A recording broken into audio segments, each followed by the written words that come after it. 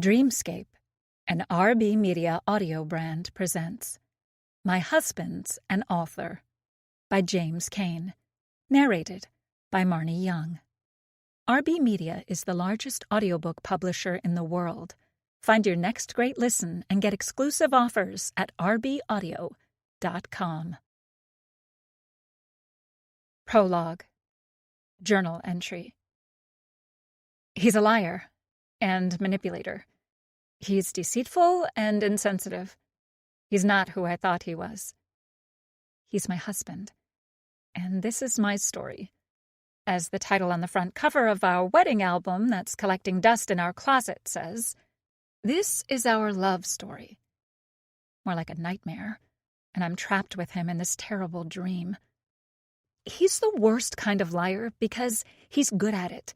He uses the truth to layer his lies. Those are the best kind of deceptions.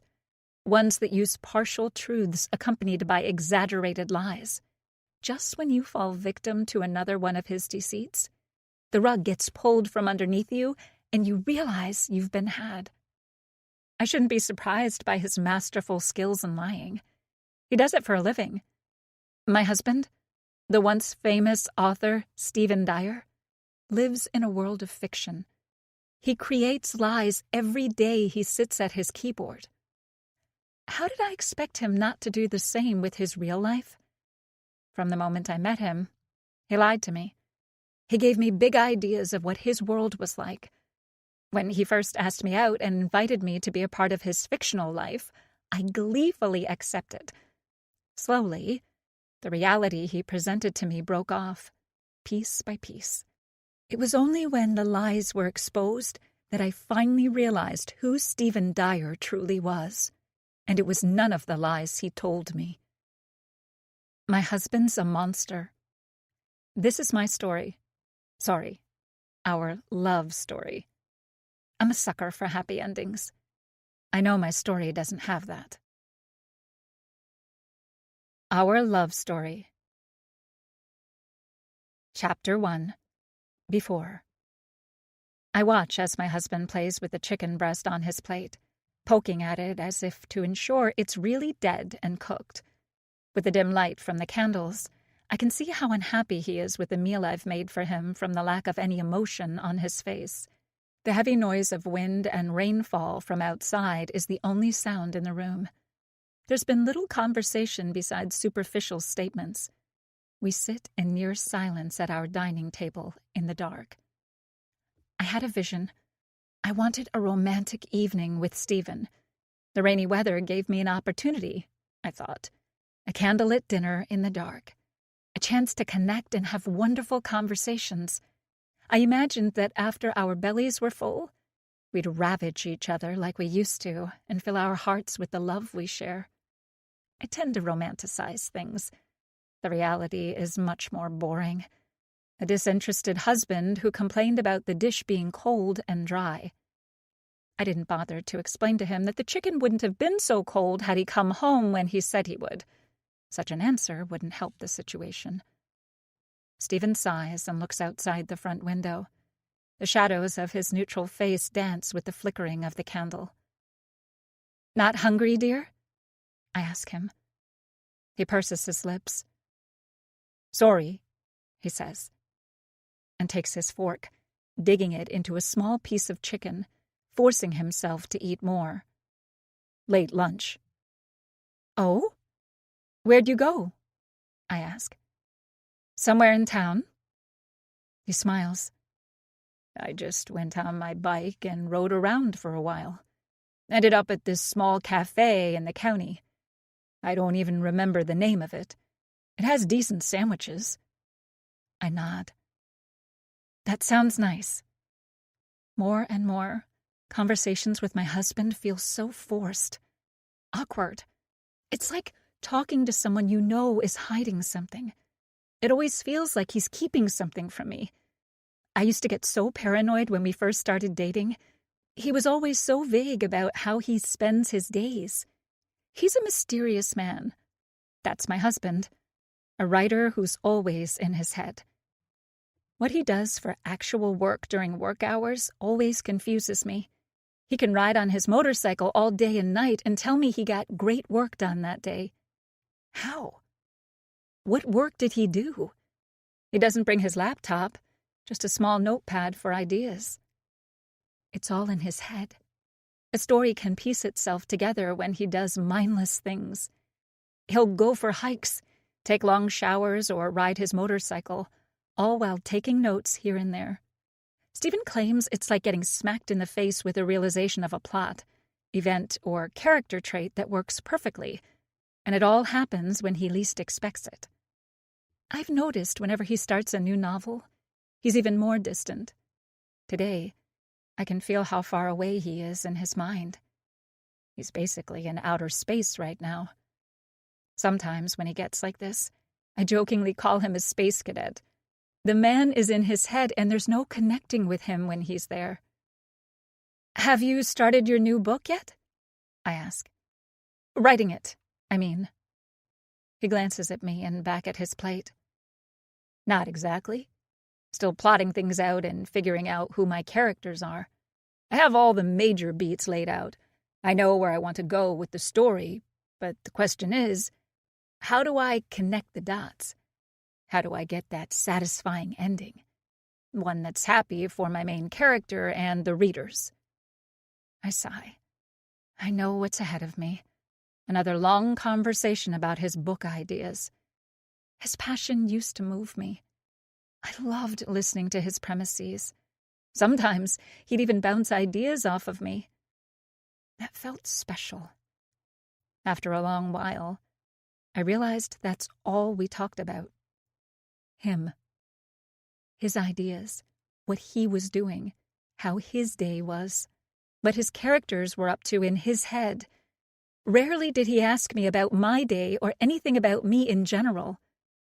I may not be working or have an exciting imagination like Stephen, but I like to think that I'm just as interesting as him. My day was full of creating the home we share, meals he ate in a clean and beautiful house I made for us. His skill is creating fictional worlds. Mine's making real spaces beautiful. When we married, the house had all the hallmarks of bachelor living. I looked past the minimal furniture, bare walls, and a fridge stocked mostly with beer and leftovers, and saw its true potential. First, I repainted his walls. The man had wallpaper in his kitchen with small bread baskets on it. It made me sick. Second, I bought new furniture that went with the wood floors and made sense dimensionally. So many people buy furniture either too small or large for the room. It's all about measuring your space and working with the colors. I loved a white interior with light furniture. It made his medium-sized house appear much larger. As I suspected, Stephen breaks into a conversation about a story dynamic he's been thinking about all day. As he goes into his creative arts lecture that's mostly for himself, my mind drifts to a different story. I met my husband at a book signing. He was giving autographs for any reader who'd purchased a copy of the best-selling book and had proof with a receipt. I was excited to meet him. I read his book. She died that night, before it hit the international bestseller lists. We're both from the same small city called Rangdon in Alberta, Canada. A picture of my husband was on the front of the Rangdon Wheel, a local newspaper, which was promoting his upcoming release. Psychological thrillers weren't typically a genre I enjoyed reading. Romance was what I preferred. But seeing that this was a local author on the front page in our city, I had to read it. I pre-ordered it online immediately. She died that night was good, I thought. I expected a gore fest given my limited knowledge of the genre, but that wasn't the case. The murders weren't explicitly described. No cursing, except for one F-bomb near the climactic ending, which, in my opinion, took away from the quality of the storytelling. I recognized him, too. I'd seen him around town. Rangdon isn't a large city, and you get to recognize people's faces. It's the type of city where you see the same people on their weekly shopping trips at the limited number of grocery stores, and that's exactly where I spotted Stephen. I'd seen him a few times shopping. I was actually taken back by his appearance then, and not in a good way. He was wearing jogging pants every time I saw him. At least it wasn't the same pair. He had a variety of baggy pants in his wardrobe. Now, I too enjoy being cozy and comfortable, but when I go out, I put on pants. When I spotted him in the Rangden wheel, I immediately recognized him. It's the jogging pants guy! I even said it out loud. It made sense suddenly why he wore such comfortable clothes. I pictured him wearing sweats all day in an office typing away. My future husband was on the front page of the Rangden Wheel again a few weeks after his first appearance. This time the article was promoting a book signing in a small bookstore in town. I immediately lined up like the others that day, wanting to meet the local who'd made it as a best-selling author. I was a minimum of 30 years younger than the other fans that showed up. When Stephen arrived and not wearing jogging pants, I was taken back by how handsome he was. He wore all black that day, which hid a small pudge that a bottom button was having difficulty concealing. The dark gray blazer completed his outfit perfectly. He wore dark-rimmed glasses and had a smile that lit up the entire room and the old ladies in it. When it was my turn to get an autograph, he smiled at me. "I've seen you in town," he said. "Walmart, right?" I was surprised. We'd never spoken before. "That's right," I said, with a matching smile of my own. That was something I hadn't noticed when I spotted him shopping. He had a very welcoming aura. I instantly felt connected to him. He looked down at his book in my hand. "What's your name?" he asked, staring deeply into my eyes. I also never realized how light his brown eyes were. "Emily," I said. He scribbled inside the book with a smirk. "I have a question for you, Emily," he said. When he finished writing, he handed me back the book and waited for me. "What is it?" I asked him with a wry smile. "Why do you buy so many cans of soup?" he said with a laugh. "I always notice your shopping cart is filled." I burst out laughing. "I like them for lunch. It's easy to bring a can to work and heat it up. They actually taste good, you know?"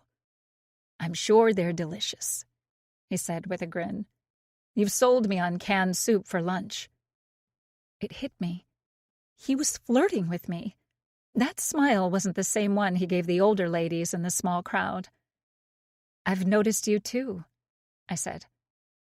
"Really?" he said, his deep voice getting more expressive.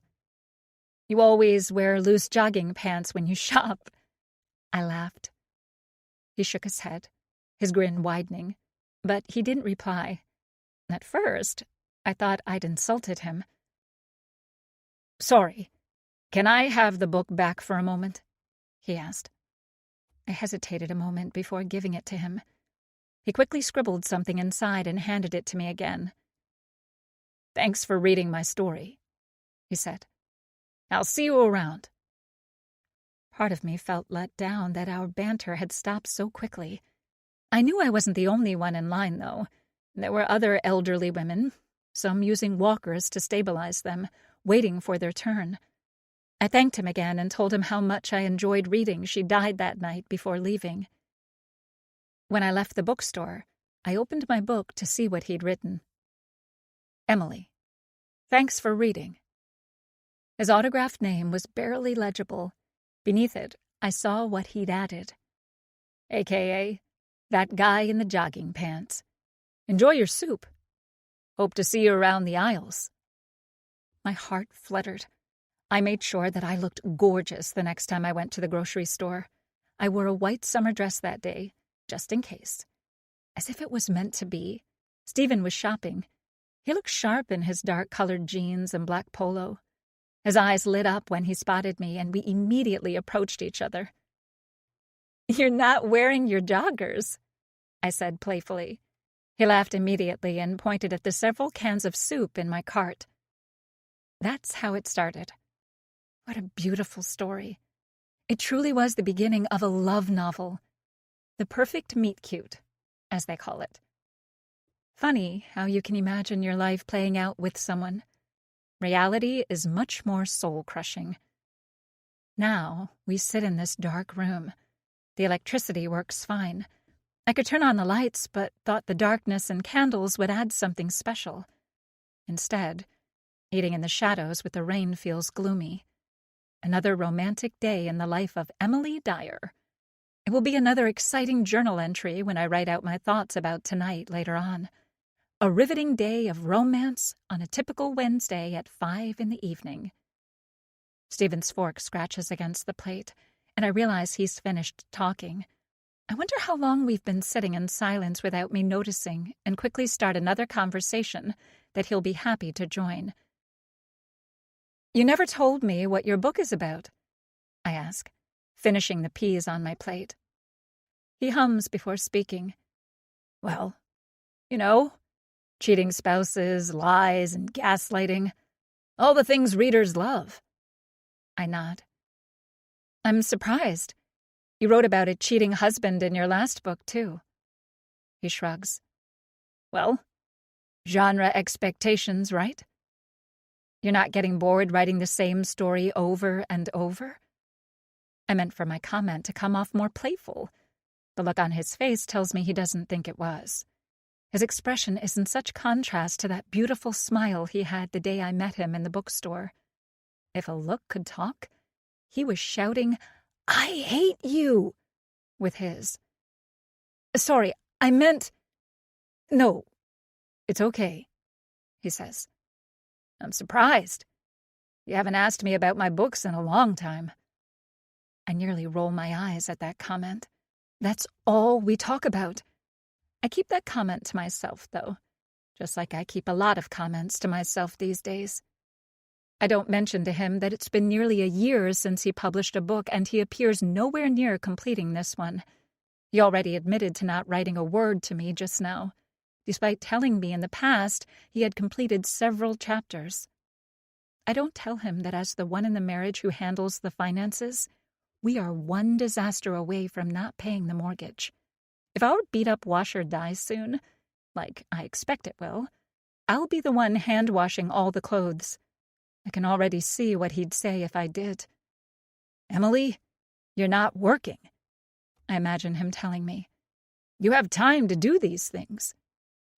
I don't tell my husband how I've been thinking about getting my old job back just to contribute something.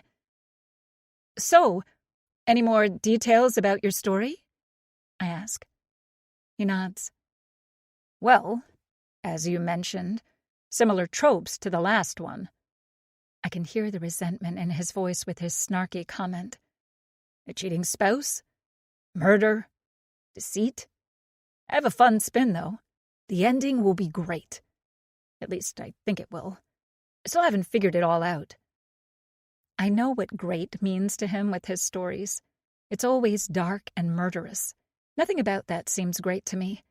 Not like a happy ending in a love story when you know the two leads will be together forever. "I'll have to read this one," I say. "You have me intrigued."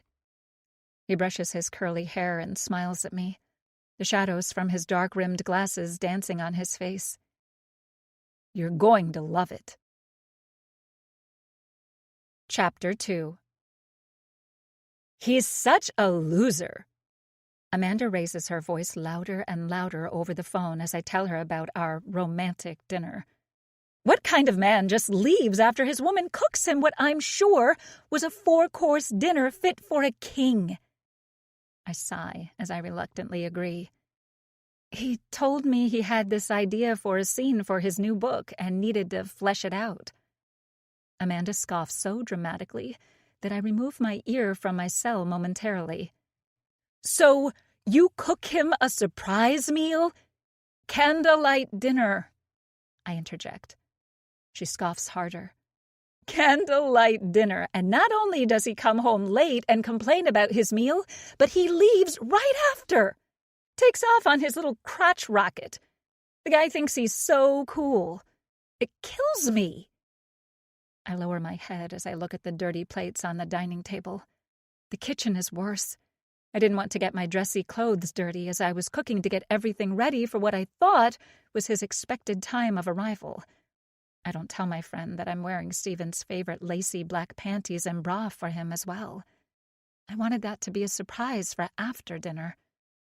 So much for that. It's been months since we've been intimate. Unfortunately, Amanda knows that part. She's already given me plenty of advice on how to deal with my dead bedroom. Most of it includes leaving my husband. That's not an option. We made a vow that special day, years ago. I'm not a quitter. There's a reason we fell in love. That reason will get us through the tough times and make the best times even sweeter. He didn't take his motorcycle, I say, taking a deep breath. Too slippery outside, he said. He took the car. And where does he even go all the time? She asks. Fair question. I don't know most days. He likes to drive when he's plotting a book. Helps him think. He'll drive around Rangdon or sometimes Calgary. Once he told me he drove to the mountains and back in a day. He says he gets a lot of work done. Work? She scoffs again. Thankfully, not as dramatically this time. What work? You told me he hasn't written a word in over a year. I'm not sure what to believe. Sometimes he tells me he's written a chapter or two, but other times he says he hasn't written anything. When I asked him about why he changes what he says all the time, he told me he often deletes what he writes. Writer's block? Amanda asks. It's been a year, and from what you said, you guys are struggling. I let out a heavy breath. Big time. His laptop broke. We're using my mother's old desktop computer now. Your mom's computer? Amanda asks, confused. She gifted it to us last time she visited, I say. It's extremely slow. I don't know how Stephen even uses it to do anything. I don't use it anymore. It's mostly his computer in his office now. He can't buy a new one? I sit up from the couch. Things are bad. There's a long pause before Amanda says anything. Do you need some money? I can help if you need it. I thank her for her support, but tell her we'll be okay. Amanda works in finances as a mortgage lender for a local bank. She recently moved back to Rangdon after working and living in Calgary. It's nice to see her more often. My life has been much busier with her back. More walking trails and coffee dates. It's been great. There was a time I was trying to get Stephen to use Amanda's role at the bank for his writing business. Now, though, I'd hate for my old high school bestie to find out how terrible things really are. But even I can't pretend for too much longer. I'm looking for a job, I tell her. What you need to do is tell your husband to get a real job, she says with a harsh tone. I used to defend my husband when it came to his career whenever we were having difficulties, but it was easier to do so with the income that he used to make. It's getting harder with our diminishing savings and no new book release to lean on. His monthly royalties from his bestseller are nothing compared to how it was years ago. He won't go back to a real job, I tell her. That part is true. He had worked hard to be able to make a self-sustaining income from creative writing. He could never go back to the soul-sucking used car sales job he had previously, or any job for that matter. He's told me so many times. It's been a source of some of the tension in our marriage, especially lately. I place some of the dishes in the kitchen sink. The dishwasher broke 3 months ago, but we don't have enough to fix or replace it. I wash everything by hand. When the dishwasher broke, Stephen promised to help me. You wash and I'll dry, were his exact words. And yet, where is my dear husband? What about your interior decorating business? Amanda asks. I recommend you to anyone I know who's looking to spruce up their house. Thanks, Amanda, I say. I mean it. I'm really glad I have you in my corner. But the business didn't work out for me. I had those few customers I told you about. They didn't pay much, though. I'm sorry, Emily, she says. I'm just worried about you, that's all. I feel like he's taking advantage of you. Stephen's not taking advantage of me. I mean in the sense that he thinks you'll stay with him if he keeps being this way. You deserve better. You deserve a husband who will, at minimum, stick around after having a romantic dinner. I let out a nervous laugh. We're just in a valley. Things can only go up from here. You know, David Lindner is available, she says, with a clicking sound. Available? I repeat, shocked at her use of the word. He's widowed. Well, he's single. He lives in that huge house all by himself with his young daughter. Did I tell you I put together his mortgage? He's still as handsome as he was in high school, only much, much richer. I let out a sigh. I'm sure he is. I don't care, though. And he's an optometrist. I know, I say. His own clinic in town, she blurts out. I know, I repeat, losing my patience. Being subtle is not one of Amanda's skills. I'm not leaving my husband, Amanda. Tell me this, she says with her own tone of impatience. Let's say you get a job, and he continues with this writing thing he's doing. You get to a point where you'll be busting yourself every day at a job you don't want to work, and he's just joyriding around the mountains with nothing to show for his day. How resentful will you be? I don't answer the question. That's not what will happen. Maybe he had one hit years ago, but that's not where things are now. She says, I'm at the end of my ability to listen to my friend today. Amanda Porter was always a little too pushy, even in high school. Somehow, we bonded over a school project we had in 10th grade homeroom class. Ever since then, she's annoyed me, but at the same time proven her loyalty as a friend. I know she's saying what she is because she's worried, but that doesn't mean I want to hear it. I don't love my husband because I thought he was going to be a millionaire, Amanda. I plop a dish into the kitchen sink, the edge striking the marble countertop and chipping off. Great. Another item in the house my husband won't want to replace. Can I ask you another question? Amanda says. I don't have a say, though. She's going to ask it no matter what, and as expected, she leads right into it. Why do you love him? I pause for a moment.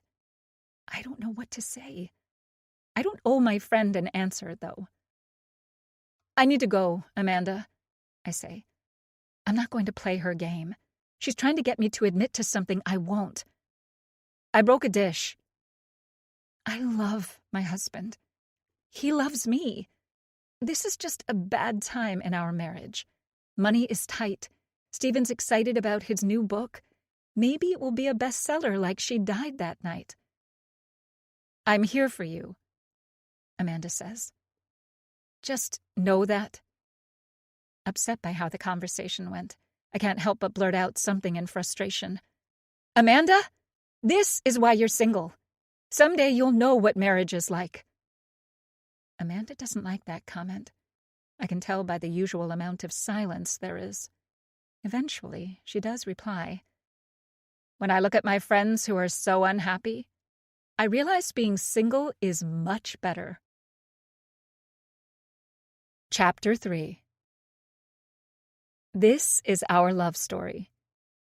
I stare at our wedding photo album in disbelief that the people we are today don't look anything like the happy couple in the pictures inside.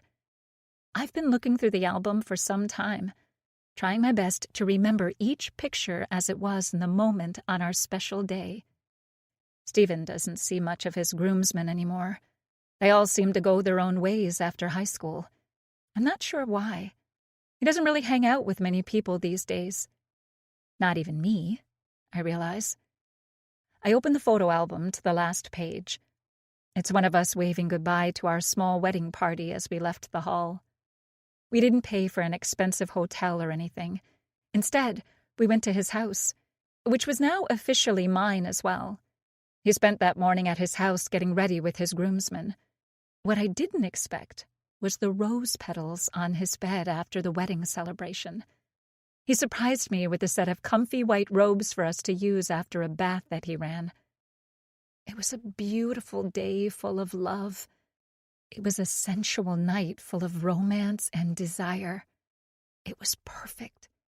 It was everything I envisioned for myself and more. I sit on the same bed now, looking at the photo album. He hasn't done a romantic gesture like rose petals on our bed or running us a bath since that night. We haven't made love in months. The only action this bed sees is the sound of his snores and my growing resentment. "Why do you love him?" Amanda asked me a simple question. Not only did I ignore it, but I essentially hung up on her. That was much easier to do than face the reality. Why do you love him? I look at the photo on the album cover of us outside the church steps, smiling ear to ear for the camera woman. I look at how happy and gorgeous I seemed in the moment. I notice how delighted my husband appears to be. This is why I love him. We have history. We have that moment in the bookstore, that meet cute in the superstore. I had my chicken soup and he had his jogging pants, and together we fell in love. Wasn't that enough to last forever? Wasn't that enough to live happily ever after? Romance books never continue after the ending when the couple realize how madly in love they are. If they did, I wonder if half of those miracle relationships would end in divorce. I place the photo album back on the dusty shelf in our walk-in closet. I can hear Amanda's voice taunt me as I walk down the steps. Why do you love him? I think about David Lindner. I'd be lying to myself if I don't admit that from time to time, I wonder what life would have been like had we continued dating. Our young love died in high school. Soon after, David found Sarah. She was a sweet, kind-hearted woman. I remember her fondly from high school as well. She was a year younger than David and me. We had broken up senior year, right before prom. In the middle of the hallway, he asked Sarah to be his date, and from then on, the two were inseparable. I was happy for David when he got married. He found his soulmate in Sarah. He had a child with her, a little girl whose name escapes me at the moment. They lived happily ever after, until she passed away from cancer. Another love story broken.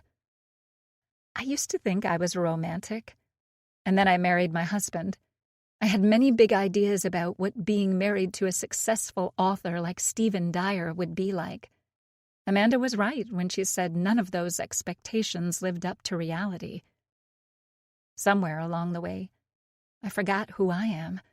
I stopped working at my day job.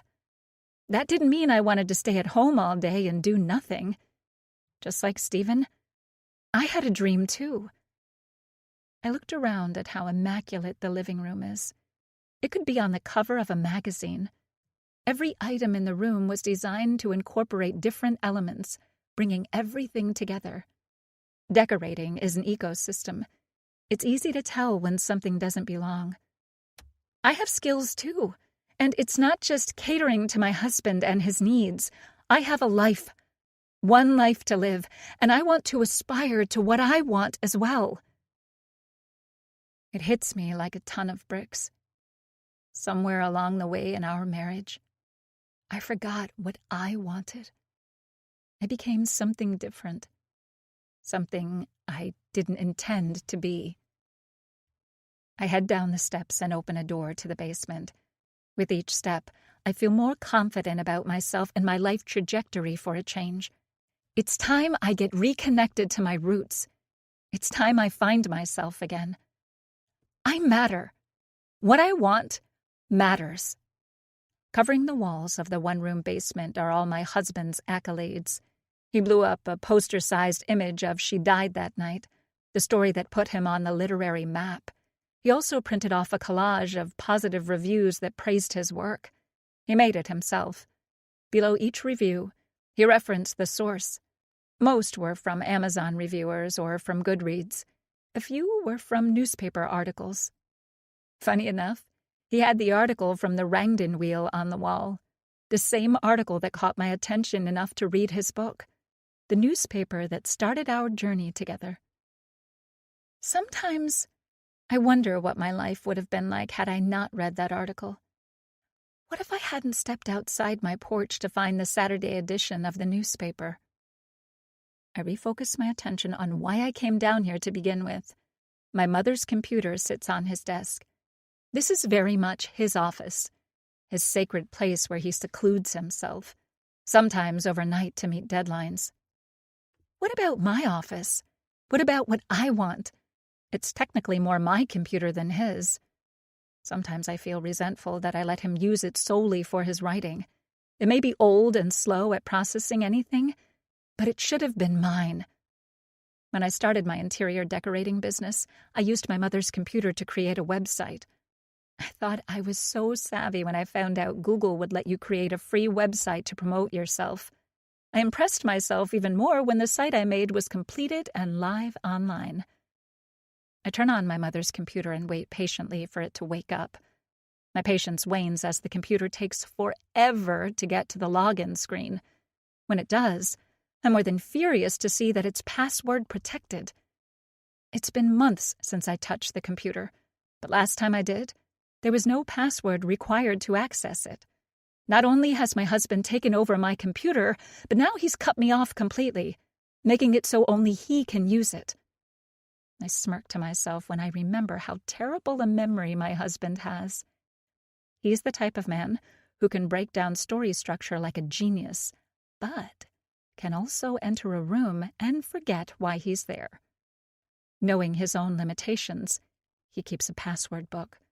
He doesn't seem too worried about someone breaking into his login or accessing other important information, since the notepad where he keeps his secrets is literally labeled Password Book.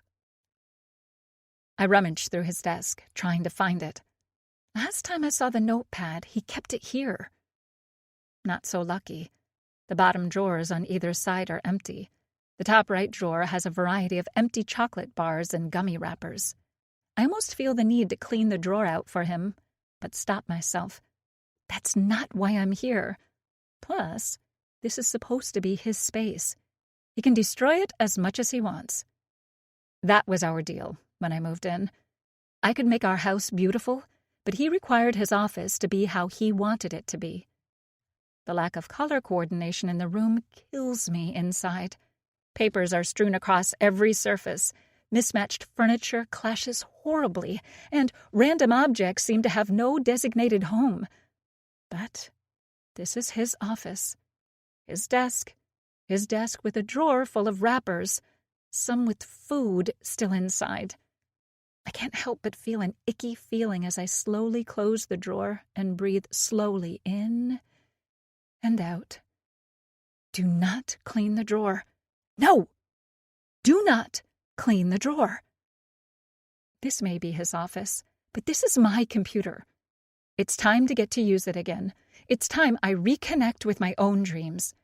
Beside his desk is a tall set of shelves containing mostly his little trinkets. On one shelf, he keeps some of his books that help him with writing. One in front is from the great Stephen King called On Writing.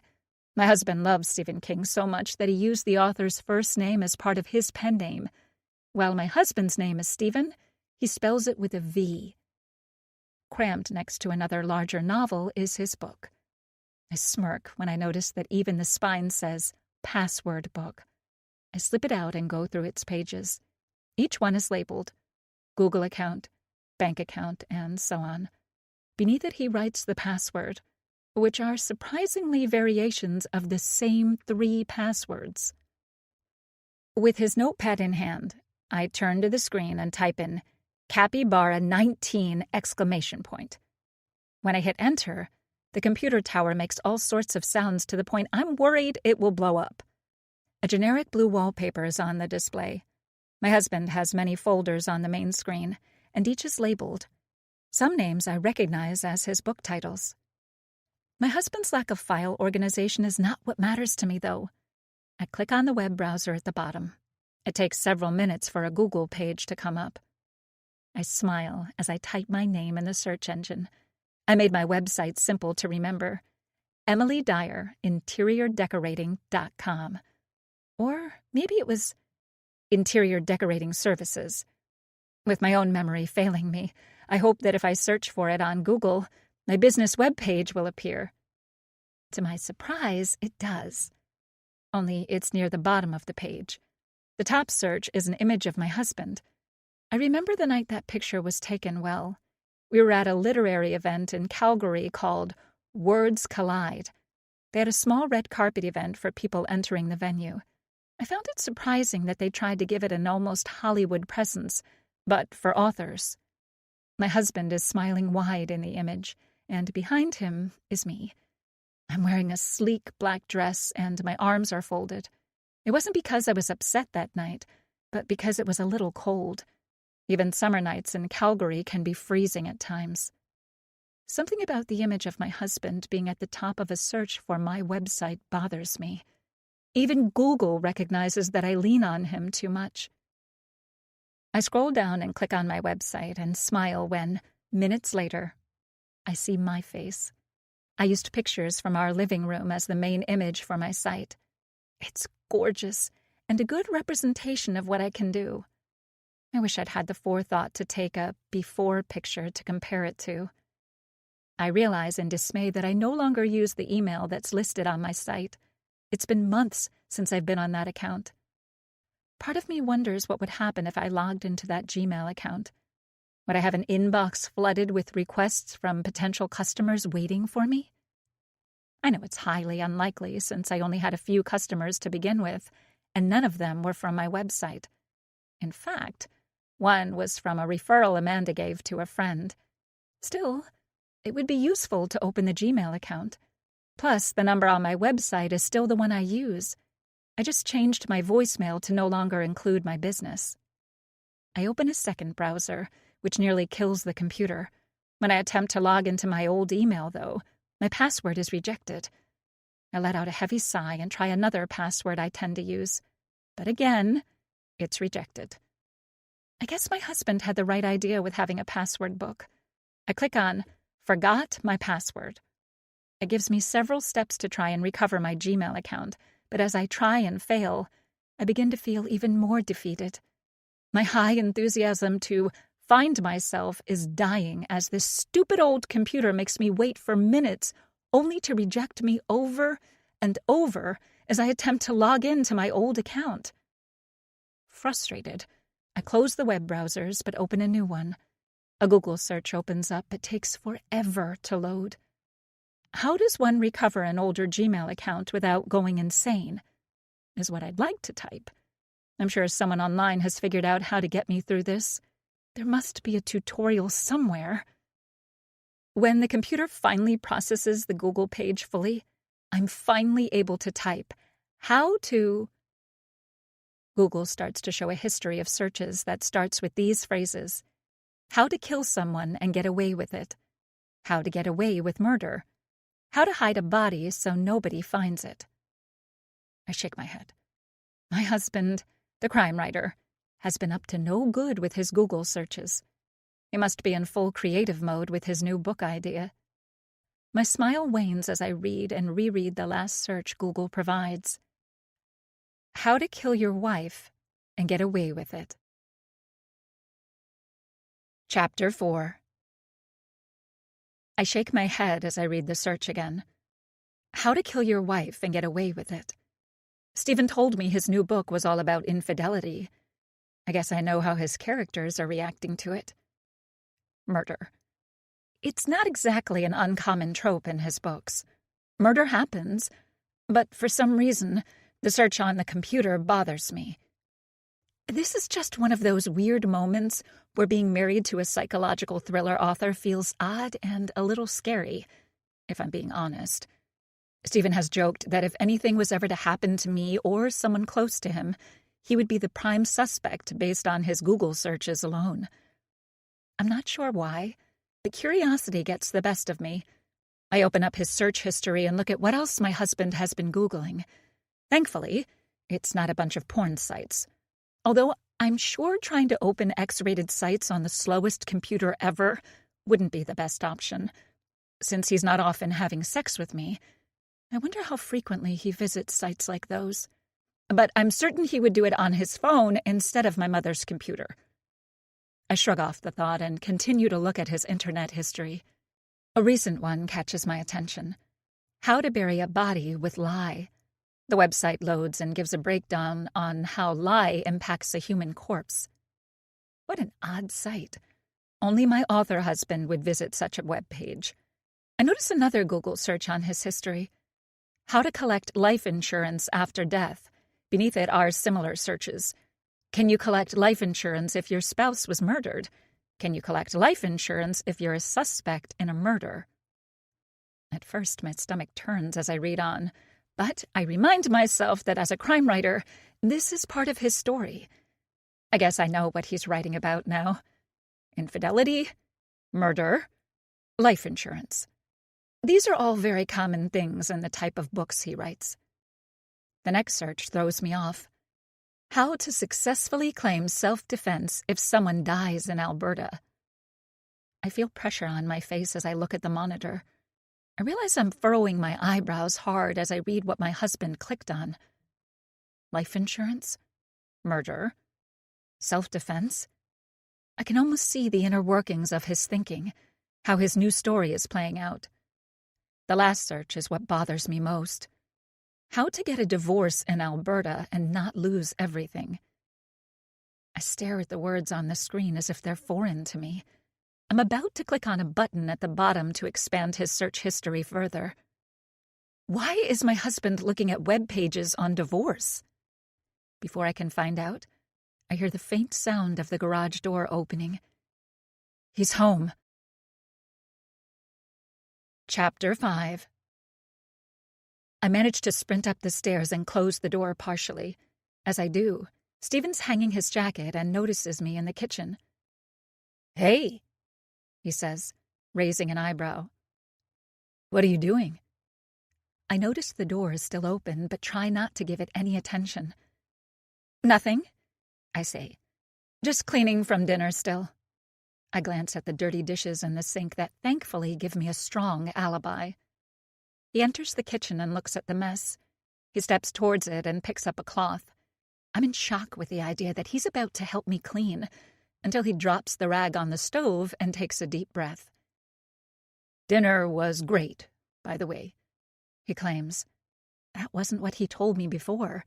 I remember him using the words dry and cold to describe it. "Thanks, dear." He purses his lips. "Sometimes I think I don't give you enough credit. You know how I get when I'm writing a book. Sometimes I forget the real things happening around me when I'm coming up with all the fake things in my head."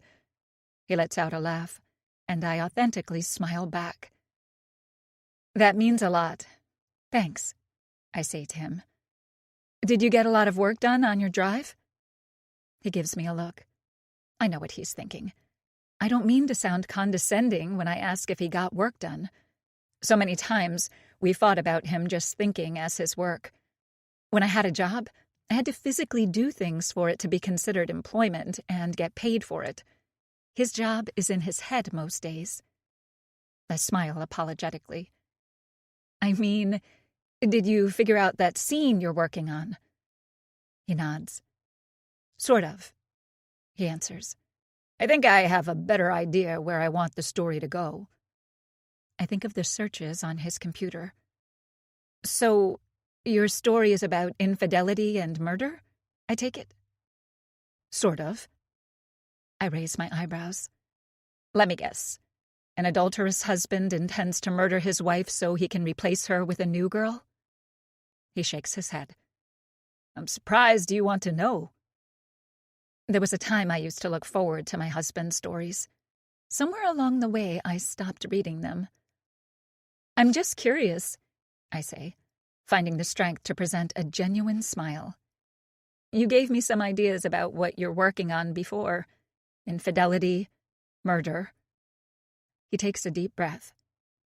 "You know, I actually thought about what you said on my drive." He looks away from me towards the front window. "I just wrote a book about a husband having an affair. It does get tiring writing about it. I changed my mind. I may tweak some things now." Great. I guess that means all the work he's done for the past year was for nothing. At this rate, he won't publish his next novel for several more years. Don't you have commitments to your publisher on what you're working on? Don't worry about it, he says, giving me a genuine smile of his own. I know things have been rough, but it'll get better. He leans in and kisses my forehead. When he's close, he looks at the partially closed door to his basement office. He glances at me for a moment, and I feel instantly caught. I got more work to do, he says, opening the door fully and brushing past me. It hits me. The search history, the password notepad still on his desk. He'll see exactly what I saw. He'll know I've seen all he's been Googling, including the one about divorce. Wait, I say, and he stops and turns to me. Let's just relax the rest of the night. He looks at me as if contemplating what to do. I know where his heart really is. It's in the basement. It's continuing with his story or searching for ways to divorce me. I've been waiting for you to come home for the past hour, I explain. I wanted to watch a movie with you. We haven't done that in forever. He hasn't budged from the stairs, but hasn't taken another step down either. I'm not selling him yet. I'll make kettle popcorn for us as well. He raises an eyebrow. That sounds okay. He furrows his eyebrows again almost immediately. No romance movies. We did that terrible one last time. I nod. Okay, whatever you choose works for me. He hesitates a moment before taking a step up the stairs towards me, then pauses again. Well, it will take you a while to make the popcorn. I'll get some work done as you do. He turns again and steps down quickly. Freaked, I shout at him. No! He looks at me, confused by the level of my voice. My mind races with ways to lure him back up the stairs. Why don't you pick out a movie while I make popcorn? Otherwise, you'll be searching forever to find one. We'll be up all night choosing a movie instead of watching one. He looks at me, the expression on his face unchanged. To my surprise, he suddenly nods. You know me well, he jokes. He walks up slowly to the kitchen and closes the basement door fully. He looks behind me out the kitchen window and gives me a wry smile. It's starting to rain again. The perfect weather for a scary movie. He brushes past me again, squeezing my shoulder tightly as he does. Chapter 6. My distraction works well. He picks out a horror movie. It's something I've never heard of before. Some 90s movie called The Blob. Apparently, it's a remake of a much older film. I hate the movie, but I'm too nervous to request him to find something else to watch that wouldn't cause me to be nauseous. Stephen treats Halloween like I do Christmas. I'm one of those women who could start decorating for Christmas in October. The reason retail stores put out Christmas decor so early is because of people like me. Stephen treats Halloween the same. It's only August, but as he tells me, the spooky season is right around the corner. That means I'll have to suffer through more horror movies than usual. In the past, we used to take turns. I'd get my one romance movie, and he'd get one of his choosing. He has a wide taste in genres. He could pick an action flick one day and a musical the next. Sometimes, he'd even force me to watch the same movie twice in the same month. He loves breaking down the story as I attempt to watch. I used to find his comments so fascinating, but now they drive me insane. Unfortunately, he's compelled to add his commentary whenever I get him to watch a Hallmark movie. He'll sit there in silence for the first 10 minutes, and every time, he will pause the movie to break down every major story beat that will happen for the rest of the movie. The worst part is, he's usually correct. It ruins every Hallmark romance I attempt to watch. It's gotten to the point that I watch them on my own, as otherwise he'll spoil them every time. Thankfully, today's horror movie is one he's never seen. The only commentary I get is him pointing out where certain scenes have great writing, or a few guesses about where the story will go. I enjoy the fact that he's wrong this time. I do my best to fill him with popcorn and drink, and as we get closer to the end of the movie, my plan works. He sits back on the couch, his feet on a foot cushion in front of him. Every so often, his head drops backwards, and he forces himself to stay awake to watch the ending. He successfully makes it to the end of the movie, but insists on going to get some work done in his office before heading to bed. Again, I'm able to redirect him. The horror movie he forced upon me was unsettling, and I ask him to come upstairs with me. He laughs at me, but agrees. Again, my plan works. The movie didn't scare me. I was too busy being in my head to notice any of the gore on the screen. In my imagination, I had a much scarier scene playing over and over. It was a conversation between my husband and me after he discovered that I was in his office. In my imagination, I told him about what I read. I told him about the searches for divorce and asked him why he would be looking up such things. He can't tell me it's all for his story. After all, the search was for divorces specifically in Alberta. In my head, I picture us having the conversation that would change our entire marriage. Sometimes, it ended with me yelling at him that I'd give him his divorce. I'd shout how much I hate him and storm out of our house, slamming the front door behind me. Other times, it was him shouting how much he despised being married to me and taking off on his motorcycle. I pictured myself lugging my mom's computer up the stairs from his office and telling him to get his own. Part of me wonders how the real-life conversation would go if he did find out. I worried throughout the movie that he would lose interest and go to his basement office. That didn't happen. Now, he's tired. All I have to do is get him to lay down on the bed, and soon enough, he'll be fully asleep.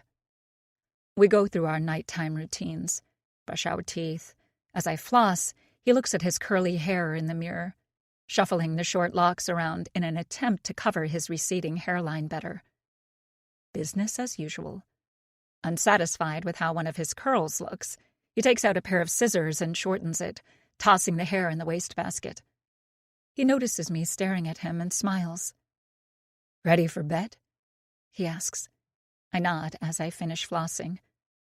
We lie in our marital bed, on separate sides. There was a time when he'd be attached to me as we slept.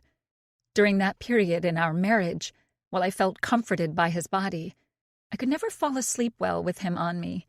I'd wait until he was asleep to shuffle free. That doesn't happen anymore, and while I sleep much quicker, I miss the closeness we had in our bed. Soon enough, though, my plan works. His deep breathing turns to soft snores. I shuffle out of bed and look at my sleeping husband before leaving the room. I make my way to the basement office.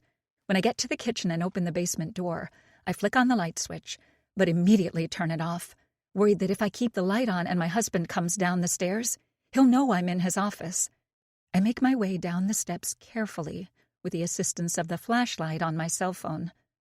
As quickly as the old computer will allow me, I attempt to log back on. With my anxiety strong, I somehow spell his password wrong, putting in the wrong numbers. When I log on, I take a deep breath and look at the screen. Had Stephen gone to his basement office, he would have seen his search history about how divorce works in Alberta on the screen right away. It would have been more than obvious that I was snooping. That won't happen, though. I exit out of the browser and feel relieved already. I realized that his password notebook is still on the desk as well. I would have been caught with my hand right in the cookie jar had he come downstairs. It takes me a moment to find Stephen King's book On Writing on my husband's shelf, and I stuff the notepad back in its original place. I look back at the computer screen, and I'm about to power it off when I notice all the folders on my husband's desktop screen. Most are book titles. As I skim them, two catch my attention. Life insurance. I click on the folder, and two documents pop up. It's been forever since I've seen them, not since we signed the policies. Stephen was worried that if something happened to him, I'd struggle without having a job. The insurance didn't just cover death, but serious injuries as well. With how pricing worked with the company we signed with, it didn't cost much more for me to sign up for my own policy as well. One of the PDF documents is labeled my policy. The other, Emily's life insurance. It's been years since I looked at the policy. Curious about what we signed up for, I click on my policy and wait impatiently for it to load. When it does, a pop-up message appears and asks if I'd like to resume where I left off in the document. I furrow my eyebrows as I click yes. It goes directly to the part in the document that has the criteria Stephen would need to meet to be able to collect my life insurance. Confused, I read some of them. A certificate of death is required. Proof of him being the beneficiary with proper paperwork is also needed.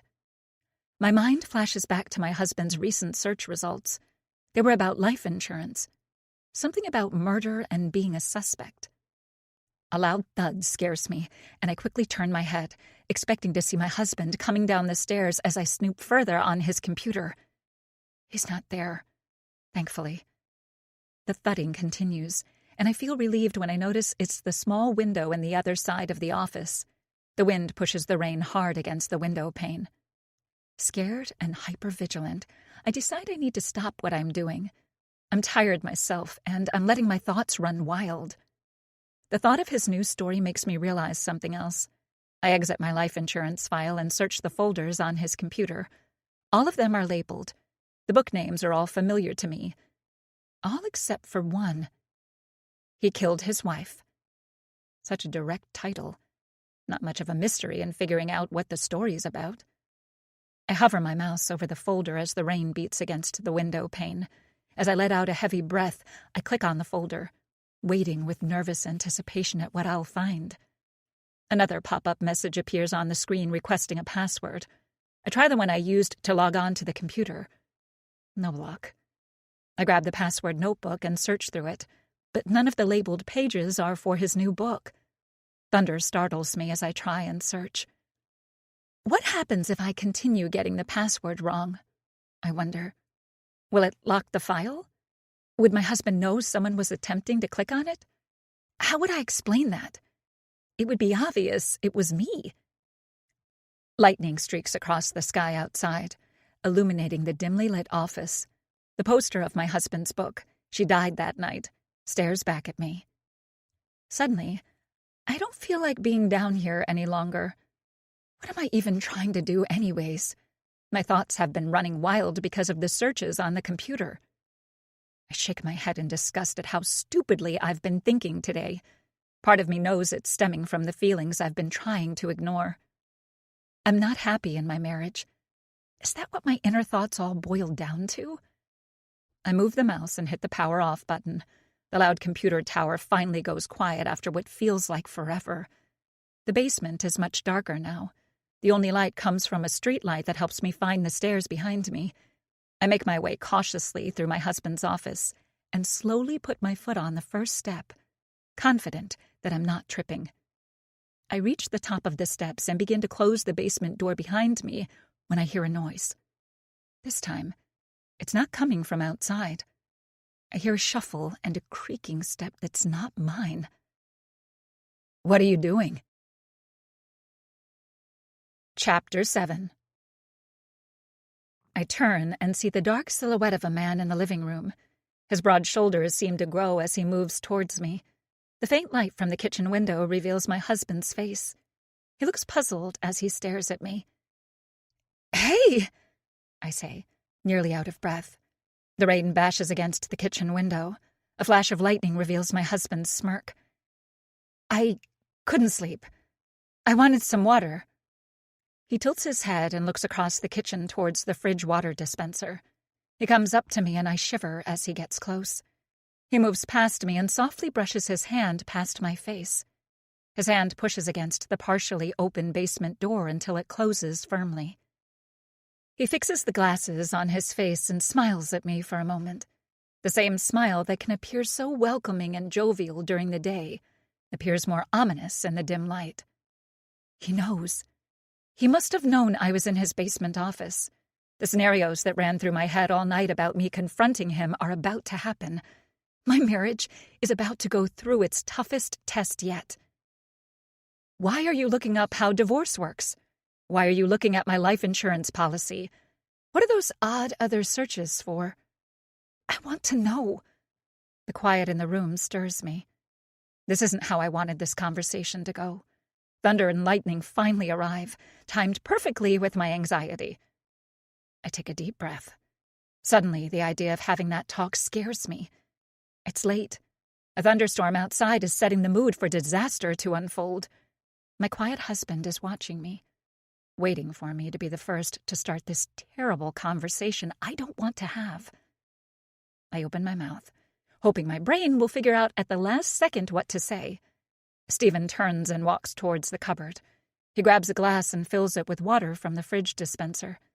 He approaches me slowly and gently hands me the glass. In the dim light, I can see his white teeth forming a smile, but his eyes tell me something different. A look that something is off. "Let's go back to bed," he says softly.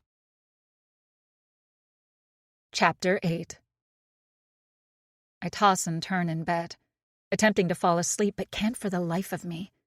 Instead, thoughts of the day swirl inside my brain, not letting me rest.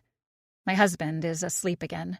As I continue to find some peace to drift to sleep, my mind races with other ideas.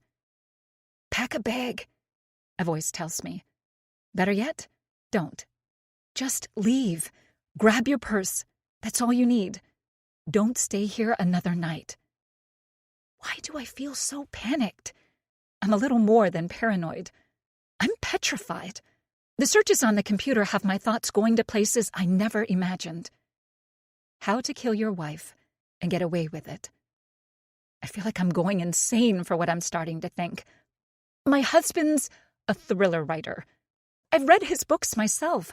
I know what they're like. Dark, scary. His characters are always plotting to murder one another. What if that's not the case this time? What if my husband is planning something else? A flash of Stephen's face hits me from the dining table today at dinner. He told me I'd like the ending of his new book. I never like the ending of his books. They're the antithesis of what I enjoy in a story. The characters are never truly happy. It's always a bittersweet finale. A loose feeling that justice has been served is given to the readers. He's always leaving the house and tells me he's plotting out his next book. He's only thinking of ideas, but he hasn't written a word, as far as I know. His book titled, "He Killed His Wife on the Computer" is password protected. Since when would Stephen worry about me clicking on his draft or notes? Why the sudden secrecy? Why is he looking at my insurance policy? Why does everything he's doing come off so ominously today? Lightning strikes close to our house, and the entire room illuminates for a split second. I turn my head, and my husband continues to rest peacefully, while his wife beside him worries. Right after, booming thunder scares me. Stephen tosses in the bedsheets. I look towards our walk-in closet. Inside is our wedding album, our love story. If the woman in those pictures knew how scared she'd be tonight, I wonder what she'd think. I can barely wrap my head around my fears. My brain won't allow me to fully register what scares me. Is my husband planning to kill me? Is he planning to bury me afterwards so nobody will find my body? Is he planning to collect my life insurance money? Is that why he's so concerned about collecting from the policy if he's a suspect? When I told him about my concerns around money today, he didn't seem worried. "It'll get better," he told me. Why? Will it be because I'll be rotting in the ground somewhere and he'll collect off my death? I catch my breath and my thoughts. I shake my head in disbelief at how stupid I am for even thinking such ideas. Stephen is my husband. He's a writer. He may write about dark things, but he's a good man. He's never raised a hand toward me. He's never cursed at me. In fact, he tries his best to avoid arguments in general. He's not a murderer. Those are his characters. That's just what he writes about. Just because he writes about murder doesn't mean he wants to do those acts himself. I remember when we first started dating. We were at an Italian restaurant in downtown Calgary. He was telling me the story he was plotting out at the time. It was for a book he wrote called The Wife Who Never Was. As he explained the premise to me, I couldn't help but wonder where my boyfriend came up with these dark and sinister ideas. I asked him. It's a stupid question to ask a writer. He's always told me he hates it when people ask because the true answer is he has no clue. The ideas just flow to him. We could be having a loving moment, and suddenly his eyes go vacant, and I know he's in his head thinking about something terrible with the fake people in his head. I told him that I can't believe such a good person, a funny and charming man like him, could always be thinking of such dark thoughts. How someone so nice could make up these bloody book ideas. He laughed when I said it at the restaurant. It took him a moment before he commented on my statement, though. He explained that for whatever reason, the dark thoughts just come to him. He said that everyone has dark thoughts. For many, those thoughts can be upsetting for even thinking them. But you can't control what happens in your brain. It happens automatically. He told me that instead of getting upset with those thoughts, or forcing yourself to redirect those thoughts to something more positive, he lets them run wild. He lets those terrible ideas play out in his head. It gives him inspiration to write a scene. Those dark thoughts are his muse to come up with the twists his readers adore, or the scenes where a character is unexpectedly murdered. Those dark thoughts are his career.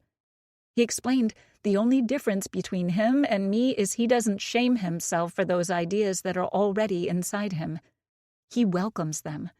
He rewards his mind for thinking of them. My husband likes to preach about his writing. He loves talking about the craft of telling a story, but that dinner at the Italian restaurant worried me. It made me realize how different I was from him. I found it unsettling.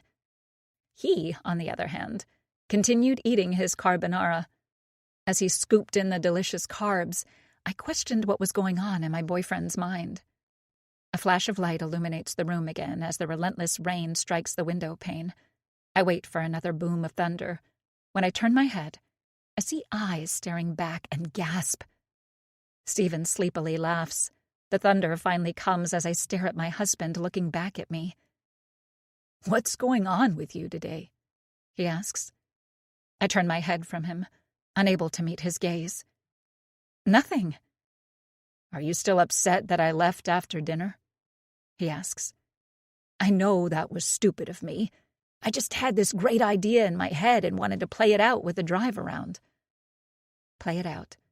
Given his searches, I know what that means. "I was upset," I admit. "I know," he says with a sigh. "Sometimes I let my creativity get in the way of us. I'm sorry. I shouldn't have left like that." He touches the side of my arm, and for a moment, I flinch. "Wow, you're really upset." "No," I say. "I'm just out of it." "You're worried about money?" he asks. "I know. It's been a rough year. Things are going to get better, though. You'll see." I turn my head and meet his eyes. I'm not sure what I expect to see when I do, but his brown eyes are soft as he caresses my arm and kisses my shoulder. "Why do you say that?" I ask. "Do you know something I don't about why we shouldn't worry about money? Things are getting really tight." "I know," he says. "If something happens, if this storm destroys our roof or floods the basement, we won't even be able to cover the deductible from our insurance to fix it." When I talk about insurance, I think about the policy on my life. "Things have been bad before," he tells me. "It's not easy being married to a writer, I know. You're only as good as your last book, and I know mine haven't been performing so well. I think that's why I took such a long time to come up with my next story. I want readers to like it, just like they did with She Died That Night." He lets out a heavy breath. "But we also have to pay the bills. It's a fine line between writing drivel and writing a good story. I feel that pressure on me to produce, and sometimes that makes it worse. It's hard to know if a story idea will play out the way you intend it to when readers are reading it. You publish it, hope for the best, and hope your publisher still wants to work with you for your next idea." He lets out a heavy sigh. Then you have readers' reviews. You read those and it either puts a smile on your face or breaks your heart. I don't want to listen to another one of his rants about reader reviews. It's too late for that. So, why aren't you concerned? I ask, getting back to my point. Everything he just said seems like a reason to be worried. For a moment, I consider talking to him about getting a day job again. I think better of it, though, and drop the idea instantly. Well, I have you, he says, so I'm not worried. Everything will be okay. It always works out for us. I smile back at him as he says the words until dark thoughts of my own hit me. He has me? Does that mean he has my life insurance policy? Is that why he's not worried? I stop my mind from running wild and concentrate back on reality. What he meant was supposed to be sweet. We have each other, and that's all we need. I love you, he says softly. Our eyes meet, and for a moment, I see the man who scribbled in his book, flirting with me that day in the bookstore. The man I judged for wearing joggers in public. The same man who judged the amount of soup I bought. I love you too, I say, my eyes teary from the whirlwind of emotions inside me. If only my husband knew the dark thoughts I had tonight. He'd leave me instantly. That, or he'd use it for inspiration for a new book. I turn away from him and look at the rain striking the window. Everything will be okay, he says softly as I close my eyes. I promise. Chapter 9. Journal entry. Last night felt like it was right out of a horror movie. The thunderstorm only added to the underlying terror. When I read Stephen's search history, it scared me. The insurance information and where he had left the document worried me. Nearly being caught by my husband as I snuck around our house was petrifying. I thought for sure he knew what I was doing.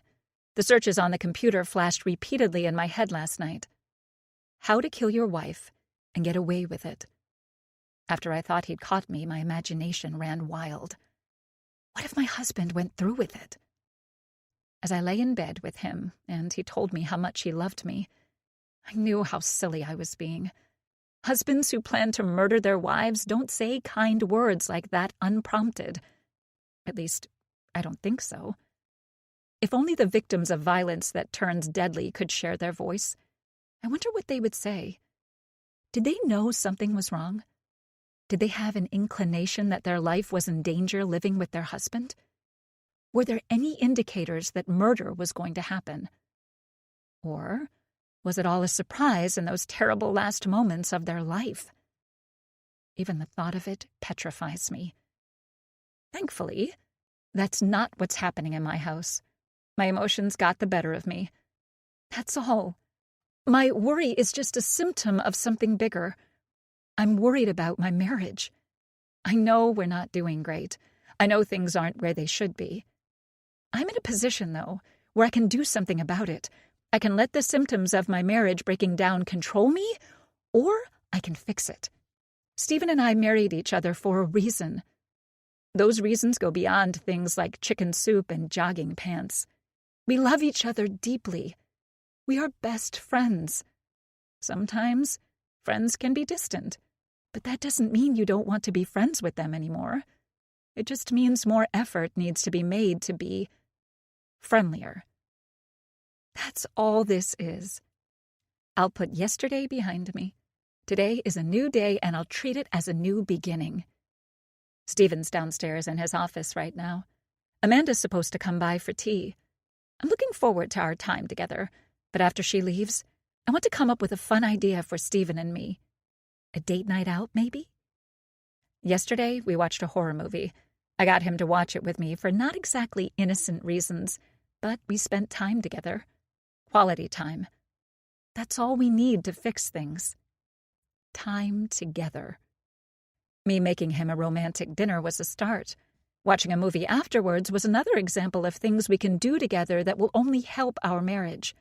Plus, I know Stephen is always up for watching something.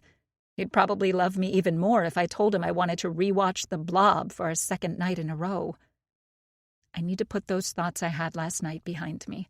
I need to focus on what matters. My marriage. My love for Stephen and his love for me. That's what counts. I hate myself for thinking otherwise.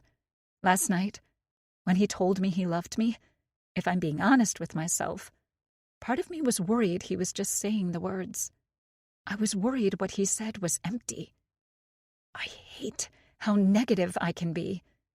My husband does not want to kill me. As I write this, I feel even more stupid for thinking so. I laugh now, reflecting on how I was reacting yesterday. It was almost like I was in a scene out of one of my husband's books. This isn't a murder novel, though. Our marriage is a love story. Chapter 10. That's not normal, Amanda says, her eyes wide. I was looking forward to having tea with my friend today at my place, but instead it's turned into another session of her telling me how crappy of a husband Stephen is and why he's no longer a good candidate to remain my spouse. Oh, and she also slipped in another mention of David Lindner to me. He's just writing a book, I say, trying to explain why I'm not concerned about the searches on his computer. She takes a deep breath and shakes her head. Emily, you're not looking at this right. She touches the side of her head as if confused why I don't see it myself. Who searches for how to kill their wife and get away with it? I let out a laugh. Well, psychological thriller authors, crime writers, serial killers too, Amanda interjects. Bad ones, I point out. Police will obviously see search histories like that if they're caught. Amanda smiles. Exactly. Isn't that fitting? She says with a laugh of her own. Your husband has the defense of saying he's just researching information for a book instead of getting away with murder. I sigh. Amanda, you're building this up to be something stupid. Stephen's not a dangerous person. I'm just joking. But no offense, your husband always creeped me out. Anybody who writes that kind of stuff is messed up. He has a lot of readers, I say. I guess they're messed up too. Amanda shakes her head. It's one thing to watch a scary movie. It's another to create a weird story like that. All I'm saying is, if you ever go missing, I'll know who did it, she says with a funny tone. It's noon and we've been going back and forth about my husband for 20 minutes now. It's getting frustrating to listen to. Okay, fine, Amanda says. What about the life insurance information?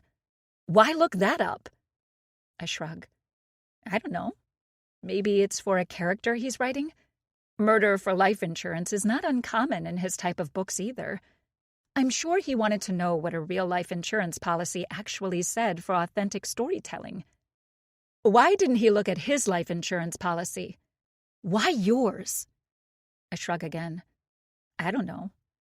Why do you even have life insurance? She says with a bewildered face. I understand why he would, but why you? I look for the words to defend my husband, struggling to form a sentence. It just makes sense to have it. In case something happens to me, maybe he can't live here anymore, I say, gesturing at our home. Maybe he'll have a hard time writing as a widow and wouldn't be able to afford this place anymore. Amanda smirks. You know who else is a widow? I raise a finger in anger now. Just stop, Amanda. I don't want to hear about David anymore. I know you don't like my husband. I'm not the kind of woman who'd leave Stephen. We made a vow. Amanda nods, taking a sip of her now cold tea and putting it on the kitchen table. And that brings me to my next point, one that's much more likely than murder. She pauses for dramatic effect. What if he's cheating? I blurt out a laugh. Stephen's not that kind of man. She purses her lips. Where's your husband right now? Just out. I say. Where, though? I look outside the window. I don't know. I told you how he drives around and... Amanda cuts me off. Finds his inspiration for his book, right? How do you know that's what he's really doing? Amanda! I trust my husband. She lowers her head and softens her usual harsh voice. Emily, I'm worried. The things you've told me and the weird searches, everything. It's odd. You tell me your husband just jumps on his motorcycle and takes off half the time and doesn't come home for hours. You don't know where he goes or what he does or who he's with, and you think that's normal behavior? Don't be a pushover with this man. Unable to find a response, I stare blankly at my friend. I hate her at this moment. Why does she have to drag me down when I'm feeling better about my marriage?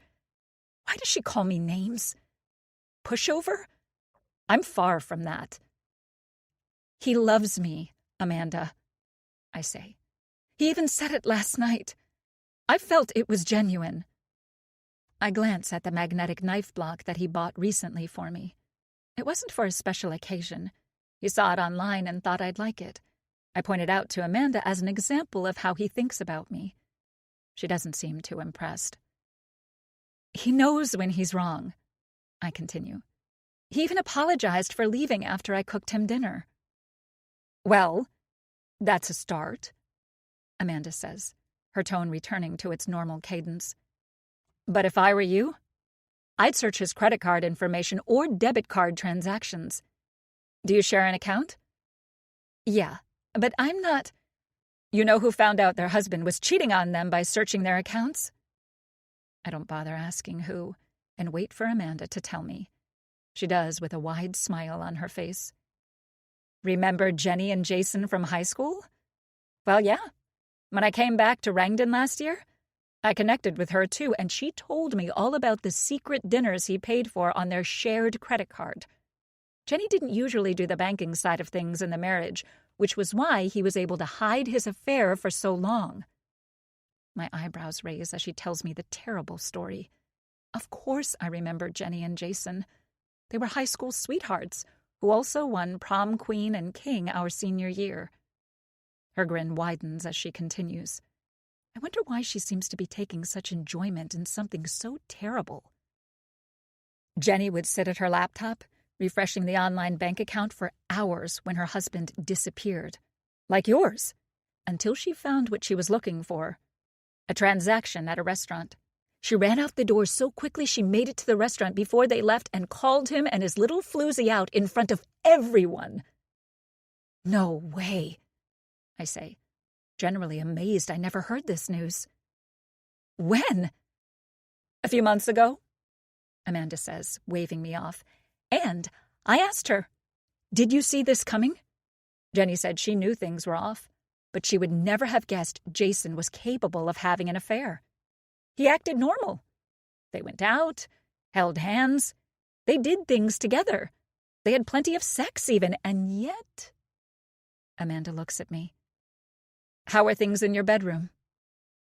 Just stop, I say, turning away from my friend. I'm not doing this every time with you. Yeah, that means it's not good. Listen. Her voice softened again for dramatic effect. You need to know the truth. You deserve it. You know something is wrong. That's why you were snooping on his computer to begin with. You know something is off, but don't know what. She sighs. I'm sure you're right about those awfully weird Google searches. But what if you're wrong about what's really happening? There's a moment of silence before I break the growing tension. There's nothing happening, I say with little proof to defend my position. Everything is fine. Amanda pats my knee. Why is he searching about divorce, Emily? She says even softer. Come on, girl. I'm worried about you. I lower my head. Things have been hard. I take another moment before I meet her gaze with confidence. But we just have to work things out.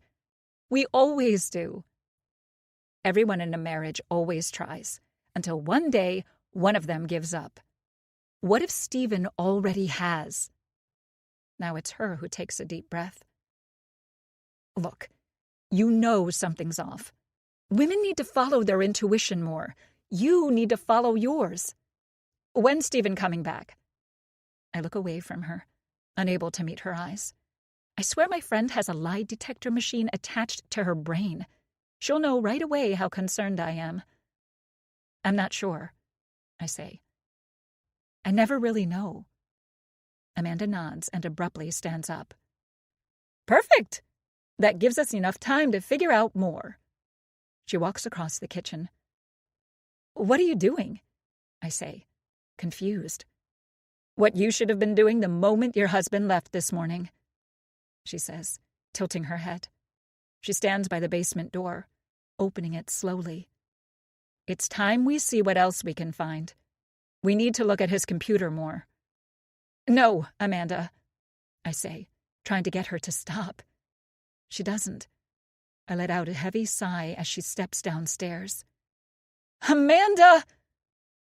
She looks back at me, a look of concern on her face. I know you're worried about what you'll find. That's why you have a friend like me. You're welcome. She smiles at me before heading down again. Stephen could come back, I warn her. That's why you're upstairs, she yells. Chapter 11. You stand guard upstairs, Amanda shouts. If you spot Stephen, give me a signal and I'll jet upstairs. Amanda, I protest. This is not a good idea. It's only a bad one if we get caught. I know, my friend. There's no talking her out of this. Why are you still at the top of the stairs? She asks. Go by the window or something. It's a good thing he's riding a motorcycle, the loudest mode of transportation of all time. We'll hear him coming a mile away. I smile at the realization of how good Amanda is at sneaking around. She's much better than I am, at least. Okay. I take a deep breath before I head towards the living room window. After a few minutes, she calls out, Oh my God! What? I shout as I run to the stairs. There's a moment of silence before she answers. Emily? How does your husband have such poor decorating taste? My entire body deflates immediately. Amanda! You freaked me out! Your husband's tacky knickknacks in his office freak me out, she shouts back. I mean, he has these little bobblehead toys that are stacked up on top of each other in the corner. No color coordination anywhere. I smile. Amanda knows me well. I mean, Emily, have you ever been down here? I laugh. I know it's bad. That's his space, though.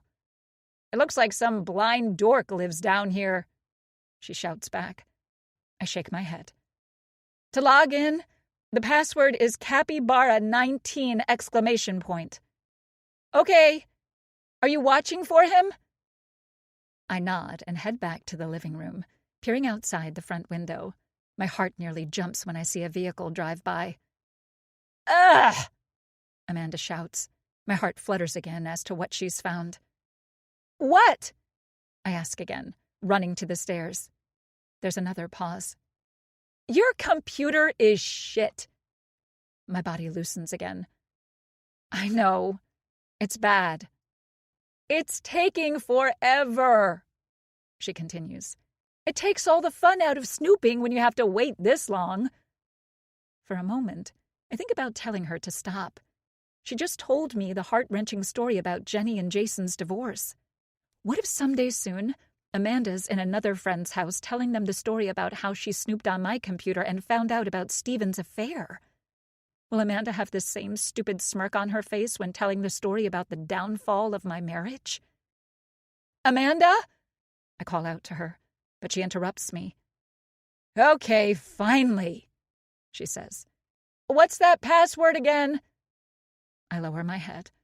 I want her to come back upstairs. But what if she finds something I didn't? What if she's right? I'm not looking at what's plain to see because of my biases. Capybara 19! Exclamation point! I yell back. Okay! I slowly head into the living room, feeling the weight of what's happening as I do. I'm having my friend snoop on my husband's computer. I'm looking out for my Stephen. So much for me treating today as a new day. This is exactly what I didn't want to happen. Hey! Amanda shouts from downstairs. How do you spell capybara again? I let out a heavy sigh. Amanda, just come back upstairs. Just tell me how to spell it. I'm not some fancy author, okay? There's a pause, but when I don't answer, she gets more irritated. I'm not some fancy author's wife either, okay? Just tell me how to spell it. I shake my head and stand by the basement door, shouting down the empty staircase.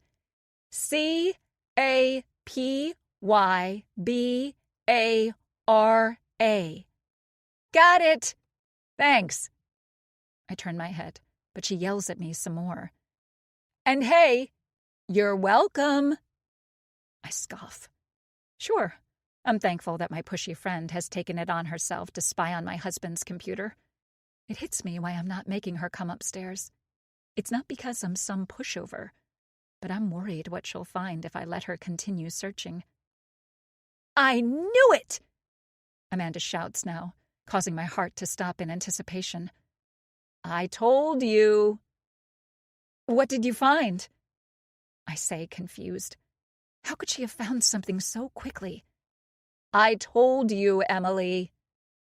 I don't wait for an explanation and instead hurry down the stairs to see for myself. What did you find? I ask again, but my face drops when I see what's on the screen. Nothing. She's still on the login screen. What are you doing? I knew how to spell capybara right, she says with a laugh. She turns to me and glances back at the screen. Don't you get it? He changed the password. My eyebrows furrow as I look at the screen. No, I say. I was just here last night. I brush past her, causing the chair and Amanda to roll out of the way. I furiously type in the password and hit enter. Confused, I say the password out loud as I type it in slower and press enter again. Again, the password that worked last night is suddenly wrong. It's like you said, Amanda continues. He knew you were in his office last night. I shake my head and start looking for the password book. You told me Stephen was in his office this morning, she said. What if he was trying to figure out what you were looking at? Did you click on the searches you found in his history? I don't answer her immediately. Yeah, I did. I don't immediately see the password book. I easily spot On Writing by Stephen King, but the smaller password book isn't there where it should be. In my haste the night before, I must have misplaced it. I place my finger at the beginning of the bookshelf and follow along, reading the spine of each book, but can't find it. He must know that you looked at those searches then, she says. It will show on the history if he looks. That stops me in my tracks as I look at her. I didn't think about that. Changing passwords suddenly is another sign, Amanda says. I turn from her and keep searching. Of what? I ask. Infidelity? Amanda continues. What are you looking for? Stephen keeps this password book for everything. I can't find it, though. I swear I put it on his bookshelf last night. Amanda shakes her head and turns to look at the screen. So now the passwords were changed, and you can't find the password book you held last night. Emily, do I need to say the obvious here? Stop, I say in frustration as I try my best to calm my nerves and find the stupid little book. I trust him. I turn to her, and the look on her face says it all. My actions do not match my words. Why am I trying to find the password book if I trust him? Why are we in his office trying to log into the computer if I don't think anything suspicious will be found? You need to trust your intuition, Amanda says again. You? The loud insect sound of a lawnmower starting cuts us off. Both of us are silent, heads turned towards the top of the stairs. He's home, Amanda says, nearly as frightened as me. But when the sound continues, I realize what's happening. I look at her and the login screen. No, it's not him. Chapter 12. Emily, my friend says in a harsh tone, what am I staring at in your backyard? She turns her head slowly to me. What is that? I'm taken back at her description of a man as a thing, but I can understand her confusion. Tanner Gates isn't exactly the lawn maintenance guy I envisioned myself having. His jeans are dirty and torn on one side. His blonde mullet moves gently with the breeze as he pushes the lawnmower across the front yard. Today he's wearing a button shirt for a change, but only a few buttons are holding it in place. A large gold cross on a chain is across his black undershirt. I notice in dismay that Tanner appears to have added a new tattoo to the collection on his body, only this one is on his right cheek. I can't make out what word it says, but I imagine it's nothing responsible sounding. When Tanner notices Amanda and I staring at him, he momentarily waves. I smile and greet him through the window. Amanda, on the other hand, watches the young man push the lawnmower, waiting for my reply. He's a neighborhood boy, I say under my breath. Boy? She says. How old is he? 18, I say. His mom lives a few blocks down. He's fine. Fine, Amanda says with the same harsh tone. The young man looks like he might rob me as I leave. She lets out a laugh. What is he doing in your backyard? I'm sure she doesn't mean for me to explain the obvious. Stephen hired him to take care of the grass. He shovels during the winter for us, too. He's been doing it for years, since even before we married. Amanda looks at me, a wide smile across her face.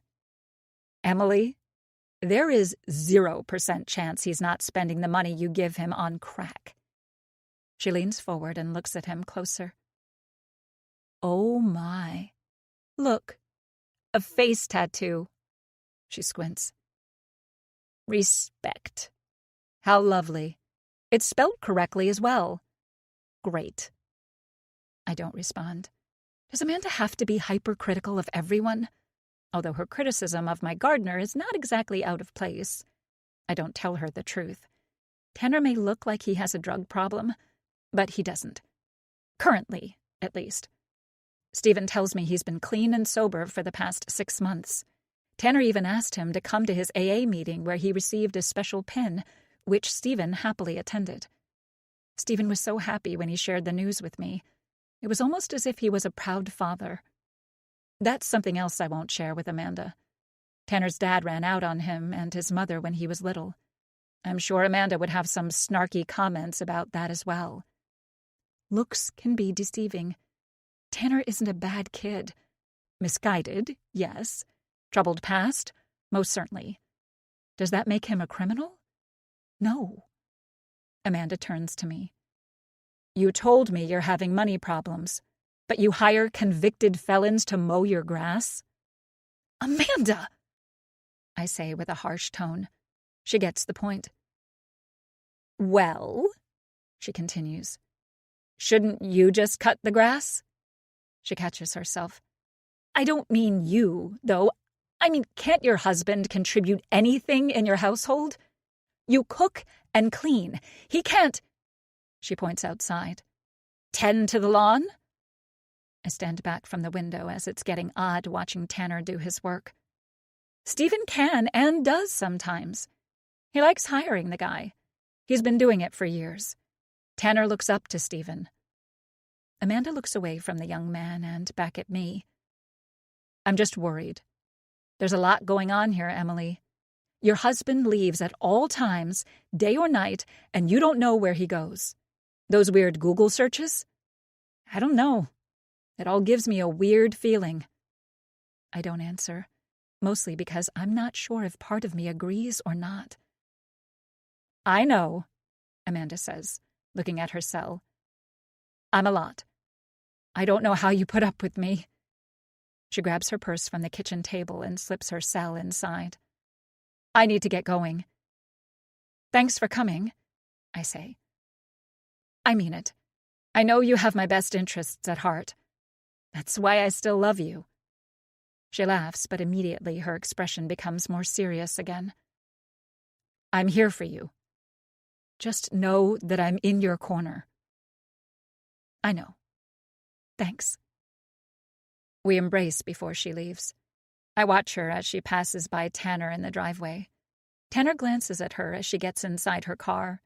When he notices me watching, he quickly pushes the mower down the lawn and looks away. As I watch my friend leave, part of me knows she's right. I think of our old high school friend and Amanda's story about her husband's affair. How terrible it must have been for her to find out the man she committed herself to broke those vows. Does anyone really promise anything with true intentions anymore? Another love story with an unhappy ending. I sit at the table for a moment before my mind starts racing. I think of Jenny refreshing her online banking to find out where her husband was bringing his side girl. I imagine the feeling of disgust and anger roiling inside her when she saw her husband and the other woman at the restaurant. What would I say to Stephen if I were in that situation? I imagine I'd be the same. A fireball of emotion, blowing up in front of everyone to witness. Publicly shame my husband for fooling around behind my back. Stephen changed the login password to the computer. Why? Is Amanda right? He's cheating. A voice inside me screams. I ignore it. That's not Stephen. I married him not just because he was an author. He has morals. He's a good person. I peer outside at Tanner and his loose shirt and mullet blowing in the wind. Who else would continue hiring a young man like him? Who else would root for his sobriety? He doesn't have to. He does it because he's a kind-hearted man. A good man. So, why did he change the password?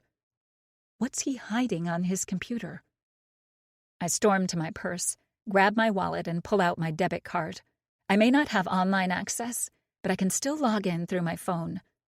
I take out my cell and start punching in the site address. I'm about to open my account when I lower my cell and debit card. My stomach is in knots. I feel nauseous. I just want to know what's happening in my marriage. I look outside and Tanner zigs the lawnmower down and zags it towards me. Our eyes meet and he nods with a thin smile. I turn my back and look at the debit card in my hand. Chapter 13. Journal entry. There was a time I thought my husband was a true romantic. I thought I married the most romantic man on earth. I married a man who wasn't scared to be vulnerable with me. I married a writer. Our love was so exciting at the beginning. He told me once that some of the best stories he's written have an element of romance to them. He enjoyed writing the romantic scenes between his characters before all hell breaks loose. It adds so much more depth to a book when two characters you think are meant to be break down and get worse with every page you read. Is that what my life is? It feels like my world is another one of my husband's stories.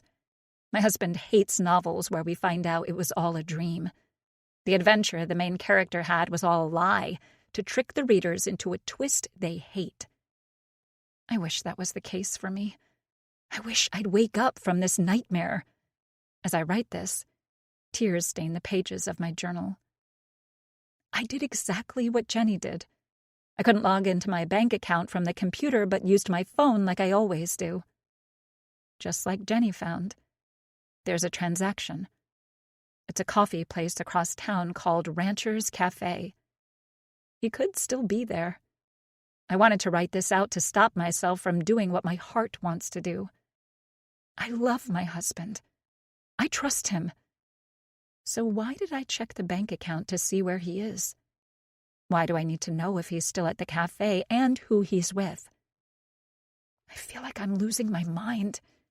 Is it all a dream? Pinch me, please. Chapter 14. I park around the corner from the cafe and make my way there, my mind racing ahead of me as to what I might see. I've been to Rancher's Cafe in this past. It has a rustic elegance to it. Reclaimed barnwood beams stretch across the vaulted ceiling, giving it an authentic presence. I quite like it there. The coffee's not the best, though. As I get closer, I imagine seeing my husband sitting alone, sipping an espresso. He's jotting notes in his little book for his novel, just like he told me he was doing. Then my mind goes to the other extreme. He's with someone. A woman. A pretty woman. Thankfully, I'm near the cafe now. I can let my mind settle and put all my concerns to rest. I realize I'm nearly running as I get closer and slow my pace. I'll for sure be spotted if I'm so hurried like this. I think about how I'm going to do this. Do I walk by the cafe? Do I step inside and pretend I wanted a drink myself? That seems like a much better idea. Rancher's Cafe has places to sit outside, and it's a beautiful day. But Stephen may not be on the patio. That's when I see him. He's sitting outside in the patio area. A smile blooms across my face when I let it sink in that he's alone. I even see his motorcycle parked on the side of the street near him. For a moment, all my fears and worries disappear. All I feel is the happiness about how wrong I was, and how stupid I was for even considering that my husband was up to no good. My grin widens as I get closer. I'm about to call out his name, but stop myself. My face drops when she pulls up a chair and sits with him. Chapter 15. I watch as the much younger woman smiles at my husband. She has a mug in her hand and blows into it through her cherry-painted lips. My husband's mouth opens and words come out. He's smiling at her as he waits for her to say something back. I can't hear a word from where I am. At any moment, one of them could turn their head and see me. But I'm frozen. I feel like my entire body has broken down. My arms can't move. My legs are stuck to the sidewalk. My head is unable to turn away from what I'm witnessing. I put the blonde-haired woman's age to be somewhere between early to mid-20s. Her outfit makes her appear older. She's wearing a dark gray pantsuit. Meanwhile, my husband, 35, can't take his eyes off the pretty girl in front of him. This woman would have any man's attention. It's so cliché. A bored husband cheats on his devoted wife with a much younger woman. A woman who devoted her life to making his perfect. Stephen says something to her that causes her to put her head back and laugh. Her girlish voice bothers me even more. She has a cute laugh to her. The kind of voice Stephen loves. When we first started dating, he commented about how he adored my girlish giggle. Now he has an upgraded me sitting in front of him. I feel my blood start to boil. Who is this woman? Why is she sitting with my husband? I can hear Amanda's voice taunting me in my head. You should have listened to your intuition. I told you so, girl. You didn't listen, and now you've been played. What are you going to do about it? I imagine myself shouting at them, a lot of four-letter words escaping my lips. What did Jenny say to her husband when she caught him with another woman? Another thought hits me. What if this isn't what I think it is? I take a few deep breaths as I watch the two converse. He's not at a fancy restaurant on a date. It's just coffee.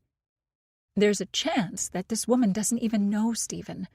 What if she's a fan of his work and spotted him at the cafe and asked to sit with him?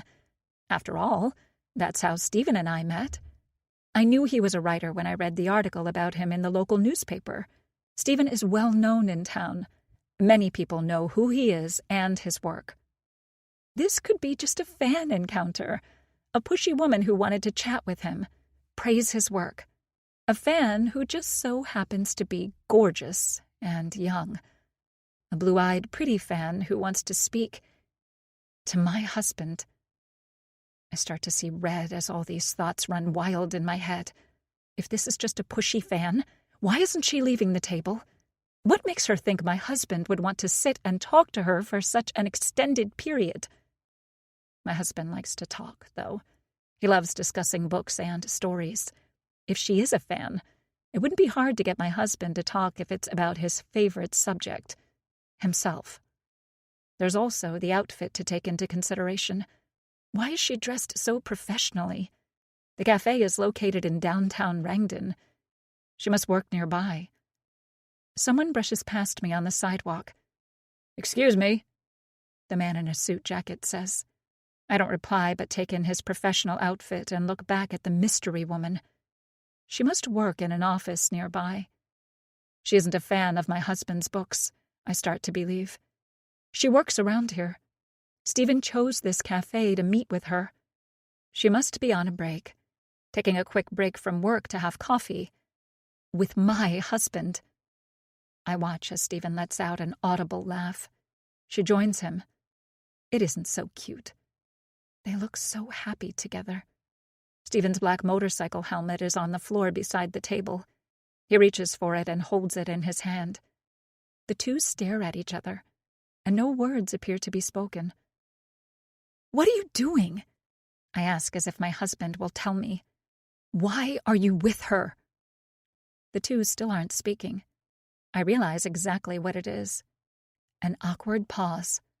Those moments in a relationship when you just stare at each other, admiring the person in front of you. I know what comes after that type of exchange. I'm about to watch my husband kiss another woman. My eyes widen with rage as I wait for their lips to connect. I feel my fists clench. I imagine that when the two of them kiss, I'll grab the lipstick-stained mug of hers and bash her head with it. My mouth drops when Stephen suddenly stands. I wait for her to do the same. Only she doesn't. My husband says something to her, his helmet held tightly in his hand. She smiles and waves. He turns and for a moment looks my way.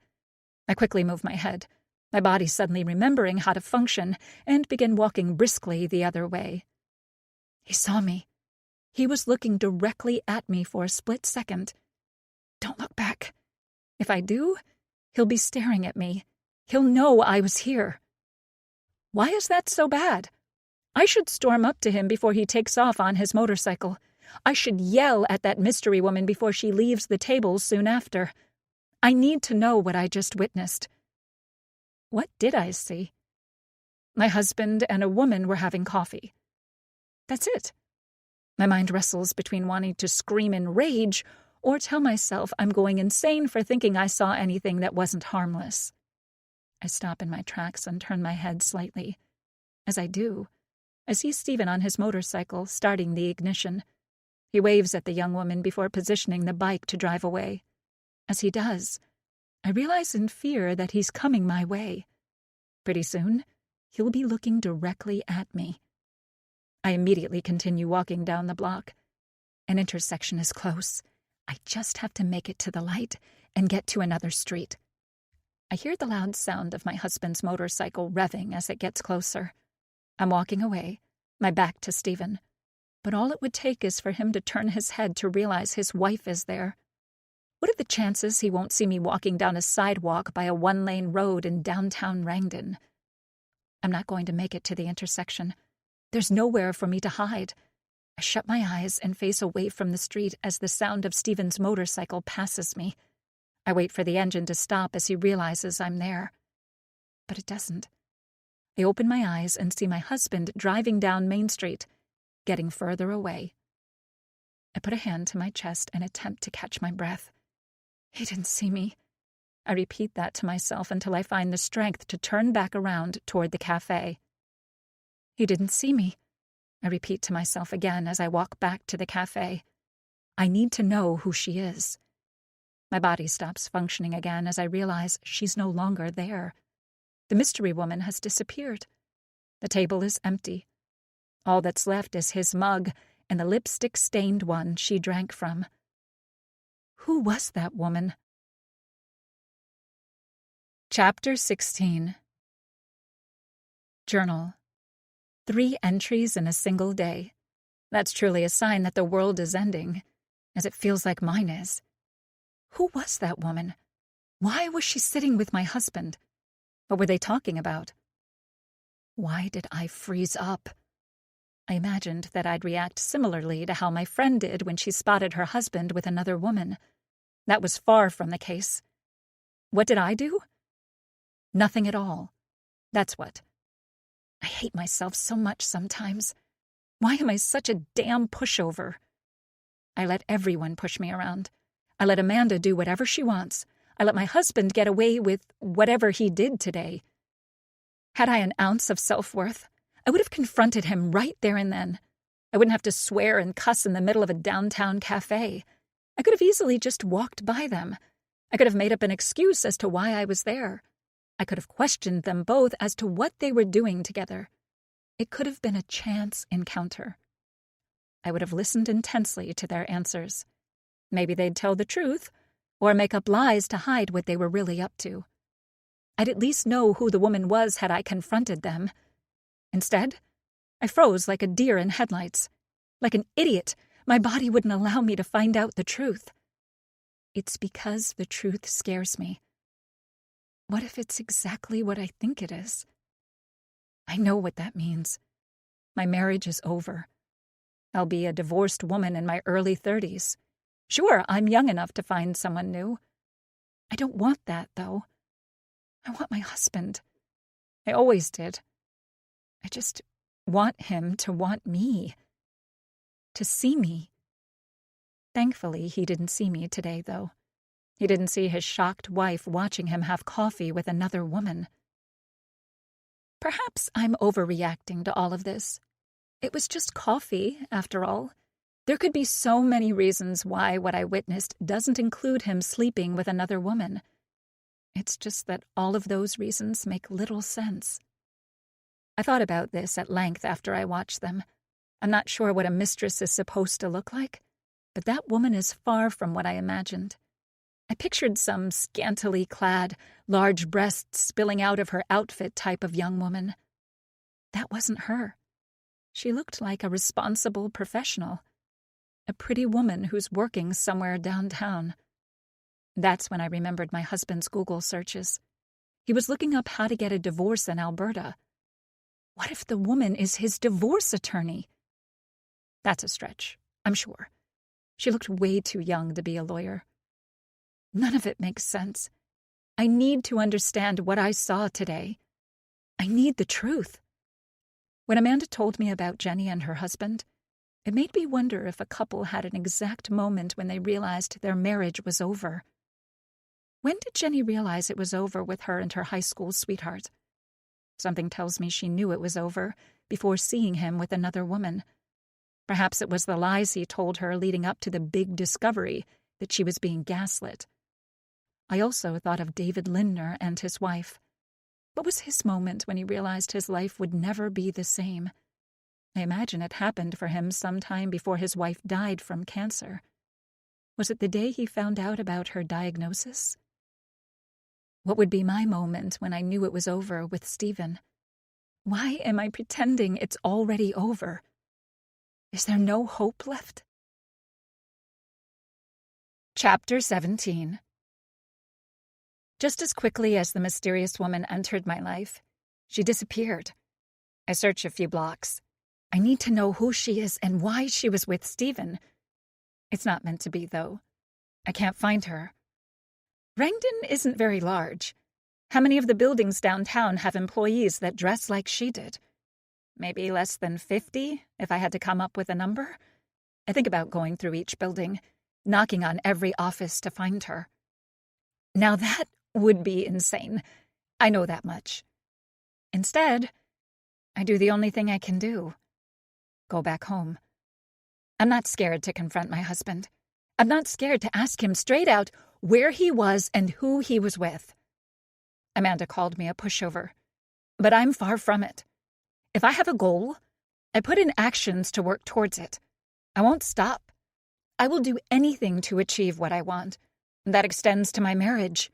I'll do whatever I can to save my marriage or, in this case, find out what's happening. On the short ride home, I play the image of the young woman sitting with my husband over and over. It could all be innocent, and yet it could be my worst nightmare. As I get closer to my driveway, I push the garage opener, taking in a deep breath when I see Stephen's motorcycle. He's home. Perfect. That's what I wanted, isn't it? If so, why do I feel like I'm going to barf all over the interior of my car? I can't take this. I can't handle this. Maybe I am exactly what Amanda said I was. Maybe it's better if I live my life without asking important questions. Where does my husband go all day and night? Why does he never want to spend time with me? Is he cheating? I park beside his bike, taking my time to get out of the car. I slowly enter my house. Stephen isn't in the living room or kitchen, though. Hey! I'm home! I call out to no one. Stephen? Are you here? My keys jingle in my hands from my nerves. I take several deep breaths and call out for my husband again. Nobody answers. I'm sure he's in his office. I won't go down there and confront him. That's his space. We need to talk and have the conversation in a neutral area. How to kill your wife and get away with it. The thought of my husband's Google search hits me again. I shake off the uneasy feeling inside me. Isn't this how murders happen? Infidelity can cause anybody to kill. It's a recipe for murder. I'm sure that's why all of Stephen's characters cheat in his novels before killing each other. I go into the kitchen and open the basement door. It's dark downstairs, though. When I look outside the kitchen window, I close the basement door and take another deep breath. Stephen's not downstairs. He's in the backyard. Tanner's with him, which is surprising. How long does it take to cut the front and backyard? I look at them talking. Stephen is facing him, his back to me. Whatever he's saying is causing Tanner to look at him wide-eyed with an odd expression. Maybe that's his usual face when someone talks to him? I admit that I haven't spoken to him much. Most of what I know about Tanner is from my husband. As much as I hate Amanda stereotyping someone she doesn't know, I've always had a weird feeling about the young man and limit my time near him. The longest exchange we tend to have is when Stephen isn't home and I pay him for his work. Stephen takes out a wad of cash from his front jeans pocket and hands it to Tanner. I look at the amount in disbelief. That's not the agreed $30 a cut. Why would he give so much to the young man? Tanner shoves the cash in his dirty front pocket and slides a hand under his nose. As I wonder what the two are doing, Tanner's eyes wander and land on me. He looks back at Stephen, and my husband glances behind at me. He smiles and waves. He looks back at Tanner, placing a hand on the young man's shoulder. Tanner nods a few times before leaving the yard. What I find surprising is Tanner leaves the lawnmower in the backyard as he does. I watch my husband, his one hand on his hip as he turns and comes back inside. "Hey," he says with a wide grin. "Where did you go?" I almost want to laugh in his face. I leave the house for a little bit, and he wants to know where I am? Meanwhile, he's off doing God knows what, and with who. Still, the question throws me off. I'm not sure what to say until I think of Tanner. "You weren't home when Tanner arrived to cut the grass," I say. "I needed some cash to pay him." He looks at me a moment before nodding. "I got some money when I was out." I can almost hear Amanda as if she's in the room with us. "Listen to your intuition, girl. Don't be a pushover. Don't let him off the hook. Get the information you need." "I saw you pay Tanner," I say. He looks at me confused. "It looked like you gave him a lot more than $30. He nods. "It was more. I want him to do some more work in the front yard. Remember that tree we looked at from the shrubbery store a few weeks ago? I figure he could plant it in the front before the end of summer. Maybe some other plants, too." I take a deep breath. "How much did you pay him?" He looks at me, pursing his lips. You worry too much. We don't have a lot of money right now, Stephen, I say. Is now a good time to start having him do extra work for us? Besides, can't you do it yourself? His eyes change. For a moment, a flash of rage passes across his usually jovial face. What are you saying? Are you calling me lazy? No, I say quickly. I'm just saying now's not the best time for these types of investments. He lowers his head. Look, we talked about planting the tree and doing some work in the front. But why pay him so much up front? He tilts his head at me like I'm some annoying child asking him dumb questions. He's a little hard up for cash right now. I'm just helping him out.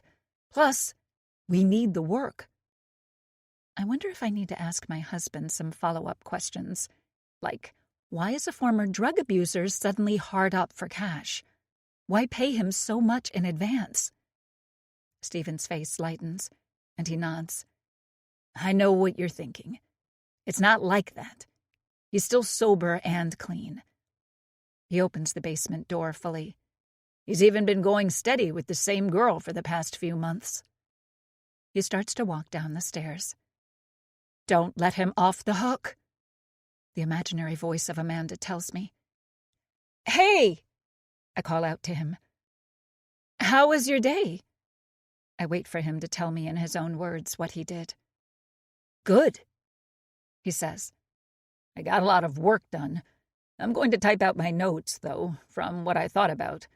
You know me. I have to write it all out while it's fresh in my head. So you got the inspiration you were looking for when you were out? I feel like I'm being too coy. Obviously, if he's doing what I suspect, he's got more than a little inspiration. Oh, yeah, Stephen says with a wide grin. Got what I needed. My face nearly drops when he says the words with such a happy tone. Give him more rope. Don't show your cards. Let him lie some more.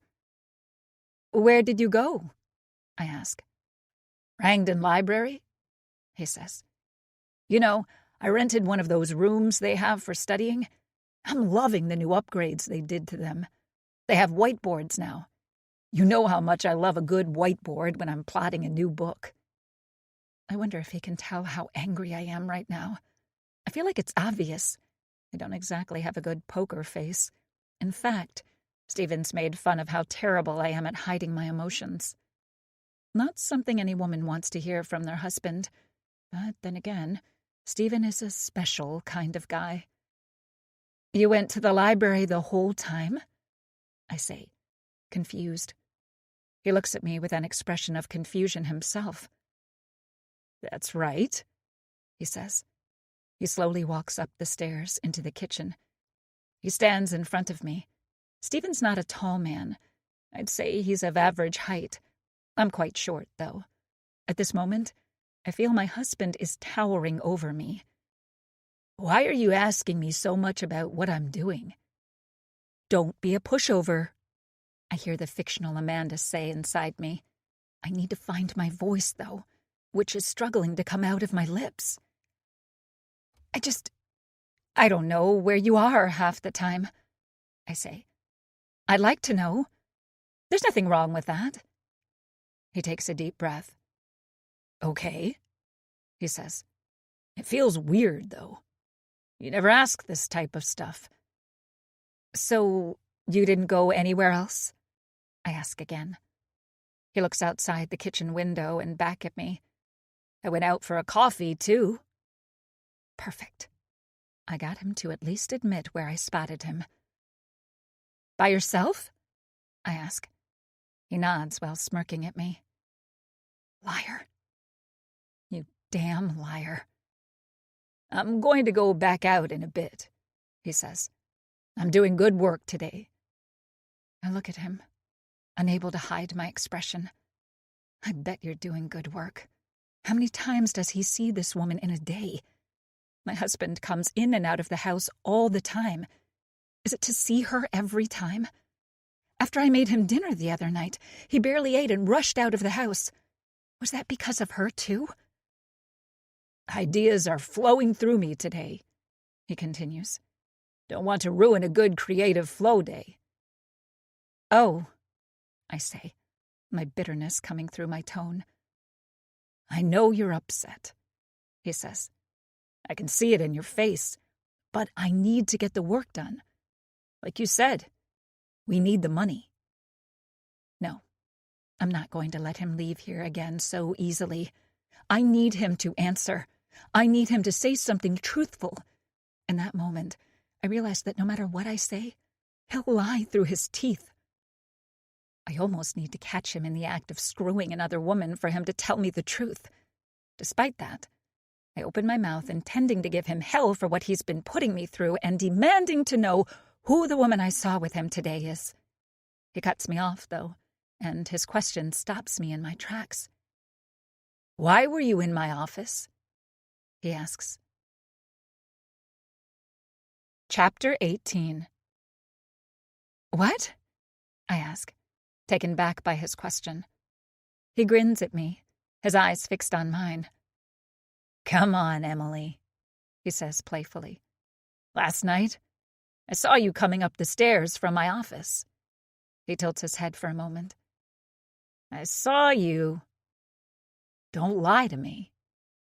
He slows down his words as he asks again. So, why were you in my office? I stare at him. This isn't how this is supposed to go. I'm the one who deserves answers. I stare at him blankly, unsure what to say.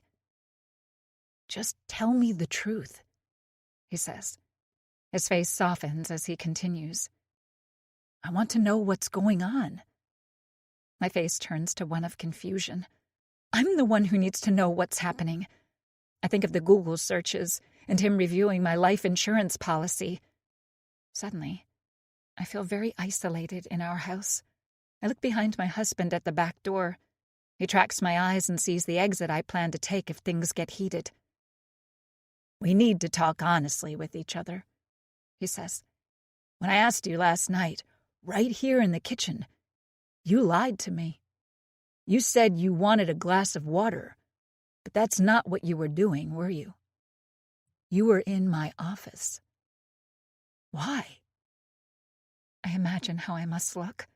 My eyes wide, another deer in headlights look on my face. I can see my imaginary friend shaking her head with disgust. I wonder what Amanda would say if she were me in this moment. I think on my feet, though. I'm worried about the money, I say. I wanted to look at our online account. He shakes his head. That's not why you were there, was it? It is, I say, doubling down on my fake excuse. It's not completely untrue. I have a lot of concerns about money.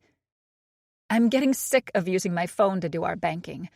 I wanted to use the computer to do it. He looks at me and takes a deep breath. So, you go snooping around on my computer to do your banking? I find the strength to continue. It's my mom's computer, Stephen. I have the same right to use it as you do. I know it's your office, but I can use the computer my mother intended me to use. He looks at me and nods. Okay, I get it. That is my space, though. You have all this money to give to Tanner for the lawn, but not enough to buy a new laptop for yourself to work on?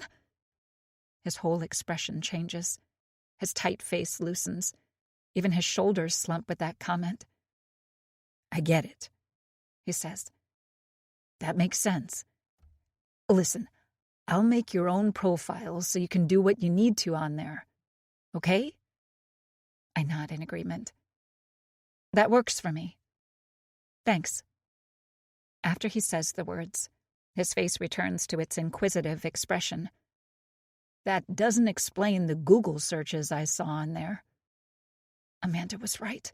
She warned me that he would know what I was looking at.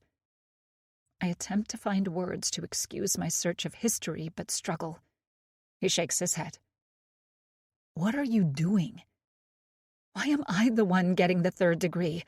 I'm the one who should be questioning him. I saw your weird searches on Google when I tried to find a way to log back onto my interior decorating website. How to kill your wife and get away with it.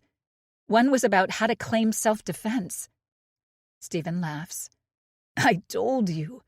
I'm just doing research for a book. When I don't say anything, he laughs harder.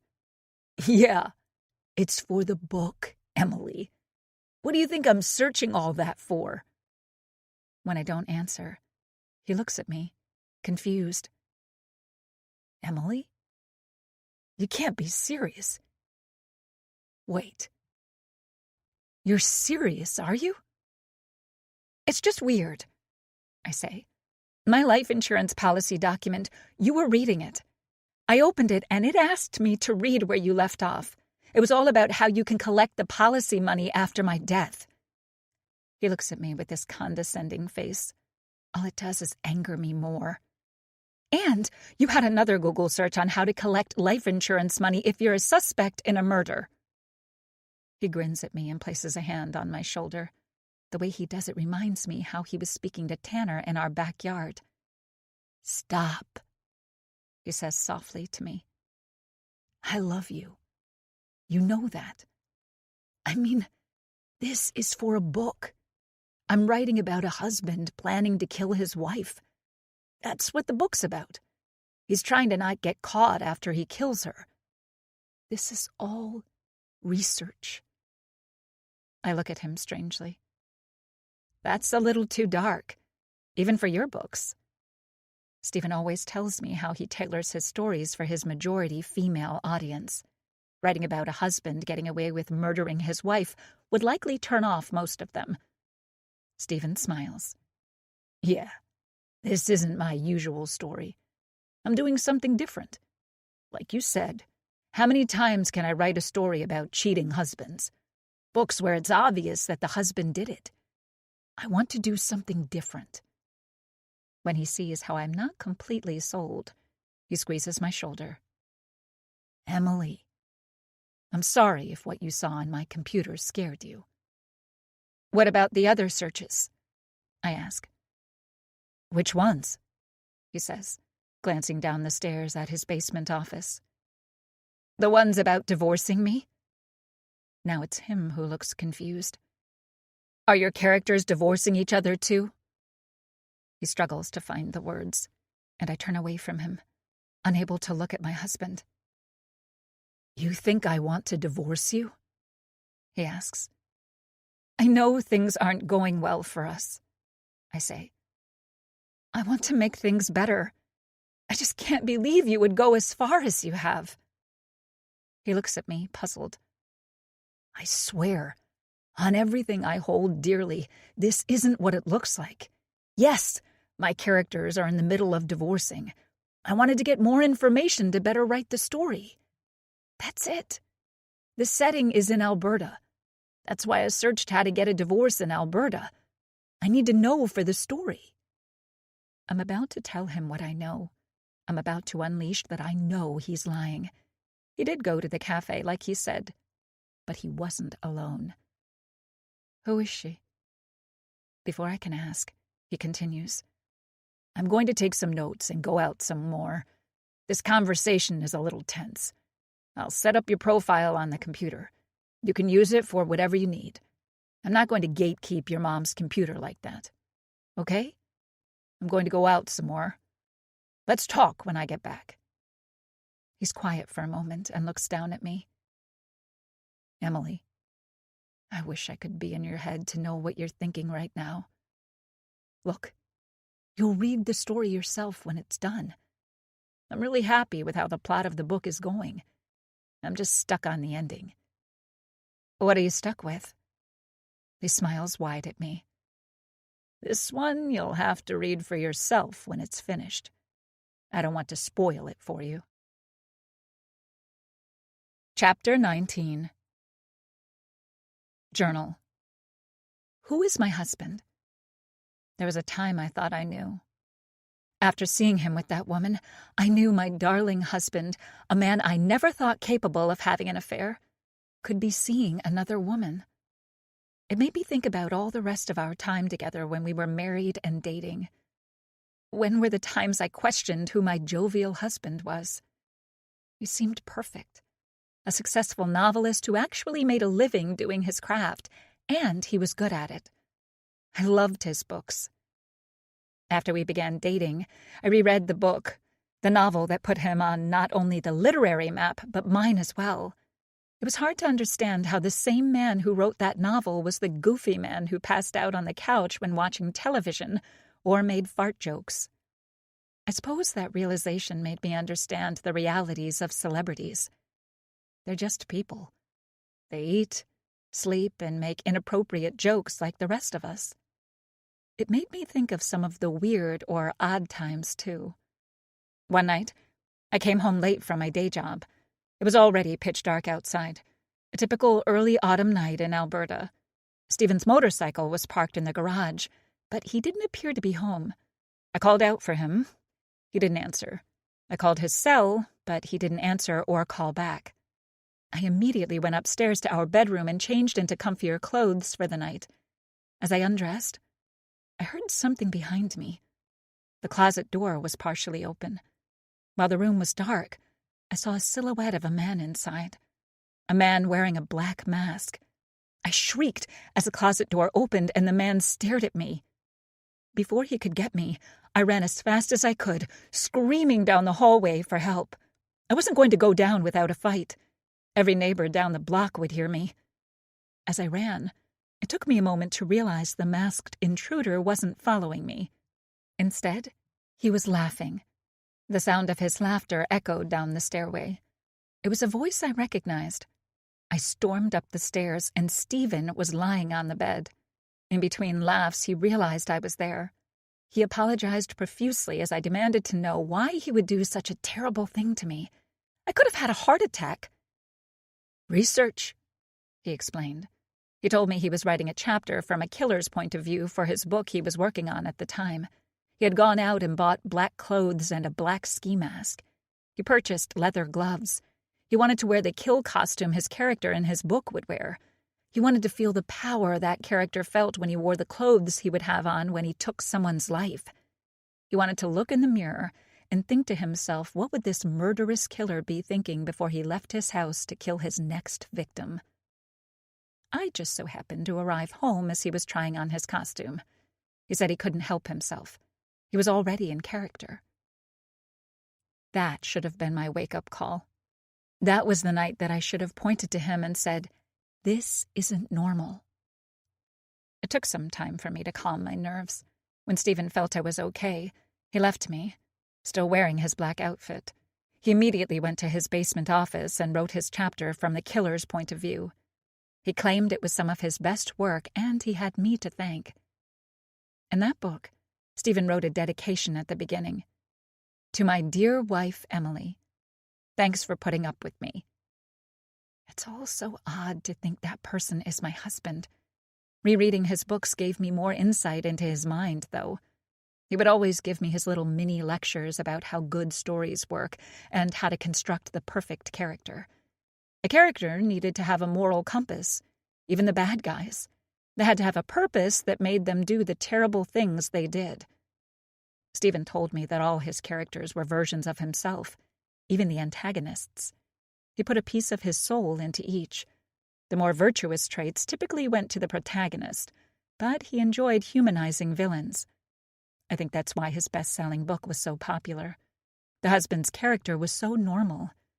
He was a man that every woman would love to marry.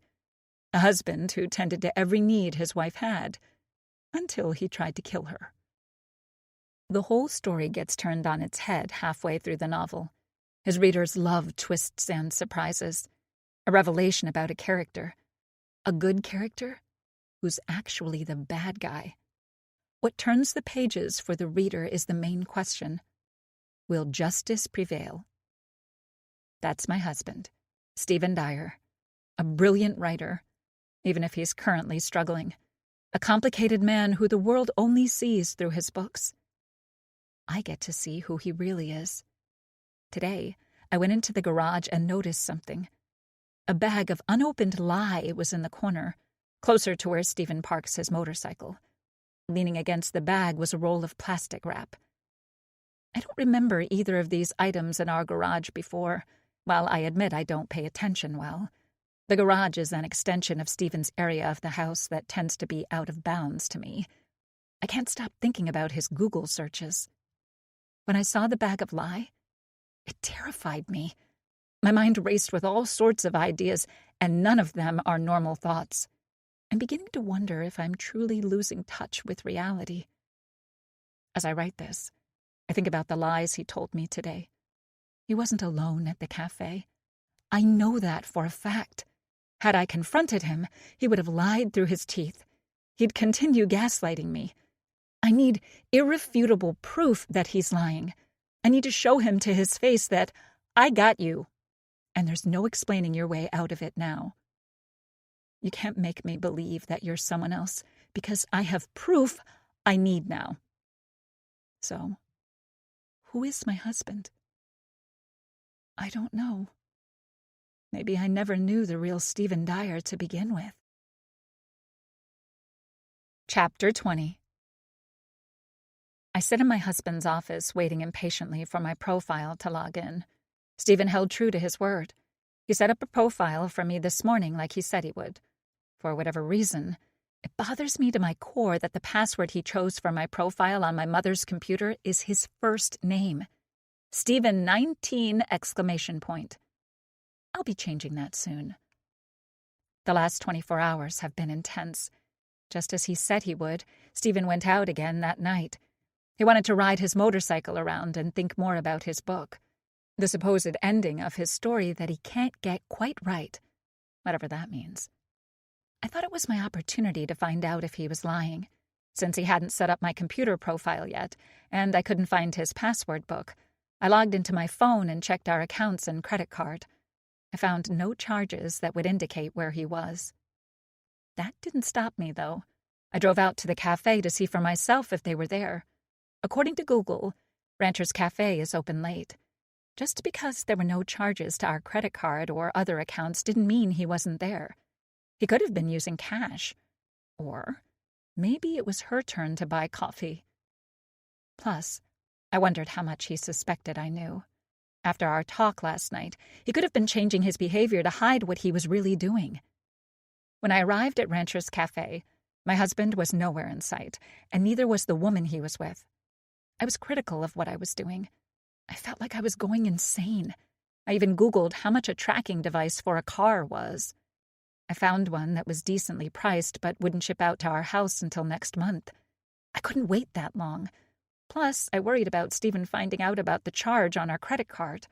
As Stephen was out, I searched for local stores to buy one but gave up the idea, realizing I was taking things too far. Now my husband is gone again, doing who knows what.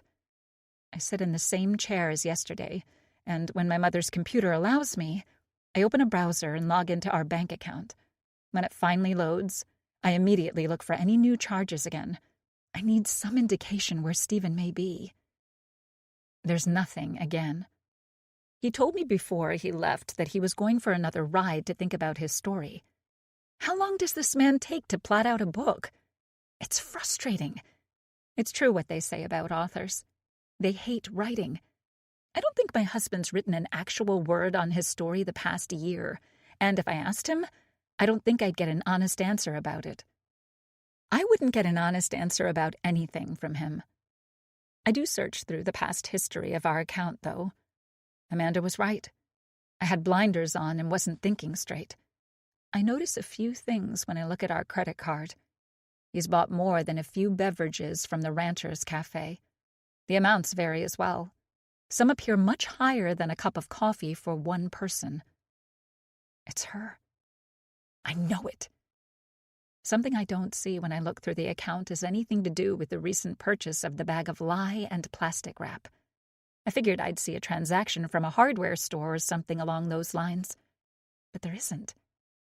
When did he buy those items and for what purpose? The face my husband made when I told him about the searches on his computer still bothers me. It was condescending. He made me feel stupid. One of those searches was for how to bury a body with lye. I take a deep breath, knowing that not every person who buys lye is planning on murdering someone. If that was the case, police would immediately arrest everyone coming out of a store with a bag. Obviously, there's a reason for lye to exist. I just have no clue what it is. I open a separate browser and search. I let out a laugh as I do. Of course. It's for soil. I feel silly for not knowing. Gardening was never a hobby I was into. Sure, I've had small plants in the house, such as some herbs in the kitchen or the tomato plant I keep on the back porch that I always forget to tend to. Stephen told me yesterday that he was having Tanner do some gardening as well. He wants a tree and some other plants in the front. I'm sure lye will be necessary to help the plants in some way. What about the plastic wrap, though? My mind runs wild with more ideas, and I imagine if I asked my husband, he'd make fun of me for even thinking anything nefarious. But the truth is, he's lying. He's lying about this woman. How many other lies has he told? I take another heavy breath and look around his office. Why is this space all his? Shouldn't I have a presence as well? What if I want to restart my interior decorating business and need to have a virtual meeting? Imagine a potential client seeing Stephen's ugly furniture, or worse, my husband's toy collection. Would they hire me? Absolutely not. I wouldn't blame them either. We need a laptop. We need a second office. There's a second room upstairs that we've used as a workout room, only I'm the only one who ever uses it. What if we turn it into a second office? It could be mine. Stephen could work in the basement, and I'll work above ground in a well-decorated room that suits my needs. I can see it now in my head. I have a true vision for how a home business should look. One problem, though. We'll never afford it. My husband can pay Tanner to do work he should be doing himself, and yet the things we actually need, like a new computer or nicer things for our house, he doesn't consider investing in. Meanwhile, we struggle. Meanwhile, he goes off all day thinking instead of producing work that can alleviate our concerns. And now I know why. He's busy with another woman. He has a new muse, only she's not allowing him to write much. I remind myself it was just coffee. I don't know anything yet. I have no proof but know that something's wrong. Something has been wrong in our marriage for some time. As if my friend can read my mind, my cell buzzes in my pocket. It's Amanda. "Hey, girl," she says cheerfully. When I don't answer but breathe into the phone, her tone changes. "What now?" I haven't been looking forward to this call. I know I'll have to explain it all to Amanda. I know she's going to tell me the obvious. Leave him. Leave your husband. Don't look back. "Emily," she says with a concerned tone. "Are you there?" "You are right," I say, nearly out of breath. "At least, I think so." "What?" she asks, confused. "He's cheating?" "Yes. Well, I think so," I say. "What do you mean, you think so?" I tell her everything. How I found out about the charge to the card from a local cafe when he was out. I told her how I went there and saw the young, professionally dressed woman sitting with him. I explained that I didn't see them embrace each other. They didn't kiss or hug when he left. They just looked at each other in a way that felt unnatural. It didn't feel innocent. I explained that afterwards, I confronted him about the Google searches and tell her what he told me. "So his characters are divorcing in this book?" Amanda says with a harsh tone. "He says it's all research?" I nod as if she's in the room with me. "Yeah, that's what he says." I can hear Amanda's inner thoughts. "Where is he now?" "I don't know," I answer honestly. "Last night he disappeared too, but as far as I know, he didn't see her, at least in public. There were no charges to the account. I went to the cafe myself to see if they were there." "Well, he knows you're on to him now," she says, stating the obvious. I know, I say. So why didn't you just confront him about the girl? Why didn't you do something when you spotted them at the cafe? I can hear what she really wants to ask me. Why are you so weak? I don't know, I say. I froze. I take another deep breath. Plus, you don't know what it feels like. I know he's gaslighting me, but part of me wants to believe it. Maybe this is all innocent. Amanda's quiet on the other end of the call. I'm sorry, Emily. I am. Have there been any more charges to the account today while he's out? None, I say, defeated. I pull up our online banking and hit refresh. My mouth droops when I see the new charge. Oh, God. What is it? He's there again, I say. The same cafe. The charge looks like it's for more than one person, too. I'm coming over, she says with a harsh tone. We'll do this together. I look at the account page in disbelief. No, I whisper. I'll go straight there myself, Amanda says. I can put my hair up, wear dark glasses. When's the last time Stephen even saw me? He won't even notice I'm there. I can do this for you. I can hear how angry she is towards me. No, Amanda, I say. I'm doing this. Let me come with you, she pleads. No! I shout louder than I intended. I love Amanda, but this is something I need to do. I'm not a pushover, okay? I can do this. Amanda's silent on the other end. You're not weak, she says. You're just hurting. Tears come down my face now. I'm not able to control anything in my life right now, especially my own emotions. I'm not some pushover, I repeat. What? Amanda says, confused. You called me that the other day, I say. I'm not. I just need time to process this. I'm not weak. I'm not going to let my husband roll over me. I won't. Okay, Emily. I'm sorry. I didn't mean to hurt your feelings. I'm sorry if I did. You're not weak or a pushover. I just care. I don't want you to feel alone in this. I'll always be there. Just tell me what you need. I calm my nerves and take a deep breath. I need to do this myself. Chapter 21. Just as I did the day before, I hurry as quickly as humanly possible to the cafe. I park in nearly the same spot. With any luck, I'll have the same results. I'll see them together. This time, I won't let my fears stop me from confronting Stephen and whoever this woman may be. A small part of me still wants to believe my husband's gaslighting. It could all be innocent. If it is, though, why is Stephen lying? Something is happening, but I can't figure out how the pieces fit yet. I run down the block and turn toward the cafe when I hit Main Street. All my thoughts stop when I see them together. Stephen is sitting at the same table as he was the day before. She's with him. I'm not sure if this is lucky or not, because inside, I feel that sense of nausea again. This is what I wanted.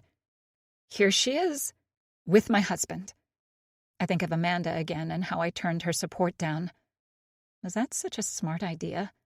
I'm not sure anymore. Unlike the day before, I don't let my feet disappoint me. My body doesn't freeze, but I slow my pace as I approach them. I need to know what my husband is up to. From far away, I can see the two smiling at each other, and it makes my stomach turn more. She's dressed in a different pantsuit. Today, it's navy blue. The woman lacks any creativity in her outfits. This time, though, there's no doubt what I'm witnessing. Putting the nail in the coffin to all my doubts, the young woman leans across the table, and her pouty red lips embrace my husband. I stop in my tracks, my body again failing me.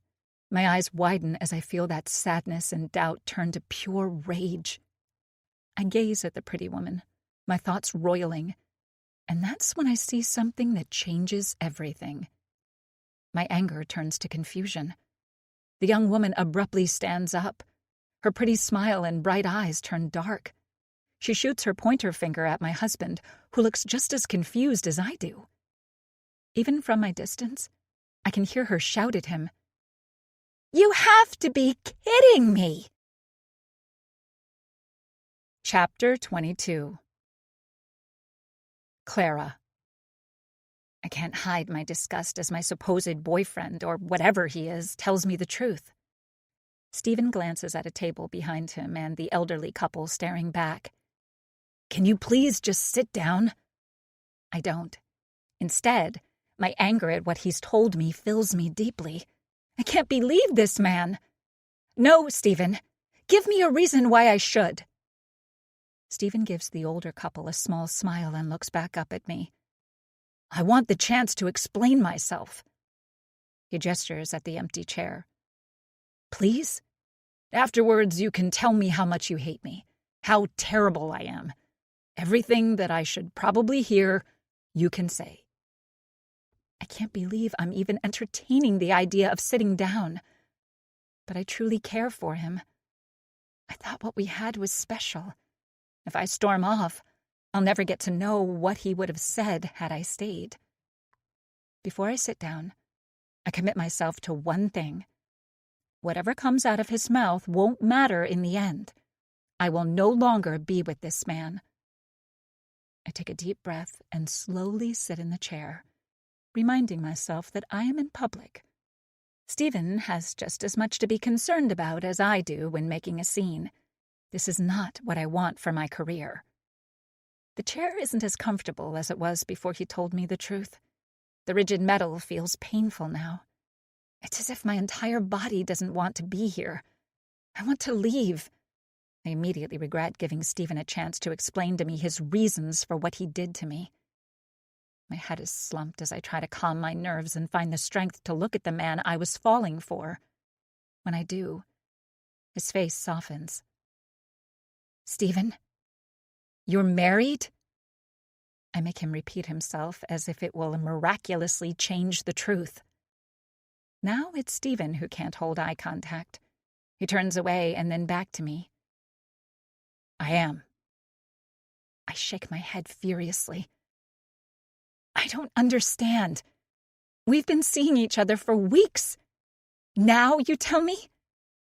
"I'm sorry," he says. "I couldn't lie anymore." I look at the elderly couple behind us. The woman sips her coffee and glances at me and back at the man she's with. I lean across the table so hopefully only Stephen can hear me. "Maybe you shouldn't have told me the truth. You could have broken up with me. Ended things. Do you really think I want to find out that I'm a mistress? Do you believe for an instant, Stephen, that I want to be in this kind of position?" He lets out a heavy breath. "Of course not. I felt it was only fair to tell you the truth. I care about you." "That's over now, Stephen. No matter what you say, we are done. Over." Stephen nods. "I understand. I get it. I just felt special with you." I scoff. "Your wife wasn't giving you enough attention? Is that why you looked for another woman? Is that why you chose to hurt me like this?" He shakes his head. "I didn't seek you out. We just happened. I never thought about having an affair. I don't know. You made me feel good. I haven't felt that way in forever." I shake my head. "I can't believe you," I say in disbelief at all the stereotypical crap I'm hearing. "I want no part of this," I tell him again. "I felt trapped. I've been trapped in my marriage," he says, looking down. "We hate each other. We pretend we don't, but we do.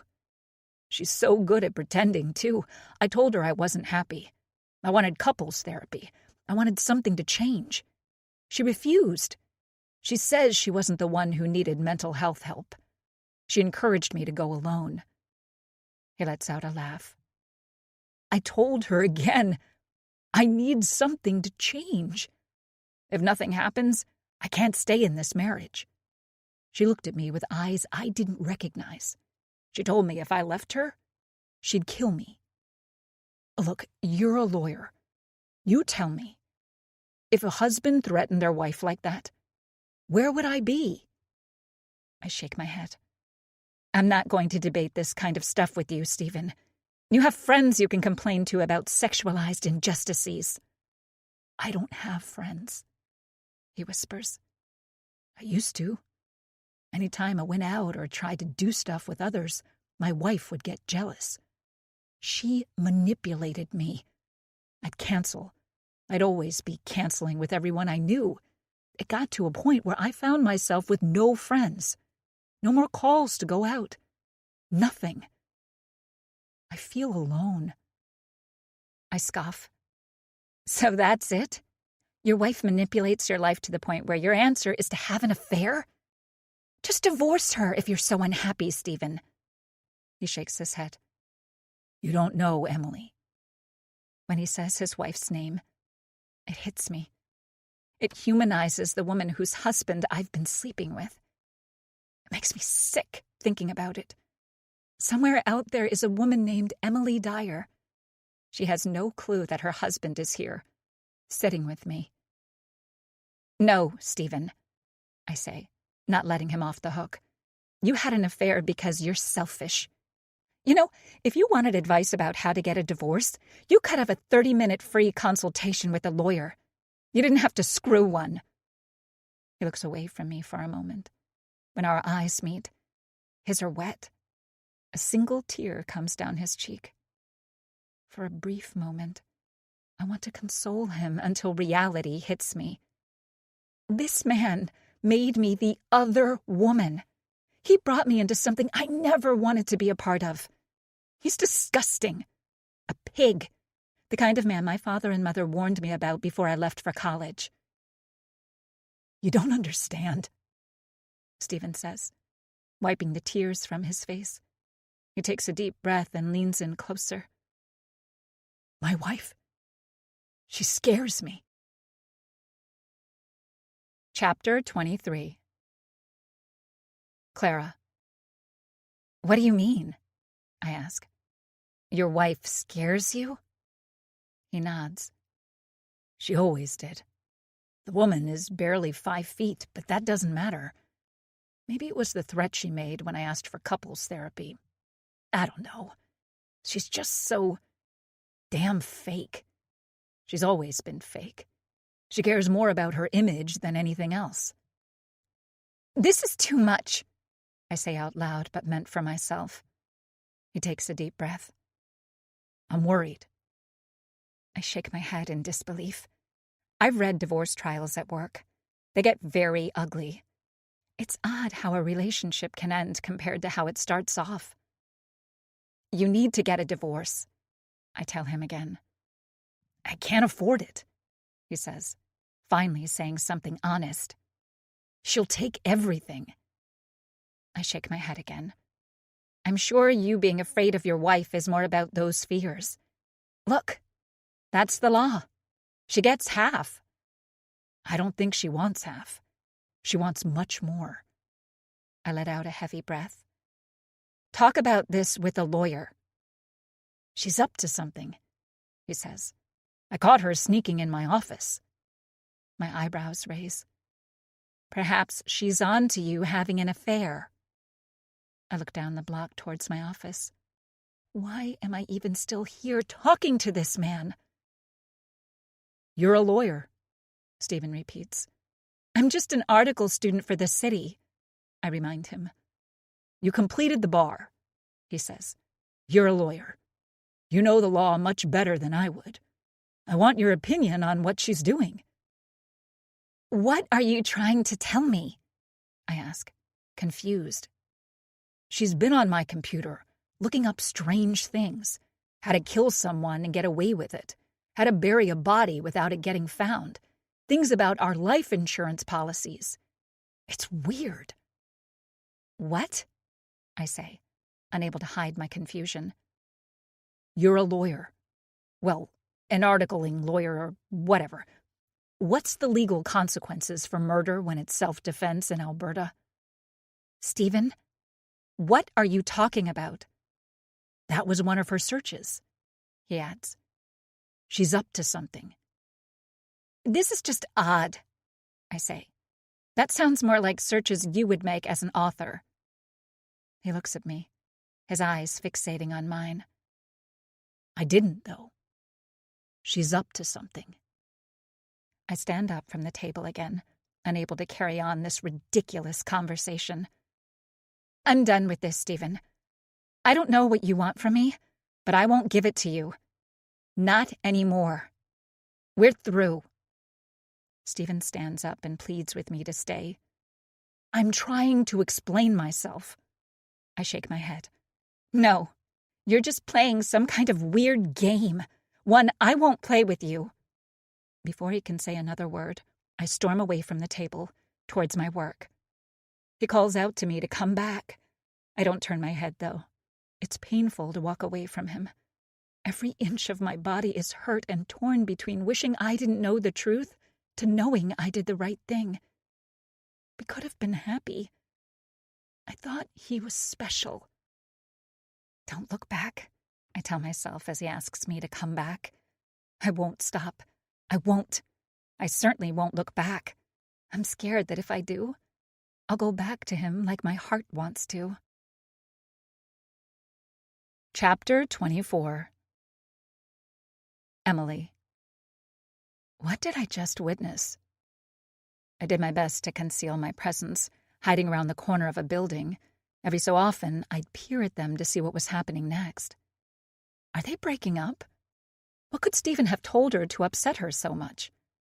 This must be him breaking up with her. I peeked to look at them just in time to catch her standing up from the table a second time.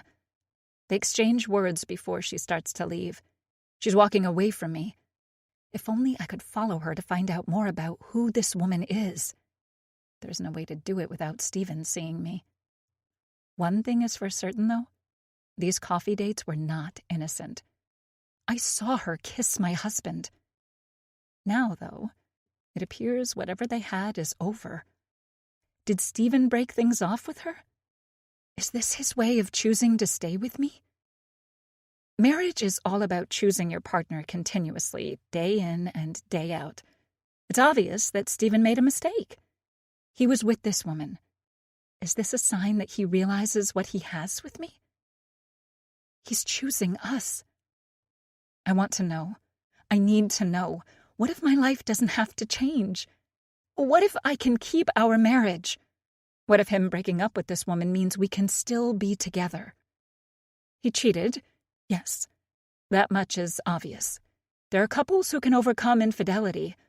I never thought I'd be one to have to deal with it, though. Maybe in some weird way, we can get over this, and our marriage will be stronger. I've heard about couples where one partner cheated on the other, but somehow they not only stayed together, but thrived in their relationship.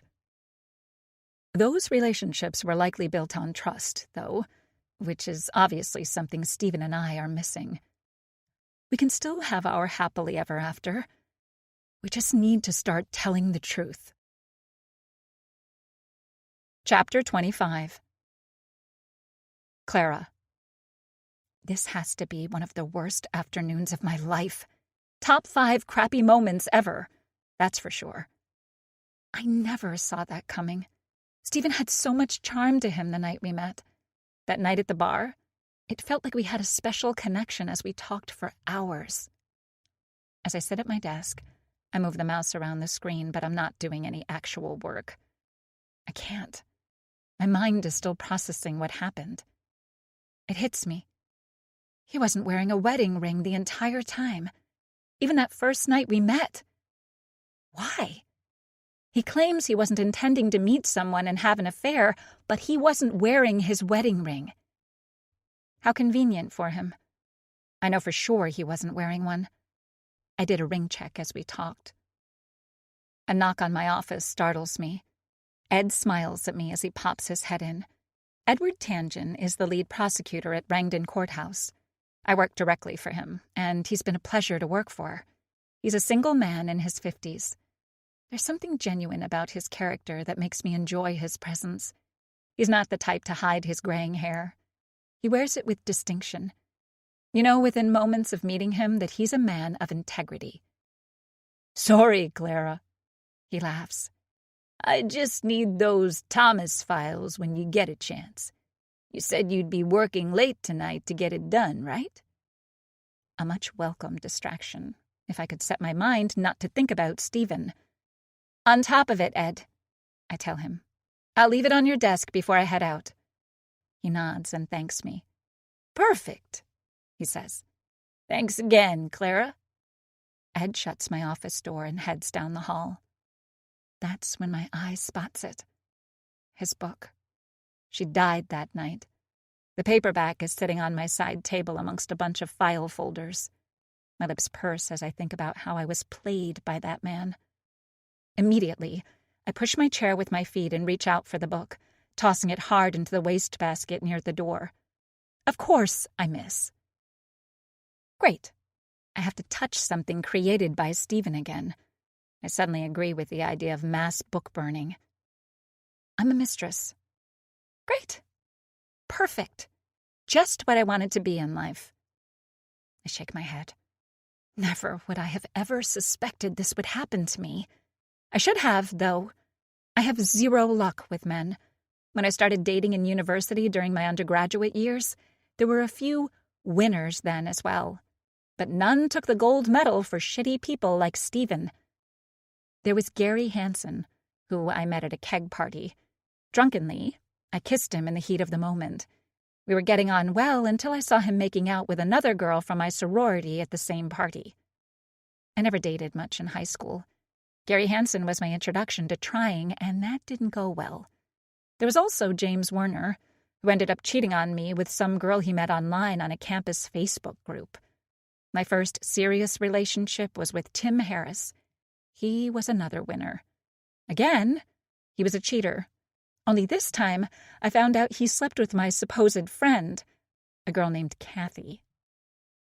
That relationship was devastating. It seriously hurt my grades that semester, and that was something I couldn't risk. I had grand plans, first to complete my criminology degree, after law school. All of this in pursuit of becoming a crown attorney. Justice is what mattered to me. My father was a police officer. He also loved watching cop and courtroom shows like Law and Order.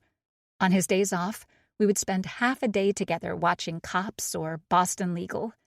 He would give me a breakdown from a cop's perspective about the murder investigations we watched. I always found it fascinating. My mom was not a huge fan of him divulging such details to a young girl. She felt it was not the most appropriate time for me to know so much about the atrocities humans commit against each other, even if they were fake and on television. Most 6-year-olds didn't have an obsession with crime shows. My dad made me memorize how to give an offender their Miranda rights. I would tell my mom that I wanted to be just like Dad when I grew up. My father ate it up. I love my mom dearly, but everyone could tell I was a daddy's girl. Sometimes, Dad would even let me wear his patrol hat while we watched television together. He'd joke and call me Constable Clara. All I wanted to do was be like my father, make a difference in the world. When I started dating, though, I realized how much it was taking me away from my goals. I stopped. I didn't go out with boys. I didn't fool around much with them either. It was all too distracting. My mind was on my studies. I was proud of myself when I completed law school. My dad threw me a party when I aced the bar exam. He was extremely proud of me when I got my articling job at the Rangdon Courthouse. A few more months and I'll officially be able to call myself a lawyer. And here I am, my goal nearly in sight. And what do? I let another man get in the way of what I want most. I let the distractions Stephen brought into my life get in the way. I won't let that happen. I don't care how much potential I thought I saw in Stephen. It's over. Just like those other boys who got in the way. I need to prioritize my life and what matters most. I'm so close to being where I need to be in life. I didn't go through over 7 years of education to mess it up in the end. I didn't let Gary, James, or Tim hurt my career trajectory. I won't let the famous Stephen Dyer do the same. I stand up from my chair and grab his novel from the floor, ensuring it goes in the garbage this time. As if he knows I've made up my mind. My cell buzzes. I roll my eyes when I see his name. I'm sorry, Clara. His text reads. Flashing dots at the bottom of the screen indicate that he's writing something. I don't care what it is. I immediately turn off my cell phone. A man will not get in the way of my work. Why couldn't I have been a lesbian? Honestly. Feeling defeated, I slump back into my chair. I turn my head and look at the file folders on the side table and the pile of work ahead of me before I can leave tonight. I have a date with the Thomas files, at least. My mind is still racing with the thoughts of Stephen and what he did. I think about his wife, a woman named Emily. I think about the impossible situation I've been put in and how pissed I am at Stephen for putting me in the middle of his marital problems. His comments and explanation about his wife also bother me. How to claim self-defense? What was he going on about? I grab one of the folders and open it. Whatever. That's Stephen's life. It's not mine. I have important things to do today. I won't let this stupid drama a man pulled me into hurt the good things I'm doing with my career. Why is it when you tell someone you don't want to talk to them, they immediately try to speak with you? The answer is no. I have more self-worth than to be dragged into whatever mess he's in with his wife. I put my head into my work. Hours go by, and I do what was requested of me by Ed. Nothing else in the world matters to me right now except Donald Thomas and his frivolous lawsuit against the city. That's all. Unfortunately for me, my laser focus leads to me finishing my work much quicker than I thought I would. I assumed I wouldn't be leaving the office until after 10. After the day I was having, working all night sounded more fun to me than dealing with real life. It's barely past 8, though. I have plenty of time to go home and sulk the rest of the night away. While it's starting to get dark, part of me doesn't want to return home. Stephen and I weren't together long. It's almost been a month. But those days were intense, full of strong emotions and passion. As I place the Thomas folders on Ed's desk, I regret finishing so quickly. Time to go home and remind myself how single and boring I am now. For a change, my life had something extra in it. Something special. A man I thought didn't exist. A man I can admit that I was falling hard for. That man, Stephen Dyer, at least the man I dated, never existed. I felt so lovey-dovey over him. He's not a romantic man. Romantic men don't two-time their wives. He is not a good man. A good man doesn't lie and put his needs over everyone else no matter the cost. He only cared about himself and was willing to hurt not just his wife, but me in the process. I exit the courthouse into the attached parking lot. I start walking towards my car. Then I realize I'm not paying attention. I parked on the other side of the lot. My attention to detail is greatly off. I worry about what type of work I will produce in my current state. Something tells me that if Ed reviews what I've done tonight and I've made major mistakes, my excuse about my love life won't exactly matter to him. And just as quickly as my star started rising in the legal community, it will crash like a meteorite. A sound of something smacking against metal kicks me out of my daze. I look around the dark lot, but there's no one else here. There are only a few cars in the lot, and somehow I struggle to find mine. I take a deep breath and try my best to search for my car.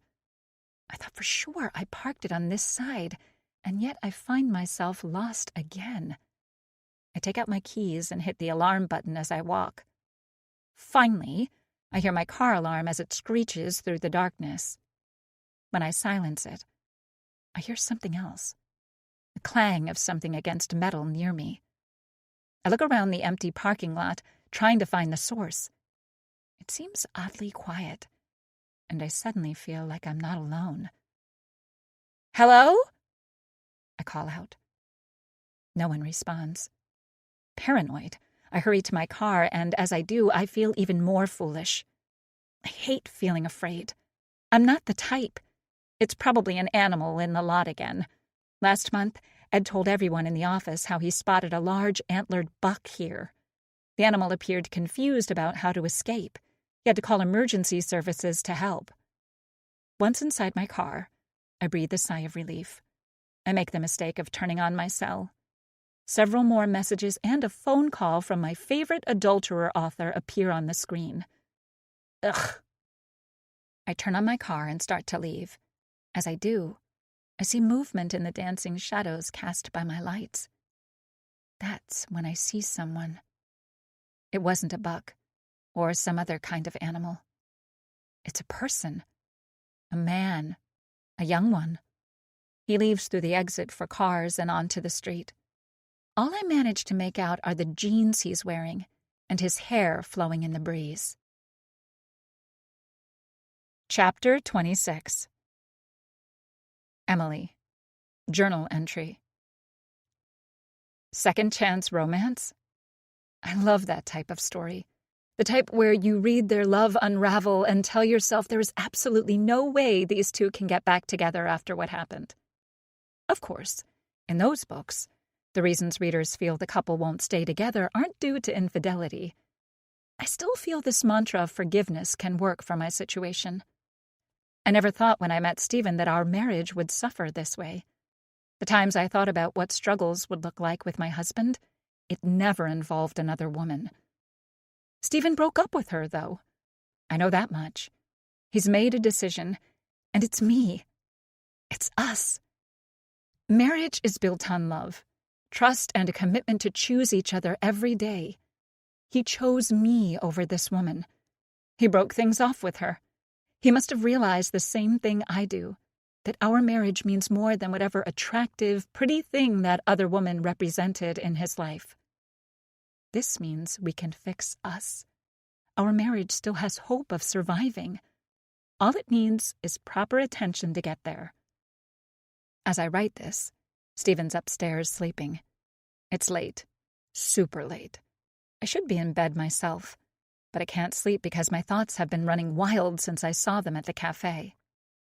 I know that if Amanda was watching me today, she would have been upset at me for not joining the circus between Stephen and this woman.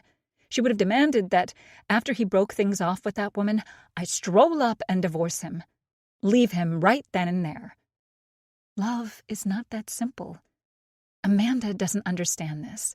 She's never been married or close to it. It's because of her edgy attitude that I love and hate her, but it also turns off men. She's too forward. She doesn't have grace for others. Stephen's had a hard year. His career is failing. His new book idea isn't coming together the way he wants. Now is the time for me to give my husband some grace. So long as he's willing to work on our marriage, I know we can make it. I just need to approach him with this carefully. I want him to know that I'm aware of the other woman. I saw him at the cafe. I saw the scene they made. If things are over between them, I need to know why. Was it truly because of me? Because of our marriage and the happy ending I know we can have together? I know how passionately he loves me. He showed me in the past. There was a time, about a year ago, when the arguments between us grew to a point that was unreasonable. I worried that we wouldn't make it. I confronted him in his office. I explained how tense our marriage was and something needed to be done. Instead, he ignored my requests. I never used the D word, but I insinuated that something had to change or else. He gave me the coldest eyes I had ever seen. A complete change from his typical cheerful expression. "I'll kill you if you leave me." He whispered the words. I asked what he said, not because I didn't hear him, but because I was stunned. He broke down and took off his glasses, tears falling freely from his eyes. "Don't leave me," he cried out. "Please, don't leave me." I knew then that my husband really did love me. His words scared me. I knew it was an empty threat. He agreed to work on our marriage. We each bought this self-help book, The 7 Principles to Make Marriage Work. It's the same book that many marriage counselors base their treatment on for couples. We certainly couldn't afford an actual therapist, so this was the best we could do. It helped. For a while, A crashing sound coming from outside causes me to lower my journal.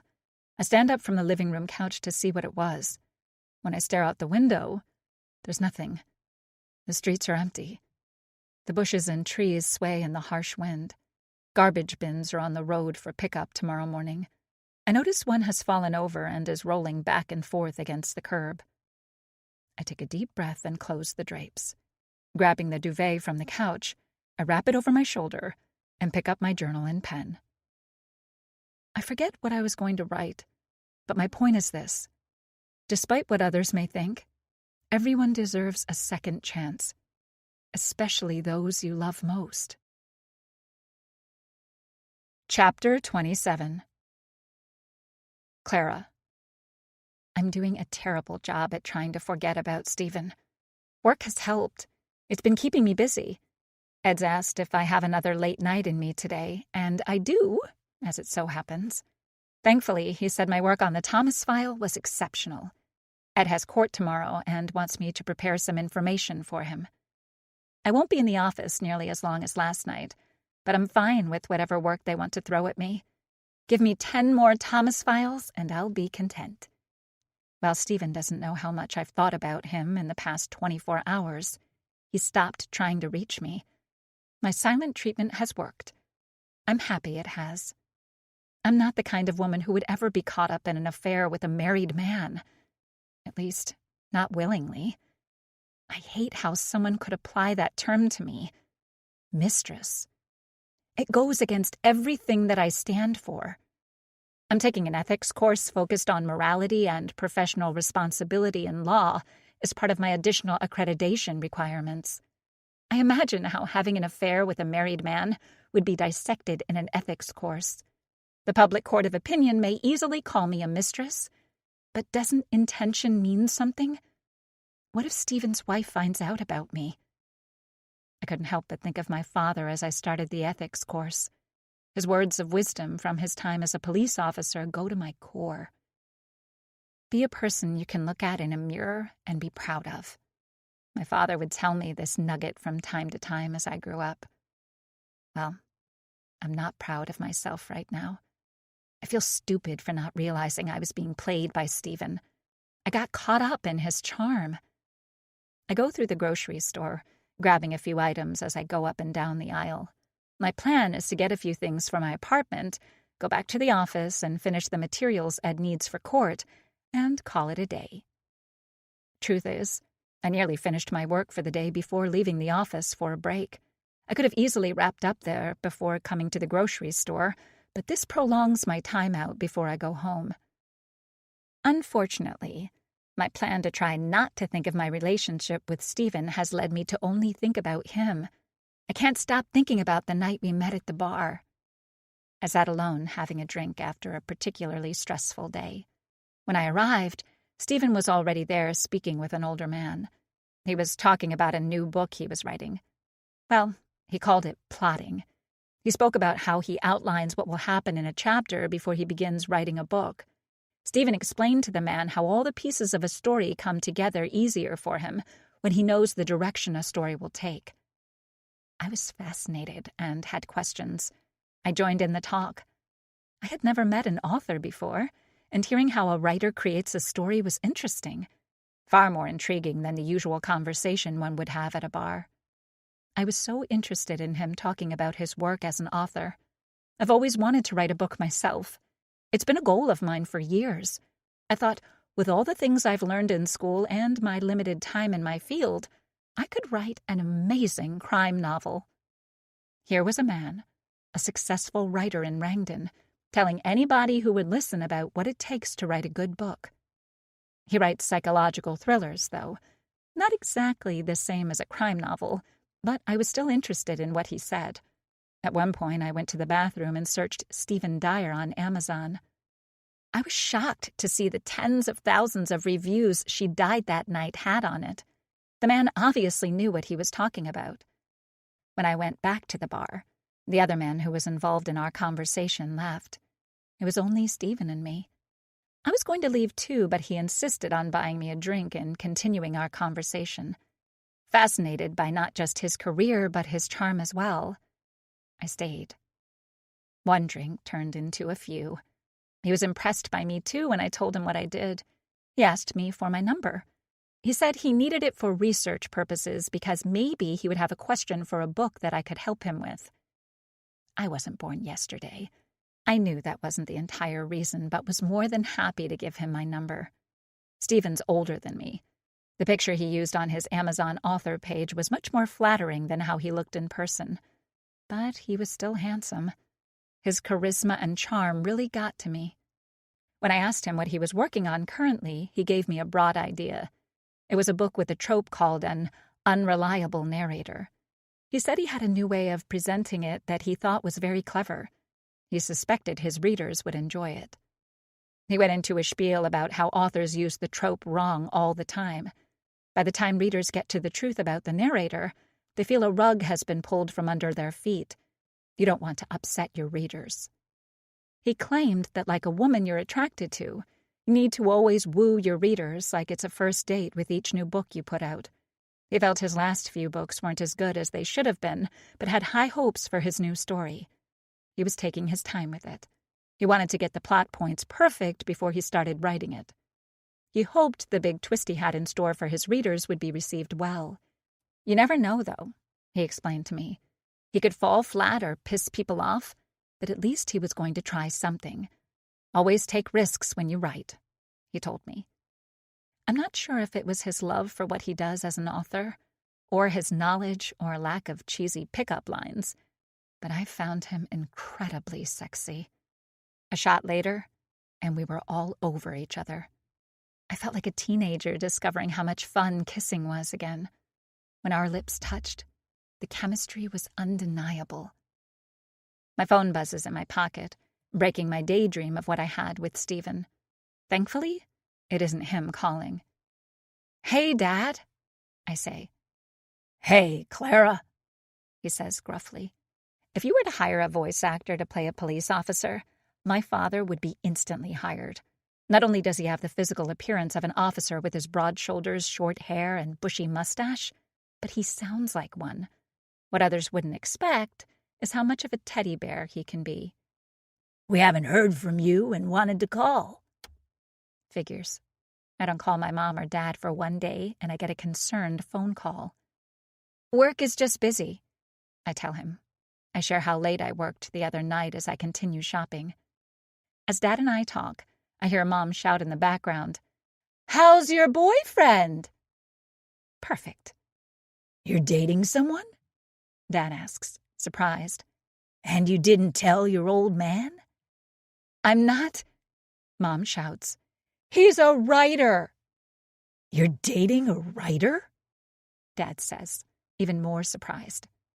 "We're not dating," I finally managed to say. It was just, well, it didn't work out.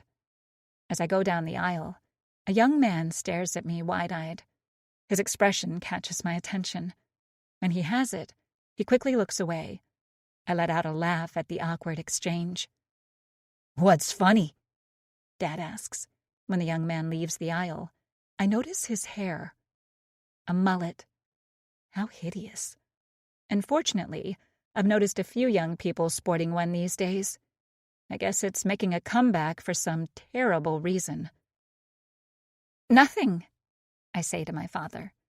"Look, I'd rather not talk about him." "Who is he?" my dad says playfully. "Don't worry," I say. "My job is coming first. I'm doing well. Work is going great. Ed even mentioned to me last week that he thinks he can really help me get into the Calgary court system after I'm done articling." I pay for my groceries as my father praises me. We continue to talk as I walk towards my car. As I cross the street, something catches my eye. The mullet-haired boy is not too far away from me. He's carrying no bags or anything from the grocery store. I can't shake the odd feeling he gives me. "Are you working late again tonight?" Dad asks. "No," I explain and tell them I don't have much longer. I turn off Main Street towards the parking lot, and to my surprise, the young man does as well. Feeling that I can't ignore this, I end the call with my parents. "I have to go, Dad," I say abruptly. "What's wrong?" he asks. "Nothing," I say. "I'll catch up with you and Mom later." I hang up and peer behind me and see the young man with the mullet is still there. What are the chances he's going the same way I am? Is he someone that's in our system? An angry citizen not happy with how a court date went? I'm sure I'm overreacting. Plenty of people live in this town. I get closer to the parking lot, but instead of heading into the entrance, I walk past it. I turn down a different street and continue at a fast pace.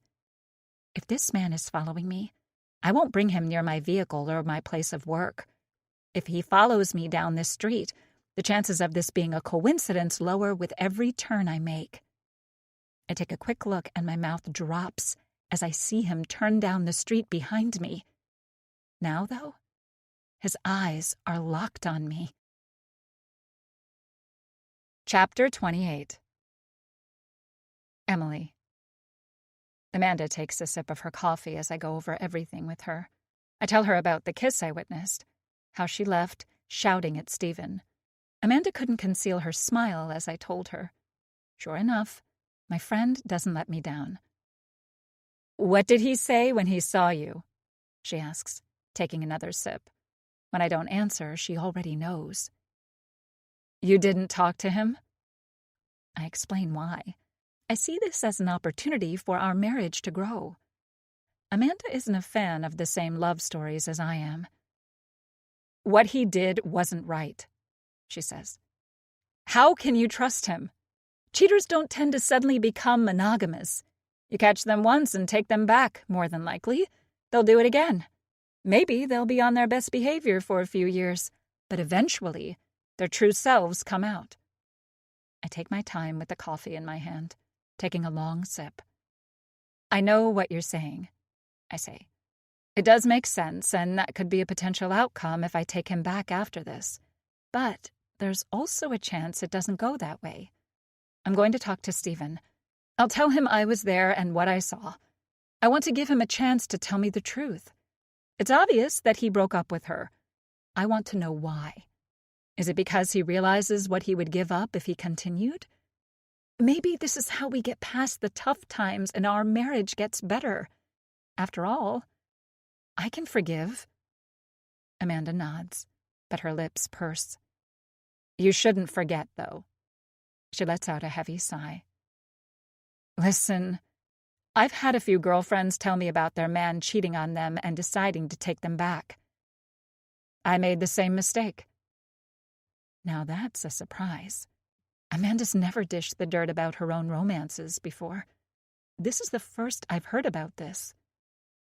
"Who was he?" I ask. She shakes her head. "You wouldn't know him.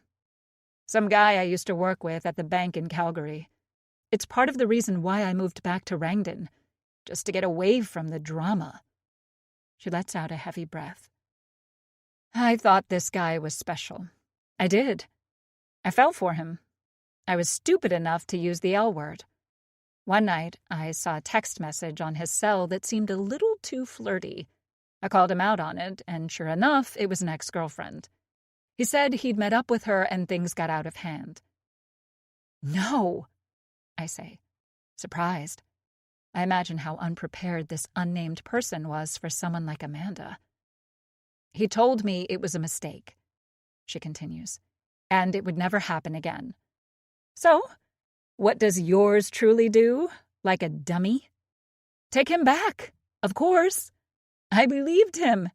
Sure enough, it wasn't a one-time mistake. The ex worked at the same bank as us. I put in a transfer to Rangdon soon after."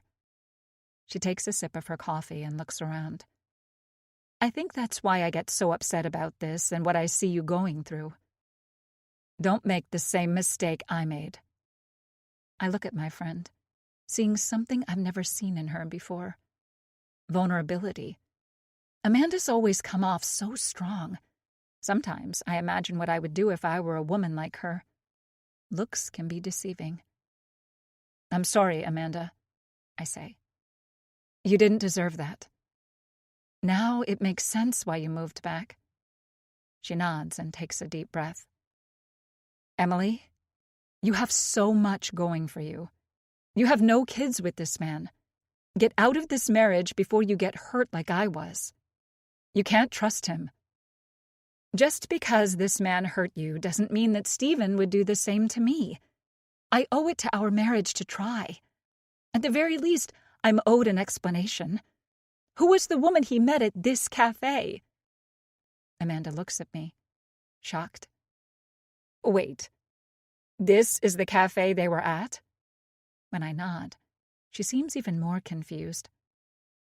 I'm surprised you wanted to meet up with me here. I look around the busy street in downtown Rangdon. I think part of me is hoping I'll run into her. I know she works around here somewhere. Wouldn't that be something if I see her? We could talk to her and get her side as to what happened. Amanda lifts a finger to her face. And why, my friend? Do you need to hear her side?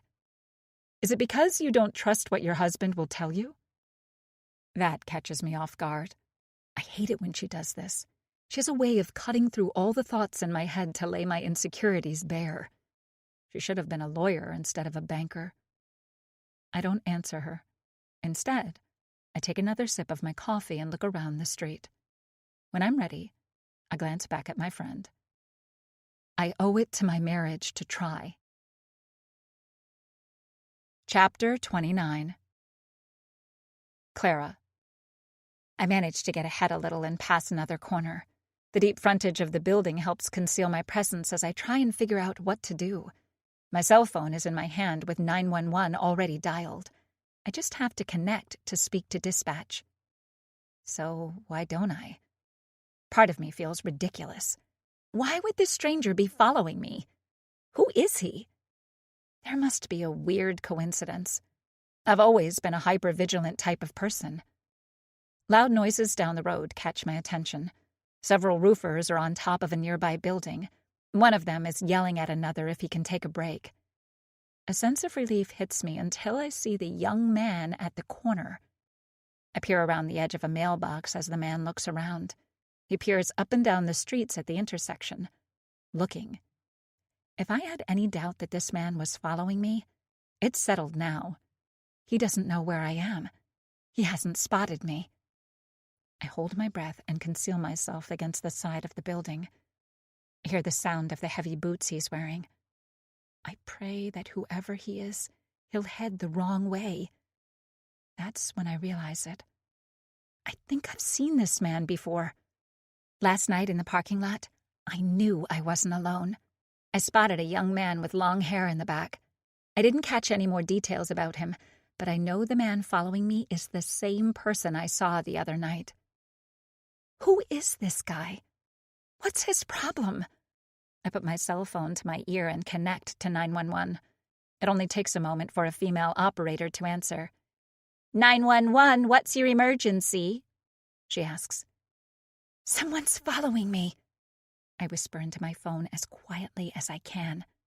Thankfully, it's loud enough for the operator to hear. Where are you right now? I have no idea, I realize, and tell her the same. She asks if I know who the man is, and I whisper, no, as well. I'm close to downtown, I say, near the court building, only a few blocks away. What does he look like? The operator asks. I'm not sure if it's because I'm petrified, but I'm drawing a blank. He has dirty blonde hair, a mullet.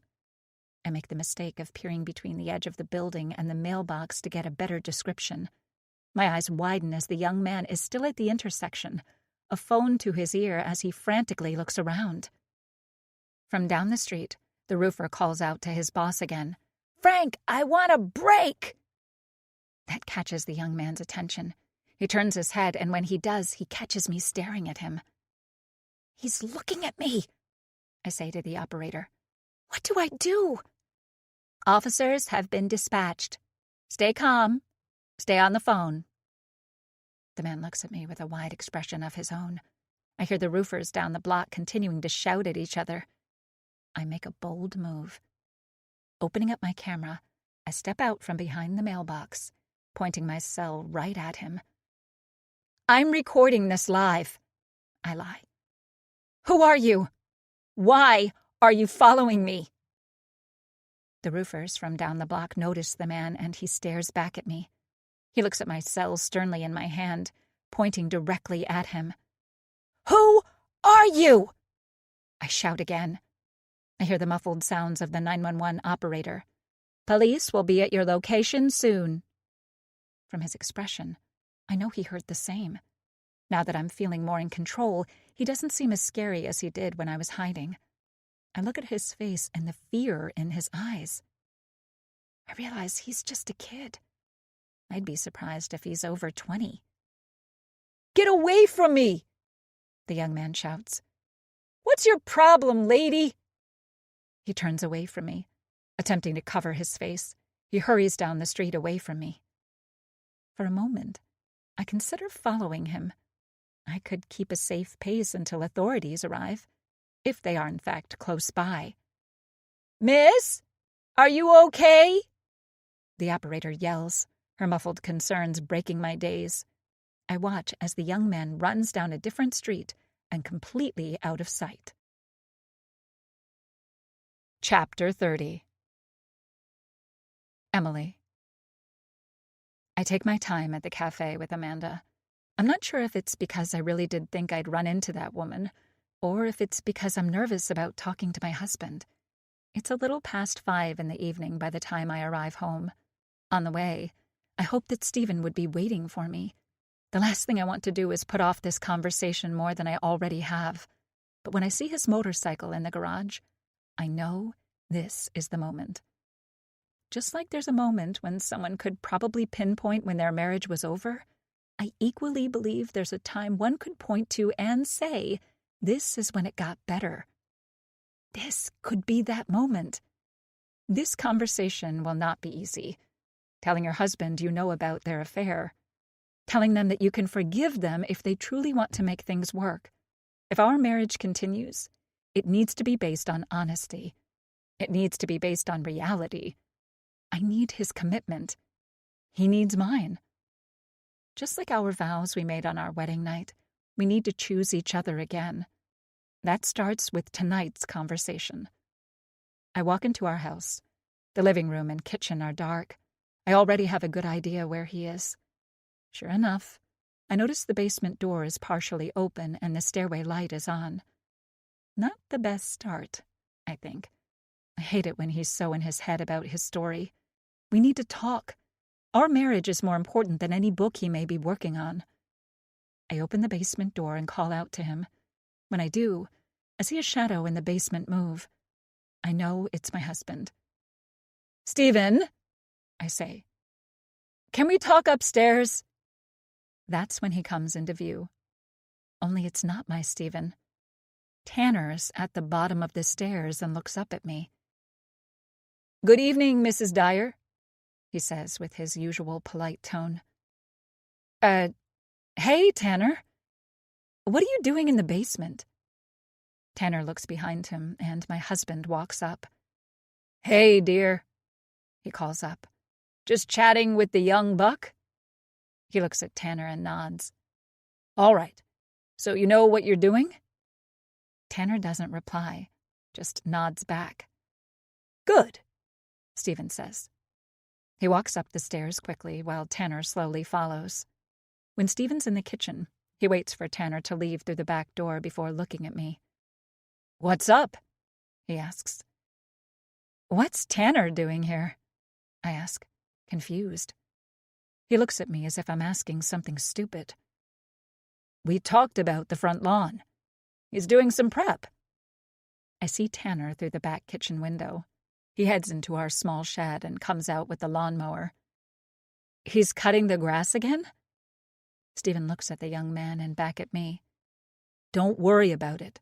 The kid knows what he's doing. Stephen shuffles his laptop case strap over his shoulder. Did you buy a new laptop? I ask. Part of me will be upset if I find out he did so without talking to me first. He shakes his head. Just some of my notes for the book. Looking things over? Stephen walks into the living room and opens the closet door. He puts on his leather jacket. I know instantly what that means. You're going out tonight? I ask. He turns to me. You know how I am. The night is young, and my imagination is at its best around this time. I've finally figured out my ending. He brandishes his usual charming smile. Took me a while to put it together, but I got there. So why are you going back out? I ask. He grabs the laptop case and throws the strap over his shoulder. Don't worry. I won't be out long. Stephen turns his back to me and opens the garage door. Stephen, I say, grabbing the door sternly and attempting to close it. You have to stay. We can't keep doing this. We need to talk. I heard what you said. I need to leave right now, though. His light brown eyes harden as he glares at me. I shake my head. That's not fair to me. We need to talk about what's happening. We need to have a real conversation, Stephen. I agree, he says coldly. From the backyard, I hear the lawnmower turn on. Right now, I need to go. We can talk about our marriage for the rest of the night when I get back. I need to talk to you, too. I don't understand, I say. Our marriage is important. I thought you realized that.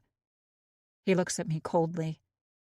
Remove your hand from the door. Right now. He stares down at me, and I realize that I was completely wrong about him. He didn't choose me. Whatever happened with him and this other woman, it's not over. Whatever my husband is up to behind my back will continue. I'll never get the genuine truth from him. He's not even coming up with fake answers anymore as to why he needs to leave. He just demands that he go. I promise, he says. When I'm back, we'll sort this all out. Everything. I take a deep breath and let go of the door. I can't force him to stay here, as much as I'd love to. I think about telling him there that I know what he's been up to and where I think he might be going now. Okay, I say, and step back from him. No matter what, I want you to know how much I love you, Stephen. I need you to know that. Maybe they're the wrong words to say. I imagine Amanda screaming and shouting at Stephen had she been in my shoes. That's not me, though. He stares at me blankly for a moment. Finally, he turns his back and continues out the garage door. This is our love story, I think. And maybe this is where it ends. I hear the engine of his motorcycle rev, and soon after, he takes off down the road. I watch as he does, knowing that my marriage is truly over. Maybe that's why I told him I love him. I wanted to say what my heart felt one more time before our romance story came to its natural conclusion. I lower my head and walk into the kitchen. Tanner pushes the lawnmower over the already cut grass. I take out my cell and slowly call her. Amanda picks up nearly immediately. Hey, girl. How are things? She asks. I take another deep breath before making my plea. I need your help. Chapter 31. Clara. It takes me a while to calm my nerves. I finish my call with a 911 operator. I wait until an officer showed up. I speak to him and his partner, giving them details about what the young man looked like. I'm told they will put out information to other officers on duty today and tomorrow. I mention how I believe I saw this boy in the court parking lot last night. One of the officers asks if I believe I'm being targeted. I don't know how to answer that. The officers take my information down as well. After they finish their report, they offer me a ride back to my car in the lot, which I accept. They ask if there's any security person they can speak with about my concerns regarding this man. Unfortunately, we don't have a 24/7 security presence at the court building. Wrangden isn't a huge city. There's only a mobile security patrol unit that checks in on the property every few hours. I point out the sign of the security company hanging beside an exit from the parking lot. The officer drops me off beside my car and says they would be in contact with me if they have any more important updates. I give them Ed Tangen's contact information as well, and they explain they'll be speaking with him too. I thank both the officers as they let me out of their cruiser. I'm about to step into my vehicle when I look at the court building. Ed wanted me to finish some work for him tonight. Obviously, it's best that I don't stay here, though. Ed will understand once the police contact him.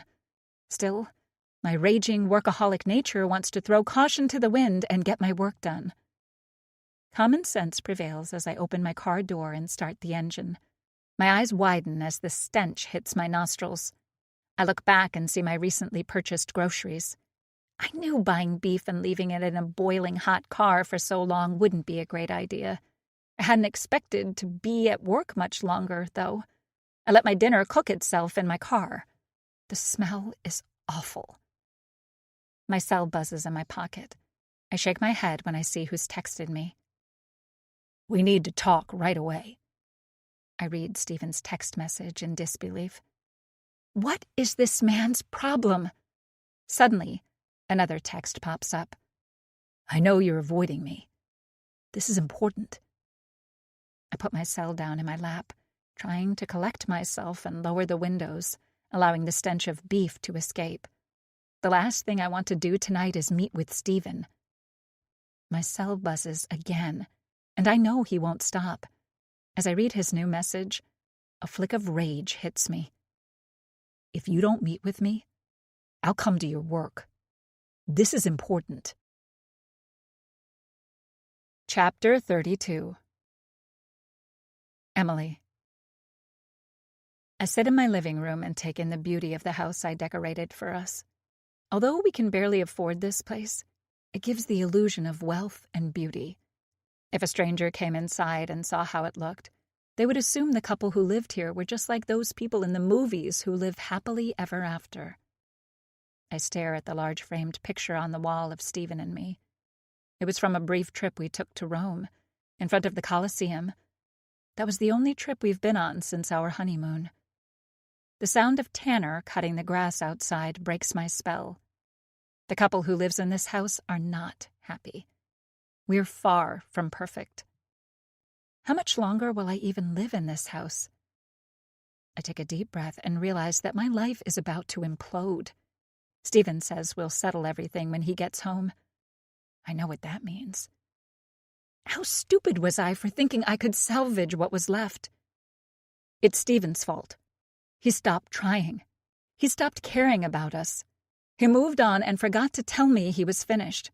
He left me in this world of make-believe, allowing me to think there was a chance still for us.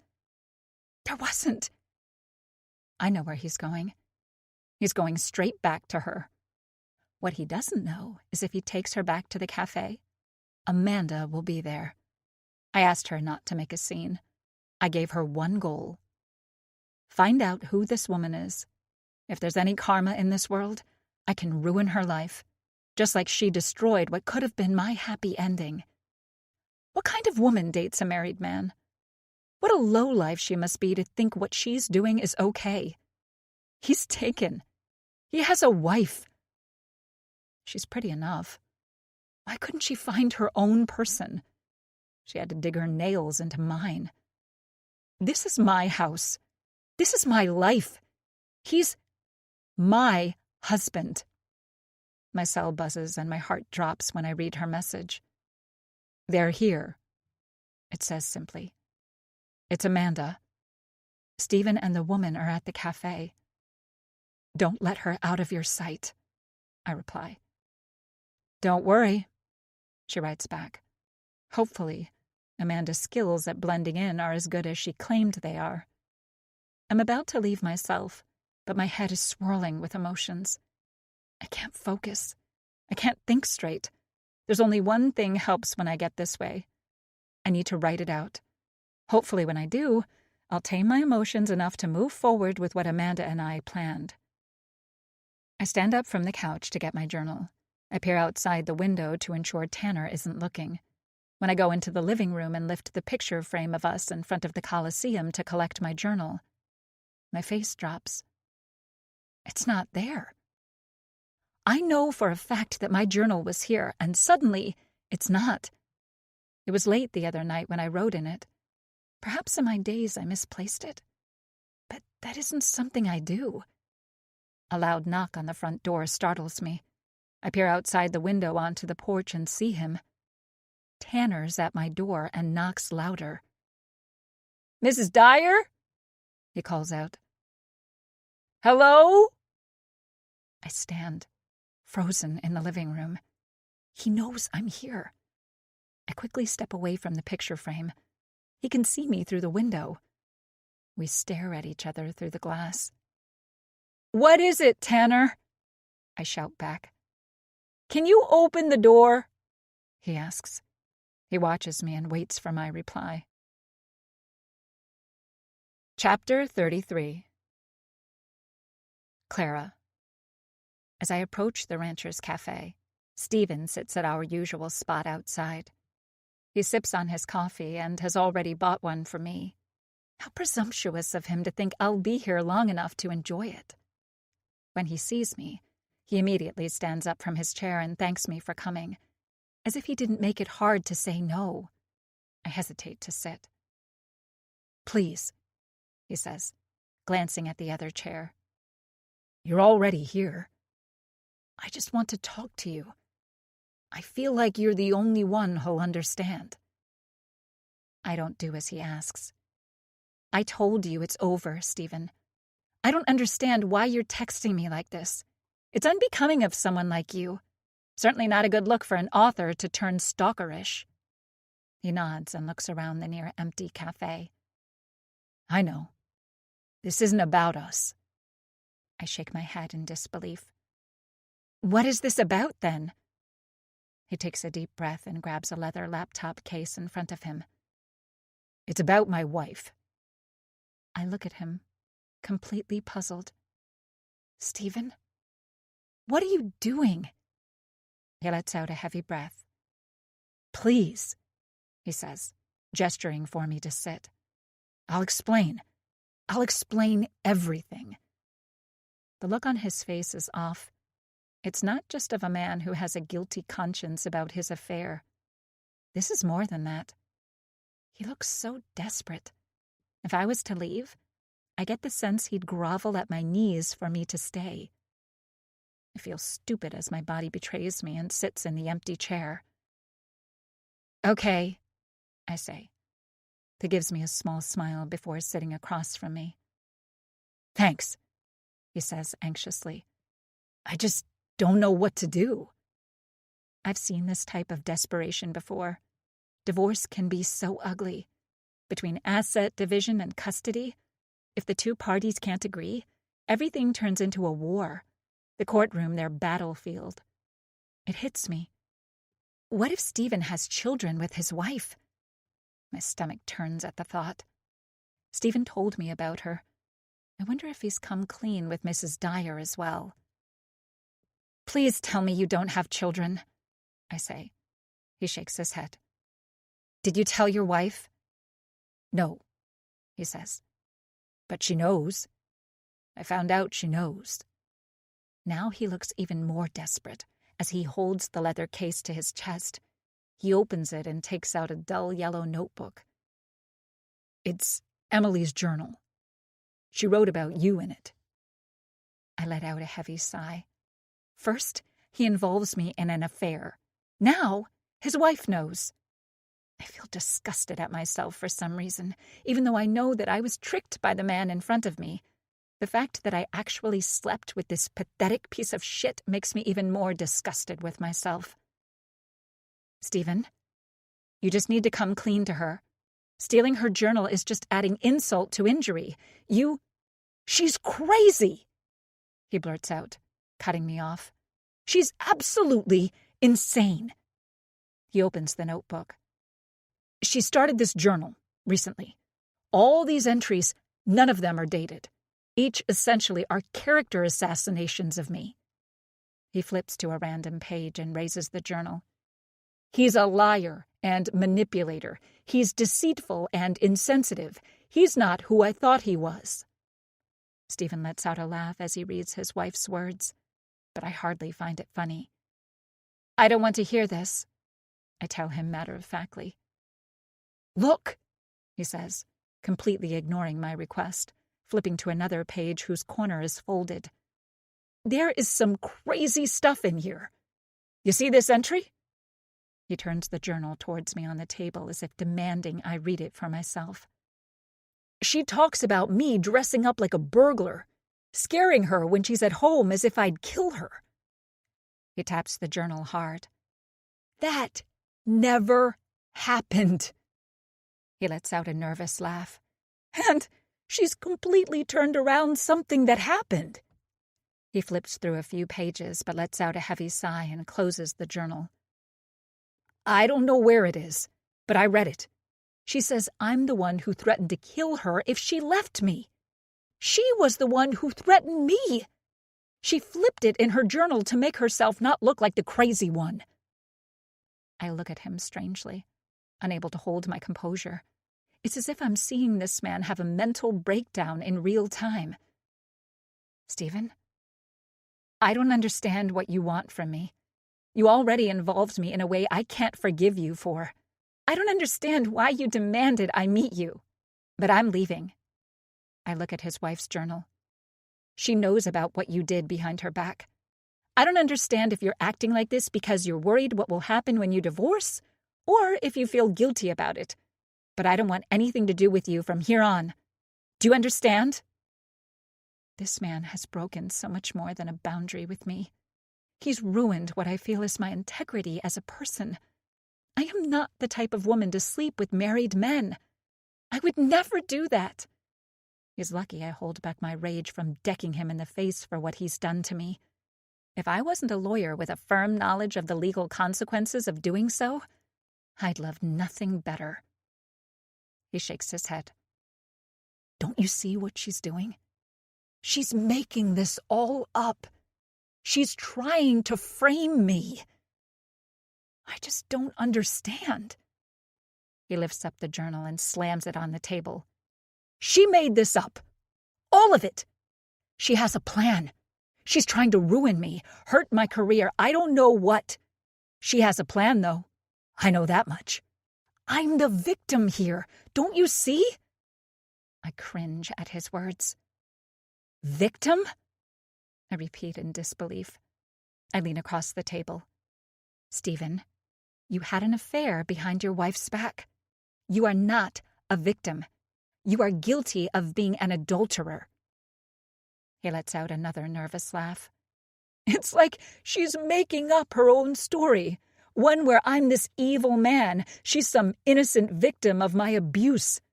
I never treated her the way she wrote in this journal. You said she wrote about the affair in there, I ask, getting to the point I want to make. That happened. You cheated on your wife. That part is true, he says. The rest, though, it's far from it. What can I do about this? About what?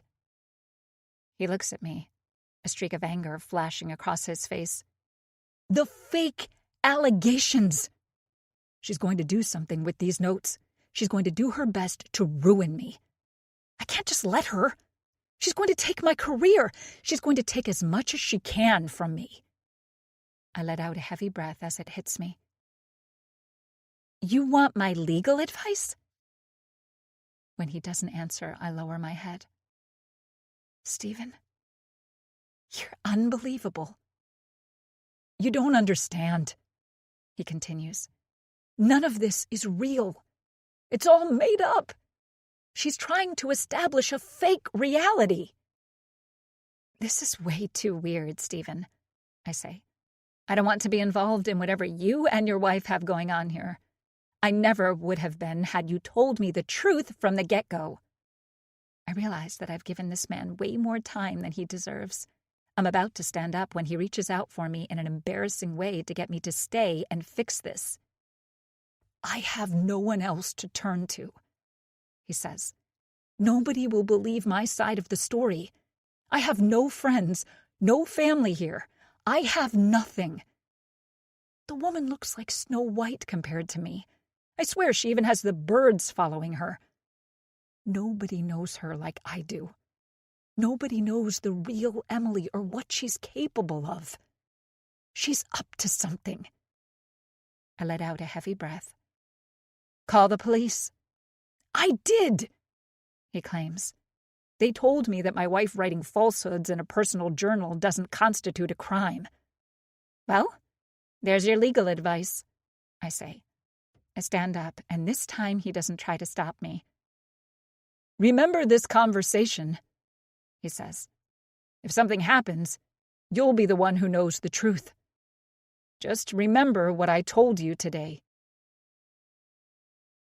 Chapter 34. Emily.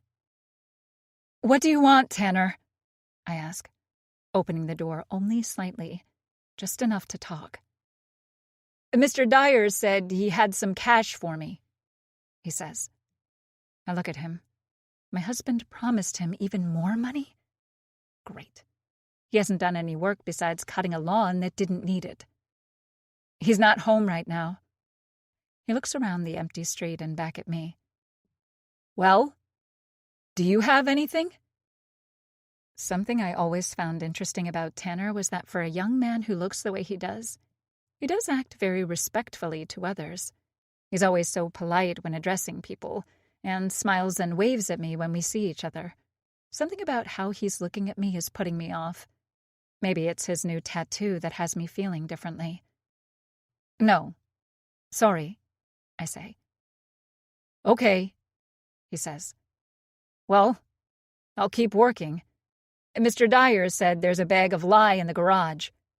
Could I come in and grab it? The odd expression on his face is still present. I'm sure it's just because he's tired from his day. When the boy isn't being respectful with a smile on his face, he has quite the intimidating aura. I can grab it, he says. He puts his finger on the outside of the door. I'm sure it's heavy. I think of the plastic wrap beside the bag of lye. For a split second, the Google searches on the computer run through my mind. He's being helpful, but why does my gut tell me something is off? Breaking the tension, my cell rings. It's Amanda. I pick up immediately. Hey, Amanda, I say. I'm just talking to Tanner at the house. How's it going? I make sure to say the young man's name clearly to my friend. The boy on the front porch's expression doesn't change as he watches me talk. Oh, Tanner, she says. Ew. I look at Tanner and smile. I'll just open the garage door for you. Tanner thanks me with a small smile as I close the door on him. I lock it immediately. What's happening? I ask her. They're just talking, she says, whispering. They're sitting outside. Oh! What? I ask.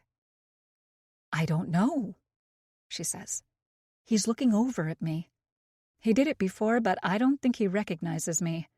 I'm wearing my dark sunglasses, too. I'm sure wearing sunglasses inside a cafe doesn't get too much attention.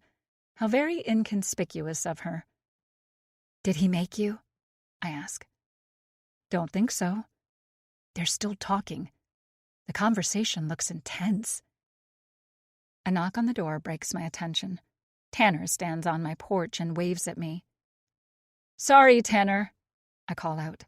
I'll open the garage. He stares at me oddly before I close the curtains on him. I walk across the room and open the door into the garage, reaching my hand inside to flick on the garage door opener. As it slowly opens, I see the silhouette of Tanner. He looks at me oddly as he steps inside my garage. The bag's on the side for you, I say, pointing at it. Thanks again. Before he can say a word, I close the door. A strange sense comes over me as I lock it and swiftly flick the deadbolt. You can't hear what they're talking about? I ask Amanda. Not from here, and I don't think I can get closer to them without getting caught. There's a brief pause. He's showing her something, but I can't make out what it is. I let out a heavy breath. In the garage, I can hear Tanner drag the bag. What do you want me to do? Amanda asks. I want to know who this woman is. I'll figure it out, she says. Stay tuned. Keep your phone nearby. We'll meet up like we talked about after. But I need to know. Are you doing what I asked? I let out a heavy breath. Not yet, but I will. I took my suitcase out of the closet. Amanda breathes heavy into the phone. Now pack everything you care about and get the hell out of that house. Chapter 35. Clara. Just read the journal, he says, pushing it across the table. You'll see how ridiculous what she wrote is. I look at Stephen and question what in the world had I ever saw in this man. Sure, he has an interesting job. Yes, he made me laugh, and I thought he was a genuine person. He reeks of insecurity and desperation now. You already talked to the police, I say. I don't think I can give you any more advice. You just have to talk to your wife. Clear the air. Oh, I'll be talking to her all right, he says. His tone is aggressive, and for a moment, I wonder what he means until he explains. I'll be recording the entire conversation. I need to protect myself from this woman. I pause a moment before reacting and can feel my anger rising as I look more at this pathetic adulterer in front of me. Do whatever you need to, but I don't want to be involved any more than you made me. And you better make sure to tell her that I had absolutely no clue that you were married. I shake my head in disgust. I'm sorry. I'm sorry for everything, he says. His eyes are wet and full of expression as he desperately looks at me. His plea for sympathy from me gets nowhere. His crocodile tears do nothing to sway me. You're sorry you got caught, I say bluntly. He wipes his face and does his best to appear shocked at my response to his delicate emotions. I'm not stupid. I can feel the manipulation tactics he's attempting to deploy on me. Still, he's very good at this. Part of me, the side that wished he was the person I thought he was, wants to believe him.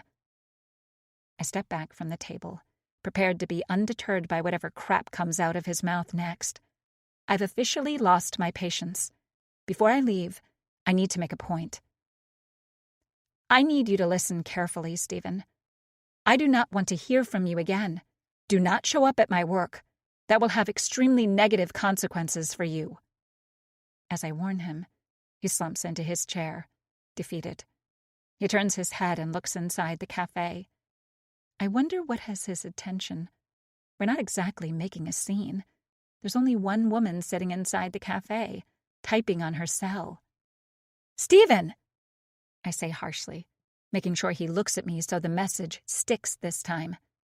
Just because I'm a lawyer doesn't mean I'll help you. I find what you did to me and your wife completely disgusting. I hope she does take everything from you, and if you bother me, come to my work or whatever else you may have planned, I want you to know one thing.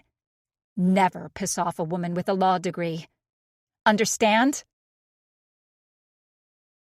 Chapter 36. Clara. I parked close to the cafe. I sat in my car, my hands still shaking with how pissed I am. Who does Stephen Dyer think he is? He harasses me to come and see him so he can tell me the most ridiculous story I've heard. He pushed his wife's journal in my face as much as he could, trying to get me to play along. He wanted me to read his wife's words, the words that talked about the affair that I was a part of. Is the man so stupid he thinks I'd want to stay in that chair as he slams his wife for writing about what a piece of shit he is? There's probably a lot of words in that journal that aren't so kind about me either. That's the part that gets me so mad. I feel like I was an accomplice in a crime he committed. He dragged me into a terrible world with a wife he despises. I'm glad I didn't fall for it. I hate myself for listening to him as long as I did. Stephen has a way of pulling you in with his words. He's a true master at getting your attention and keeping it. A sign of a good writer, I suppose. It didn't work today. If he thinks for a second that I'd want to continue any form of a relationship with him, he is sorely mistaken about my character. Thankfully, Stephen didn't follow me to my car. He got the hint after my not-so-subtle threat. Still, I was paranoid as I watched him leave on his motorcycle. I worried he'd continue to harass me on his bike. I watched as he took off down the road before leaving. I turn on the ignition and wait a few moments for my nerves to calm. I take out my cell and realize I have a missed call from Ed. I have no doubt what he wants to talk about. What a night. I'll call him back when I feel more centered. I don't want Ed to hear the angry tone in my voice after dealing with Stephen. When the rage begins to subside, I turn onto the road and start heading home. I'm only a block away when the urge hits me to go back to the parking lot. I was hoping the missed call would be from the police. It would have been nice if they'd caught the strange young man who was harassing me tonight. It would be very nice to know who he is and why he was targeting me. Without much thought, I turn down a side street towards the courthouse. Given how pissed off I am, that kid will not be prepared for the amount of crap I'll give him if I spot him. When I arrive at the courthouse, I peek into the parking lot. There's only one vehicle there, and I know who it belongs to immediately. Ed's bright yellow Jeep is parked right beside the entrance to the building. I make the decision to drive into the lot and park beside him. I could go home, but sitting with my thoughts after how tonight went seems like an even worse idea. It would be a nightmare if I called my parents. I imagined telling my father what happened today with the young man. He'd arrive at the parking lot with his duty belt and firearm and patrol it free of charge.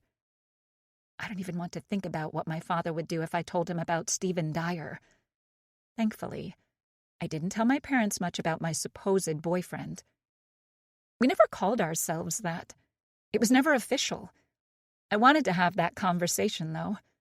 Had he asked me to be exclusive, I would have gleefully accepted. Now, though, it's hard to see the great Stephen Dyer as anything but the weeping slob of an adulterer he is. The one who is frantically worried about his wife and how much she's going to destroy him in a divorce. Good. Cheater's justice. I hope she takes as much as she can from him to cope with how terribly he likely treated her. I get out of my vehicle and use my key to enter the building. When I go by the offices, I stop at Ed's. He's inside, looking through documents in a folder. I knock, causing him to drop the papers in his hand. He frantically looks at me and shakes his head with a smile. "You spooked me there, Clara," he says, collecting the papers on the floor. "Sorry, Ed," I say. "I saw your Jeep in the lot and figured I'd drop in and talk to you." He leans back in his chair. "I was worried when I got a call from the police. I want you to know I'm having security on site 24/7 now.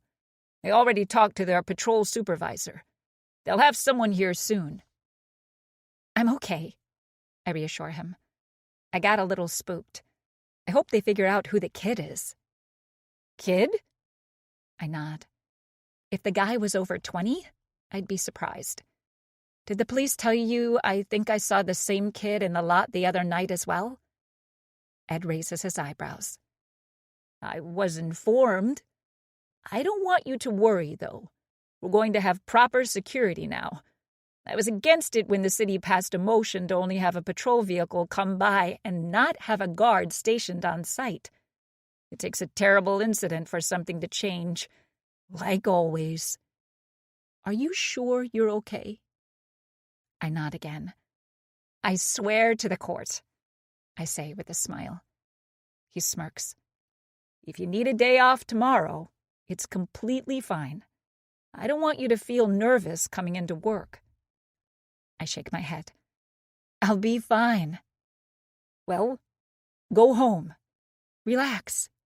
I'll see you tomorrow." I was sort of hoping to finish my work. I didn't get it done. Ed lets out a laugh. "You know, you're something, Clara.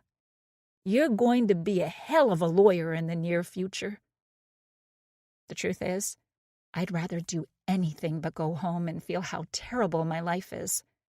I'll let Ed believe it's solely my work ethic. Chapter 37. Emily. I continue to pack my bag. It's taking a lot longer than I expected, but that's because Amanda is supposed to be here. When I got her text message over an hour ago, I was surprised she was able to get the information she did. "Her name's Clara," she wrote to me. "I think she's a lawyer. She went into the courthouse after hours. Maybe that's why she looks so professional all the time." She even took a picture of my husband's mistress's license plate. I'm not sure why she thought I'd need that, but I suppose you never know. "I left a little surprise for her," Amanda texted a few minutes later. When I asked her what that meant, she said she'd explain later. That explanation hasn't happened, though. We were supposed to meet back at my house. The plan was for me to pack my bags, gather any documents or whatever I'd need for a divorce, and leave with Amanda. I'd take my car. I wasn't going to leave that for my husband. He has his house. What do I have? Amanda's spare bedroom. That will be okay for now. Maybe I'll even move back in with my parents. The thought hits me of telling my mom and dad about the divorce. I fold one of my favorite sweaters in the suitcase as I imagine what that conversation will be like. I picture my sweet mother attempting to console me. They wouldn't be the first to be surprised. I kept quiet about the issues I was having with Stephen. I never shared about his weird antics when it was just us with anybody. I hate myself for being with this man for so long, knowing where it would all lead. What a disgusting ending to our story. If he doesn't come home before Amanda picks me up, I've already decided to leave a note. It won't be long, and it won't be explicit or too short. I'll write to him, using my limited abilities compared to my husband's, to share with him that I know about Clara, his new lawyer friend. I wonder how the two met. The searches on his computer indicated he's been thinking about leaving me for some time, and she's a lawyer. Is that how their relationship started? A man walks into a female lawyer's office to get a divorce but finds love instead? How nice. Not exactly romantic meet-cute like the one I shared with Stephen, but that doesn't matter. Of course, my plan is starting to crumble the longer it takes Amanda to get here. I think I'm packing slowly on purpose because I don't want to leave a letter. I don't want to disappear from Stephen's life. I want and deserve closure. I want to see his face when I tell him I know everything, and that I'm leaving him for good. I take a heavy breath and pick up my cell, attempting to call Amanda again. It goes straight to voicemail. "Amanda? Are you close?" I ask as if she's picked up the phone. "Call me as soon as you can, okay?" I already left her a voicemail about 30 minutes ago when she didn't respond to my text messages. I even started to worry about her. She told me she thought Stephen spotted her at the cafe. Amanda texted after, though, and said Stephen left and she followed Clara to her workplace. With my anxiety getting the best of me, I text Amanda again. "You're making me paranoid. Call me." I try to put my mind at ease and focus on what I'm doing. I have one case full that's downstairs. I already grabbed some paperwork from Stephen's office. Amanda gave me a rundown about information I should try and get, mostly tax information from the past few years. She worried that because Stephen's job as a writer makes his income all over the place, I should take pictures of his taxes from the past few years. It could be easy for him to try and forge documents later and suggest he makes substantially less than he does. Amanda told me she's seen it with separated women in the past at the bank when the wives try to obtain financial information but are blocked because of privacy reasons. Thank God for my friend. She's been more than a blessing through this. She was right. The entire time, Amanda was right. I should have listened to my gut a long time ago when it screamed at me something was wrong in my marriage. When reflecting on my relationship with Stephen, his affair was so obvious. I let my idea of who I thought my husband was override common sense. I look outside the bedroom window to the backyard. Tanner put the lawnmower back in the shed. He left the bag of lye in the front yard for me, though, to lug back. Thankfully, he left some time ago. My gut is also telling me that Tanner will not finish the front yard for Stephen. The money he's promised Tanner will go towards an unfinished project. Not my problem, though. Stephen is not my problem.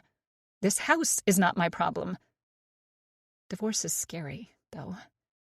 I have no income.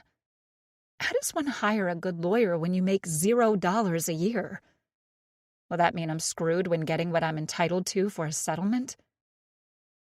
All big, scary questions. Amanda, again, is a blessing. She told me she could lend me some money to get on my feet. Pay it back after you finish your divorce settlement, she told me. She won't say it, but I can tell she's stoked that I'll be single soon. She'll have a girlfriend who doesn't have kids who she can go out with. She already talked about bringing me to some clubs in downtown Calgary. It's not exactly something I'm interested in doing. The idea of losing my marriage is breaking me inside. I don't really care to get back into the club scene. I don't care to be hit on by drunks. I don't want meaningless sex. My cell rings and I immediately pick up, thinking it's Amanda. It's not her. When the voice says my name and tells me who she is, I can't hide my shock or anger. Chapter 38. Clara. I finished the work needed for tomorrow some time ago. I've been sitting in my office trying to find meaningless tasks to do to fill my time instead of packing up for the night. Ed popped by and let me know that there's a mobile security guard in the lot parked beside our vehicles. The guard will be stationed there all night. I reminded him that I'm fine. He again praised my mental fortitude. I like him as a boss. He's very respectful, although you can tell he hasn't worked much with female lawyers. He admitted to me that I'm the first female articling student he's had. He has that protective parent vibe to him. He reminds me of my father. Like my dad, he's a hard-working man who cares about what he does. He's what I strive to be someday. Ed went back to his office and is still there. He let me know he'd be staying late and asked me to let him know when I leave the office for the night. Again, overprotective. I'm not so delicate. The things I've been through in the past few days prove it. Be proud of who you are when you look in the mirror, is what my... Allow the music to steady your thoughts and soften your emotions as we prepare to return to the narrative.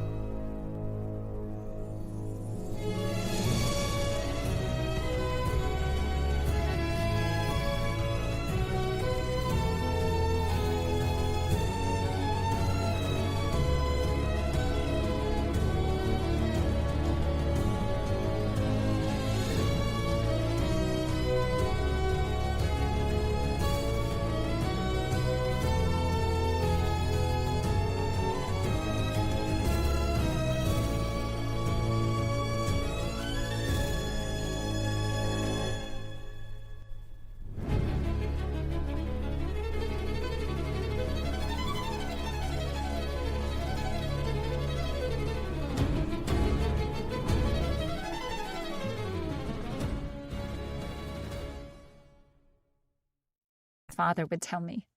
His words were ingrained in my soul as he and my mother raised me to be a morally just woman. At least, I thought so. I keep beating myself up over what Stephen did. Today at the cafe, I should have told him off immediately. I shouldn't have sat down and listened to him at all. If I truly had the self-respect I thought I had, I wouldn't have listened to any of the ridiculous things he told me. Still, though, what he said bothered me. He was trying so hard to convince me of what he was saying. I still don't even understand what he was trying to tell me. His wife made a journal with the intent of framing him? For what purpose? I think of the last time we met, when he told me he was married. He was just as pathetic as he was today, only less theatrical. He said his wife was Googling things on his computer. Questions about murder and burying a body. It's a story, he claimed. She's making up her own version of reality. He claimed nobody will believe him. He told me to remember our conversation. He claimed something would happen, and to remember what he said. What if he's telling the truth, though? He's so good at provoking emotions from me. He had his wife's journal on him. What if instead of ignoring him, I read it? Would that have moved me? Would it have made me more on his side? I remind myself, he's an adulterer, a lying cheater. He's probably been gaslighting his wife for a very long time. Her journal is her way to let out all her emotions without fear of repercussions. I sit at my computer and think more about my weird conversation with Stephen. Last time, he asked me a question that stuck with me after. He asked me how self-defense works in the Alberta legal system. Apparently, that was a question his wife Googled as well. I was too flustered as he tried to explain himself. He knew I was a lawyer when we first met at the bar. He claimed he wanted to keep in touch with me for research purposes. I click on the records management system we have for the city. I don't think as I type in her name. Emily Dyer. I read the limited details on the screen. The city doesn't have much information about her. It only shows her name is attached to a property in the city. My mouth drops and I shake my head in disgust as I read the address. Emily and Stephen live only a few blocks from where I live. What a pig. My stomach turns as I think of what I did to this woman. I can't stand myself at the thought of doing harm to another person, even if I didn't mean to. There's no phone number attached to her profile on our system. Of course, if Ed was to pop his head back in my office and find out what I was up to, that would be the end of my career. All because of Stephen and his games. I immediately close the record system and turn off my computer. I open a browser on my cell and type in her name, Emily Dyer. A few searches come up. At the top of the screen is a picture of the man of the hour himself. A complimentary picture of Stephen shows up. He's smiling wide and looks to be at some event. Behind him in the background is a slender woman in a black dress. From how she's looking at Stephen, I know immediately it's her. Emily. I feel nauseous now, thinking how I helped ruin this woman's life. That journal that Stephen brought with him today likely had my name littered through it. If I were Emily, I wouldn't have many good things to say about me. I could only imagine what it says. I go back to the main searches of her name and scroll down until one link catches my attention. Emily Dyer, interiordecorating.com. I click on it immediately. At the top of the web page is a pretty picture of Emily Dyer in a gorgeously decorated living room. Beside the picture of the woman whose life I destroyed beyond repair is a number. I stand up from my chair and look outside my office, down the hallway. Ed's light is still on in his room. I close my door fully and enter the number from the web page. I don't think twice before calling. It's only when she picks up that I wonder if what I'm doing is the right thing or not. Be a woman who's proud to look at herself in the mirror. Hello? Emily answers. It takes me a moment to answer. Hi. Is this Emily? When she confirms it's her, I tell her who I am. My name's Clara Allred. We haven't met, but I know who you are, she says, cutting me off with a harsh tone. What do you want? I take a deep breath before answering. I'm hoping we could meet. Chapter 39. Clara. I'm not sure what I expected when I called Emily. You could feel the tension as soon as I said my name. This woman hates me. I can't blame her. All I can do is explain myself, which is why I wanted to meet with her. That, and the concerns I have around her husband. After speaking with Emily over the phone, I'm starting to wonder if this would have been much better to do over my cell. I'm not sure if it's my own guilt and shame over being mixed up in this, but I wanted her to meet me. I wanted her to see how sincerely terrible I feel for what happened. I need her to understand that I'm not the type of person who would willingly do this to someone. I don't want her to hate me. Moreover, I don't want to hate myself. As if the universe knows I'm struggling, my cell buzzes. I let out a heavy breath when I see it's my parents' home number. Absolutely no way will I be speaking with them right now. I feel so out of it. I can't tell them what's happening in my life. Obviously, though, they're worried. I haven't called them back from before. I let the call end, but sent a text instead to my father. Hey, sorry, I'm working late. We'll catch up with you guys soon, though. A moment later, a reply comes back from my dad. Okay, sweet pea. Stop working so hard, though. It's late. I'm done with my work for the day, but this night is not over. I have to confront what happened. I need to speak to the wife of the man I've been sleeping with. Why, oh, why did I let my moral high ground dictate that an in-person meeting with Stephen's wife was required? A phone call seemed so insincere. Ed knocks on my office door. Hey, are you heading home? His usual calm demeanor isn't present. His expression seems off. I get the sense he wants me to stay even later. I was about to leave, I say. What's up? He gets right to the point. What a night, he says, shaking his head. Police found the body of a woman in the woods. Someone hiking on a trail found her body. I look at Ed, shocked by the news. Rangdon doesn't see much violence. There's only been one murder in the past 5 years, which stemmed from a domestic disturbance. Calgary has much more violence, being a larger city, but thankfully that hasn't spilt into Rangdon. Do we know who she is? I ask. He shakes his head. Not yet. Which trail was she found on? I believe it was Meadow Ridge Trail. Right near my house, I think. By Stephen and Emily's house as well. Ed looks at his watch. Looks like my night just got longer. I know you probably want to go home, but if you want to stay and help out, I could use it. You don't have to, but since I know you want to be a Crown prosecutor, you'll probably want to be a part of this. I nod. I do, and I will stay. I just have to head out, only for a little bit, though. I'll come right back after I'm done. Less than an hour, and I'll be back. He nods. All right. I suppose humans need breaks, too. He smiles at me, his wrinkles on his forehead deepening, showing his age. Call my cell, if I'm not in the office. He heads out of my office and back into his, closing the door louder than normal. He's already working himself up for a long night to help the authorities with whatever they'll need for their investigation. Me, on the other hand, I have a personal matter to attend to. I gather my purse and close my office door behind me. As I leave the building, a black SUV that says security in large white letters is parked right beside Ed's Jeep.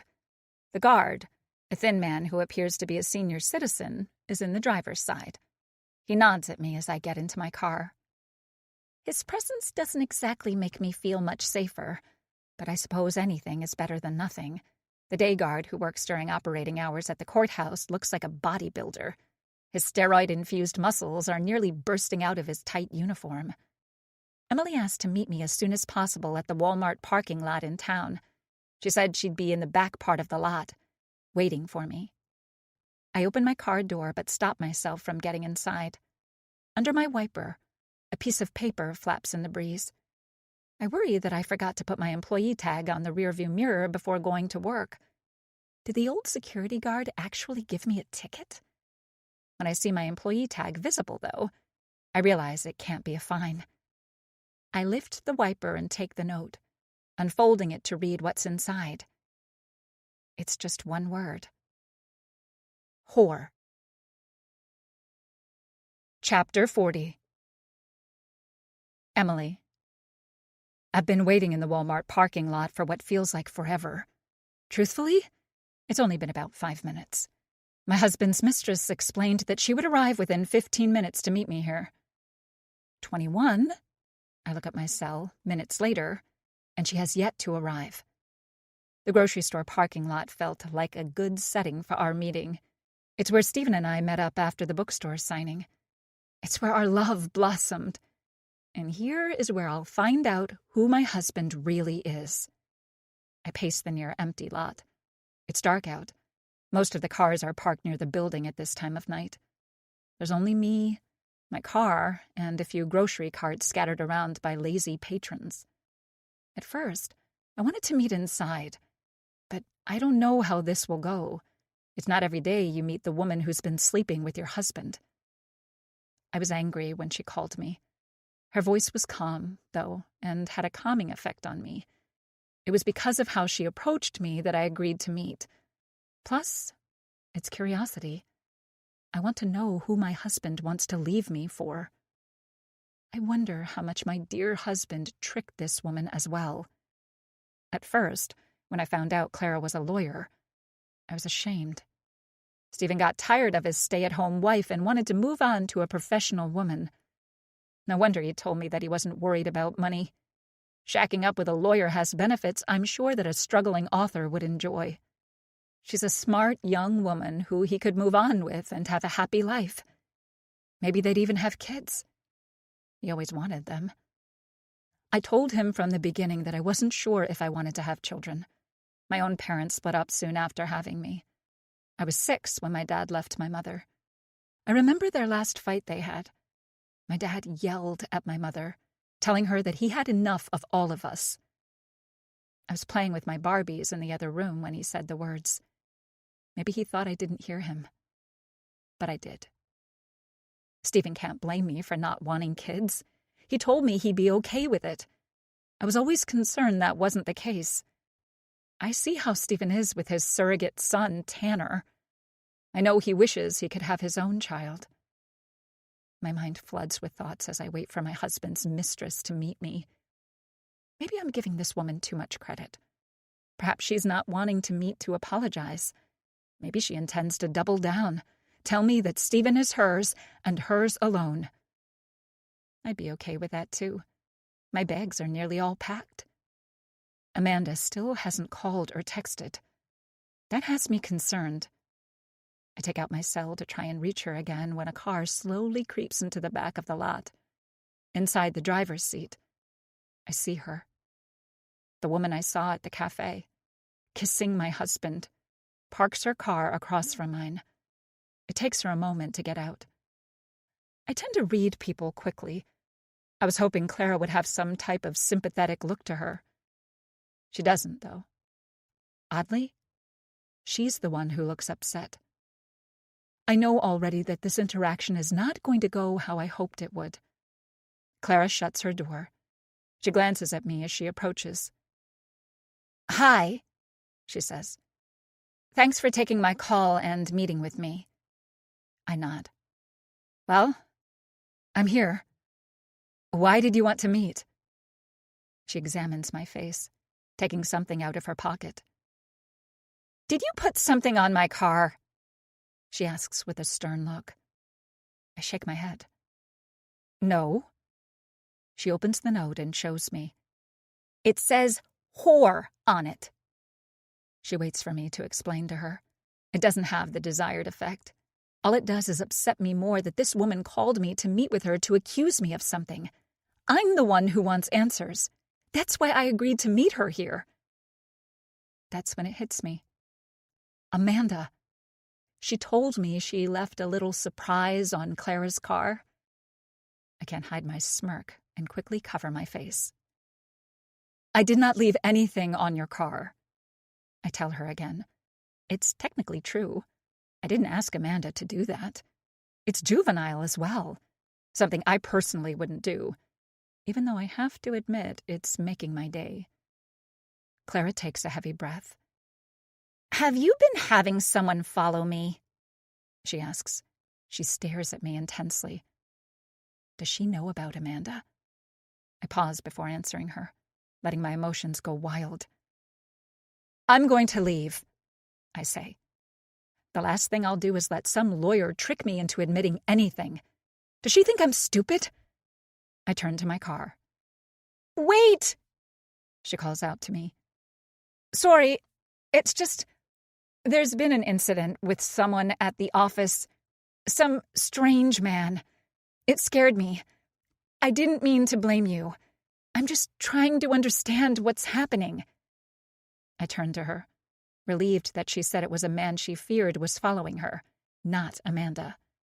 I take a heavy breath. And I'm trying to figure out what happened here as well. What did you do with my husband? Clara looks at me.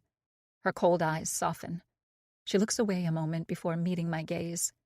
I can feel my blood boiling as I wait for her to respond. If she says anything wrong, I don't know what I'll do. It's probably not a good idea to assault a lawyer. I didn't know he was married, she says. Stephen never told me about you. I want you to know that. I would never entertain being a part of an affair. Willingly. I know you don't know me at all and can only imagine what you're thinking. I'd be so upset if I were you. He wasn't wearing a wedding band. I only found out about you when he told me. I immediately broke things off with him when he did. I nod. I believe I witnessed that exchange myself, but don't tell her that. I know there's more to the story, though. Amanda went to the Rancher's Cafe for a reason. You met with him today, I say to her. I know you did. Don't lie to me. If it was over, why were you meeting with my husband again? She looks at me, as if trying to figure out a response. That's part of the reason I wanted to meet with you. Stephen messaged me today. He demanded we meet and said he'd harass me at work if I didn't show up. I met him. I wanted him to know he won't be able to play those kinds of games with me. When we met, he had your journal with him. He was acting crazy. He accused you of making up stories in it that weren't true. I looked at her, confused. He read my journal to you? I knew there was no way I misplaced my journal. I feared my husband would find it. Now he knows everything that scared me. He knows everything that was for my eyes only. He didn't read it to me, she says. But he said some weird things. He said you're trying to set him up for something. He made comments that suggested he might not be thinking rationally. It had me worried about what he might do. I try to find the words. He knows it's over, I tell her. He knows I won't take him back, even if he changed his mind about wanting to save our marriage. She looks at me, concerned. I don't think you should go back to your house, she says. I'm already prepared to leave, I say. I have my bags packed. I have what I need. How about you stay at a hotel or something? She says. I can give you some cash if you want. I don't know if you have enough to pay for a room for you. I'm not sure if you share a credit card with Stephen. It's best he doesn't know where you are. There are shelters, too.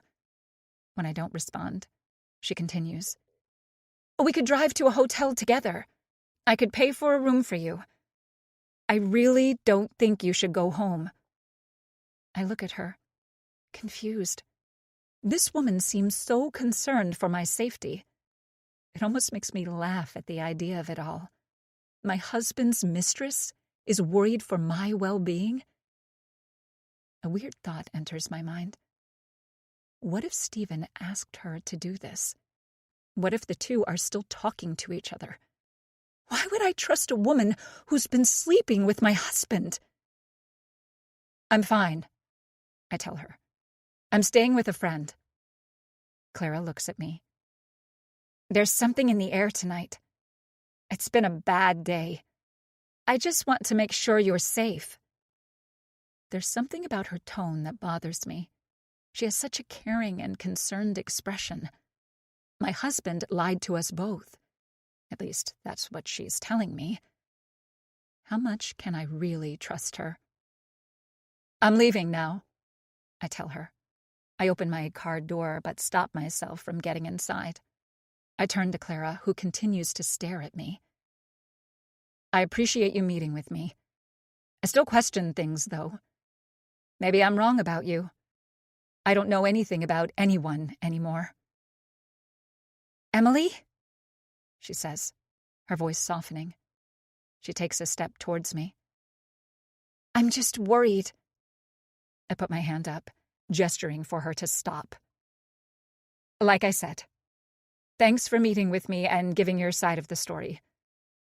Please know, I never want to see you again.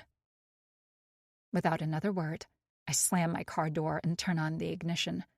My front lights illuminate my husband's mistress as she watches me leave. Chapter 41. Clara. I head back to the office. When I arrive in the parking lot, both Ed's Jeep and the security vehicle are still there. The security guard isn't inside his car, though. I park on the other side of Ed's Jeep. When I step out, a noise from inside the enclosed lot startles me. I turn my head immediately and spot the guard slowly patrolling. If that young man who followed me today were here, I worry the guard could get hurt. I had hoped that Emily Dyer could give me an explanation as to who the guy with the mullet is. My lawyer brain went into full paranoia mode after I read the note I found on my windshield.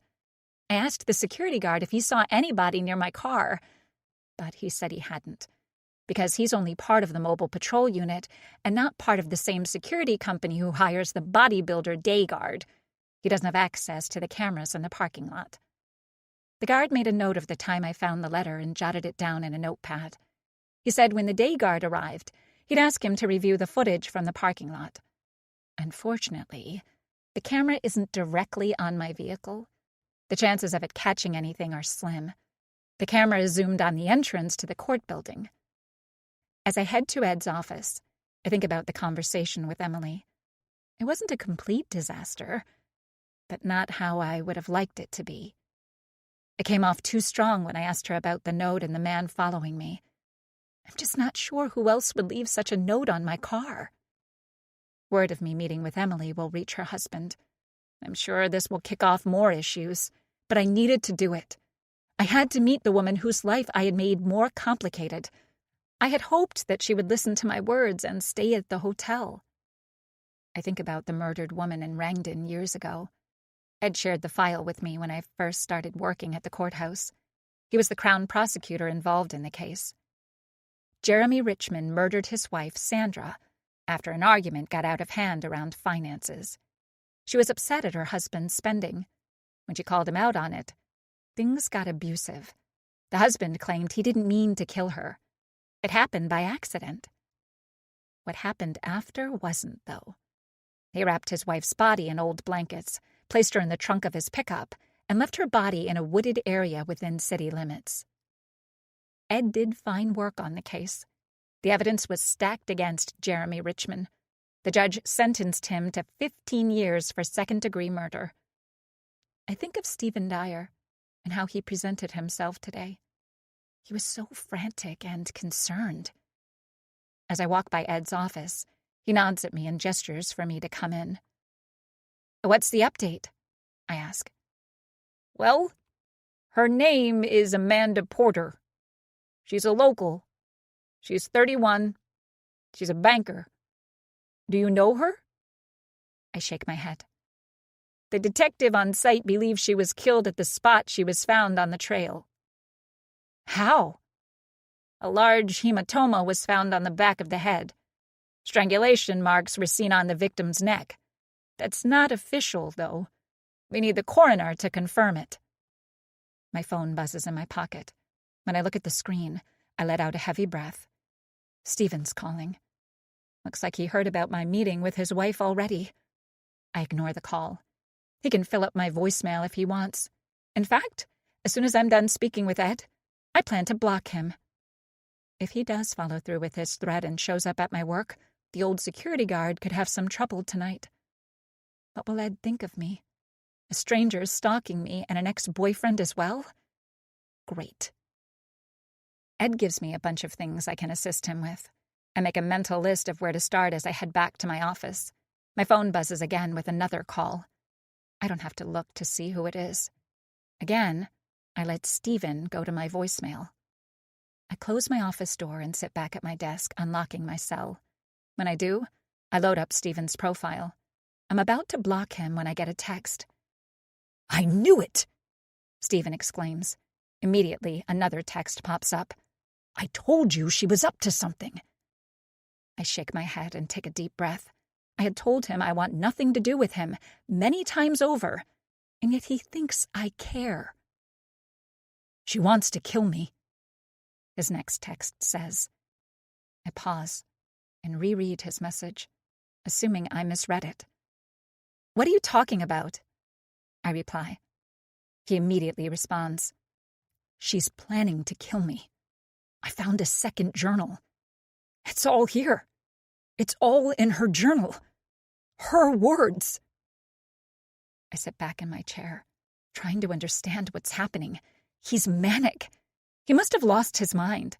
When I saw Emily, she said she was packing her luggage and leaving. She said she was planning on staying at a friend's house. My stomach turns as I reread Stephen's messages and worry that Emily isn't going straight to her friends.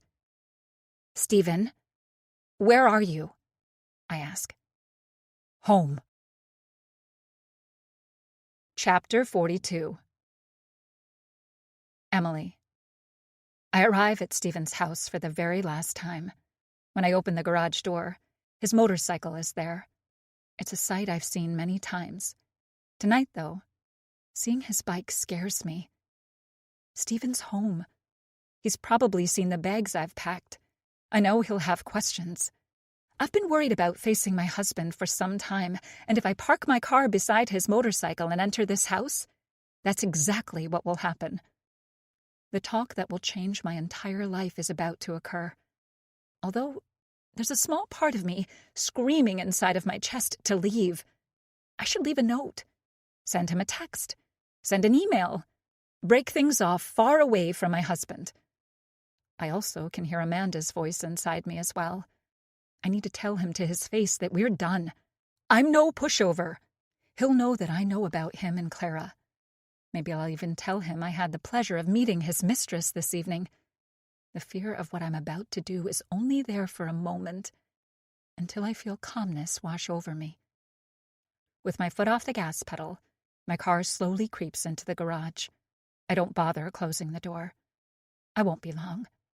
When I enter, I'll tell him what I need to, and then I'll leave my husband forever. What used to terrify me days ago feels like it will set me free. I worried what confronting Stephen would be like. I pictured myself breaking down in front of him, shivering. I also pictured the opposite, shouting at him, screaming how much I hate him for what he did to me. To us. That's not how I feel right now. I have this overwhelming sense of calmness, a direction I never felt I'd want to take, one that leads me to leaving the man I once loved. This is the end of our love story. I get out of my car and take a deep breath before entering Stephen's house. I admire the home I made for us. I really did put my entire heart and soul into our space. It's beautiful here. If only the love Stephen and I shared together matched the beauty of this room, we would have made it. Instead, big changes are on the horizon, and I'm ready to face them. In my mind, I say goodbye to this picturesque space I created to fix this. Stephen isn't in the kitchen. I open the basement office door, but no lights are on. "Stephen!" I call out to him. He doesn't answer. The only other place he could be is upstairs. I slowly walk up the steps and into the master bedroom. The bed is empty. He's not here either. The 2 suitcases remain on the bed where I left them. An image of my husband dressed in his black costume from years ago hits me.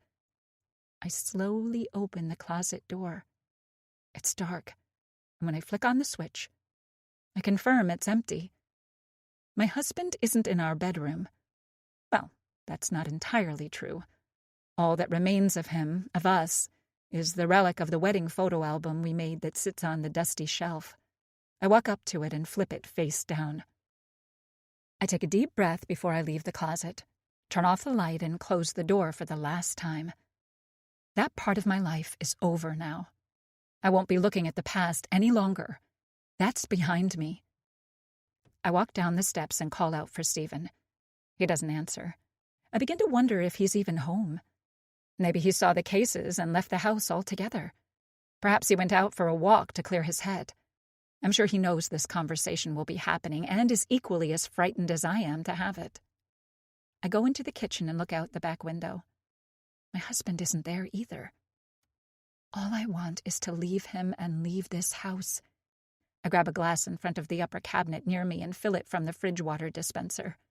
As the water reaches the top, a creak from behind me catches my attention. "Hey!" my husband shouts to get my attention. Stephen appears from the dark stairs to the basement, a grin on his face. Startled, I drop the glass at my foot. Glass shatters and water spills around me. I put a hand to my chest. "I didn't see you there," I say. His odd smile doesn't change as he glares at me. "I saw the bags upstairs," he whispers. "Where are you going?" "I'm leaving," I say. Just as I practiced on the way here, I start the way I intended. "We both know we haven't been happy in a long time. Stephen puts a finger to his mouth and steps towards me. As he does, the odd expression on his face doesn't change. I step backwards in response, standing on a shard of glass. I wince in pain. "Stephen!" I say. My husband shows me what's in his hand. A large kitchen knife from the magnetic block is tight in his palm. The same one he bought for me as a gift is now pointed towards me. I freeze as he approaches me. I want to open my mouth and scream for help, but instead I'm in shock as to what's happening in front of me. My eyes widen as I process it. My husband is about to kill me. Stephen looks outside the kitchen window. A light turns on in our next-door neighbor's house. When I look back at my husband, he has the knife raised in his hand. "Don't!" I plead to him in a whisper as the man I loved gets closer. "No! Stop!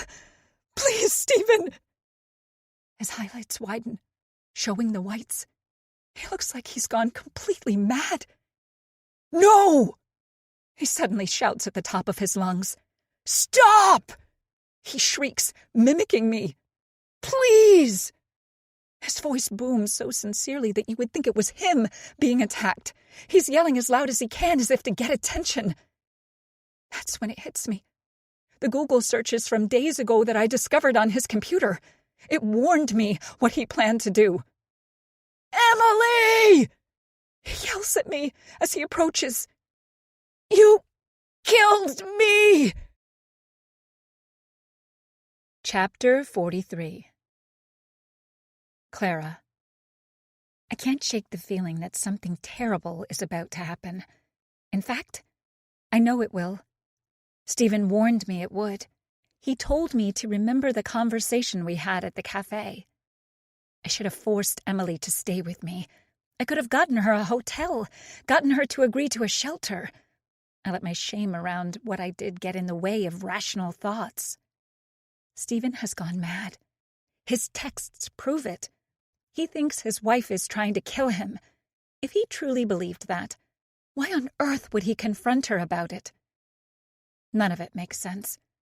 How odd Stephen's been the past few days only adds to my concern. I exit my office, and Ed asks me if I'm okay. I'm sure I'm not hiding my concerns well. I tell him I'll be back. He asks me where I'm going, but I don't answer. I'm not sure why, in the pit of my stomach, I know something terrible is about to happen. How can I explain that, though? I know where Emily and Stephen live. I'll drive by and see if she's home. I'm sure it will be awkward if Stephen answers the door. I question what I'm doing as I leave the lot. I drive as quickly as I can, as if my body is acting on its own. In the darkness, I have a hard time making out the numbers on the houses. Thankfully, Emily's has a porch light on, and I spot theirs quickly. The house looks normal from the outside. I'm not sure why I was spooked to come here. Stephen's text messages were not normal, though. None of what's been happening with him is. I park outside, and a memory of me meeting Stephen at the bar hits me. I thought it was special how we first met. I thought he was special. Now, I can't help but feel our whole relationship was somehow engineered to appear that way.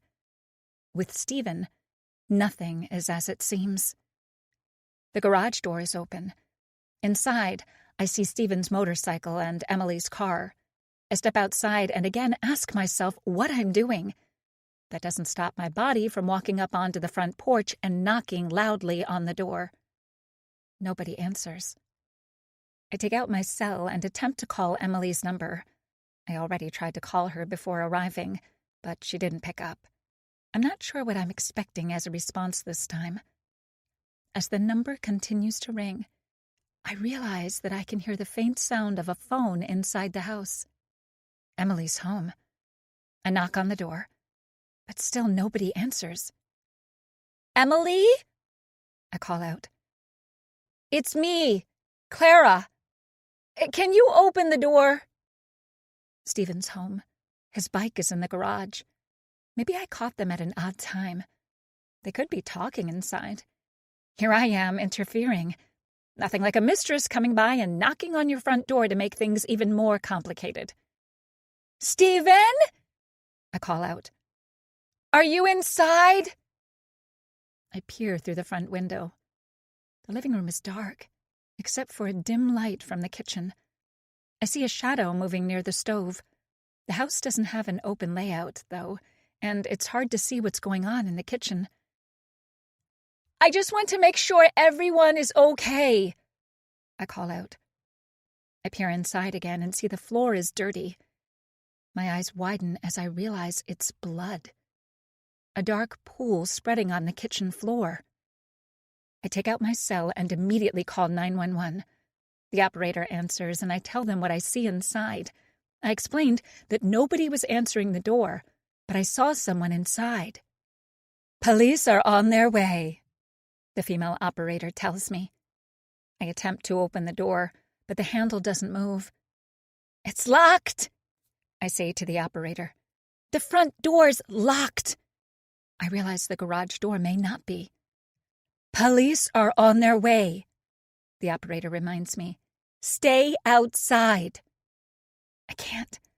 I'm not sure if it's my need to ensure Emily is safe or the shame I have at not doing more to help her, but I rush to the garage door as the operator pleads with me to stay outside.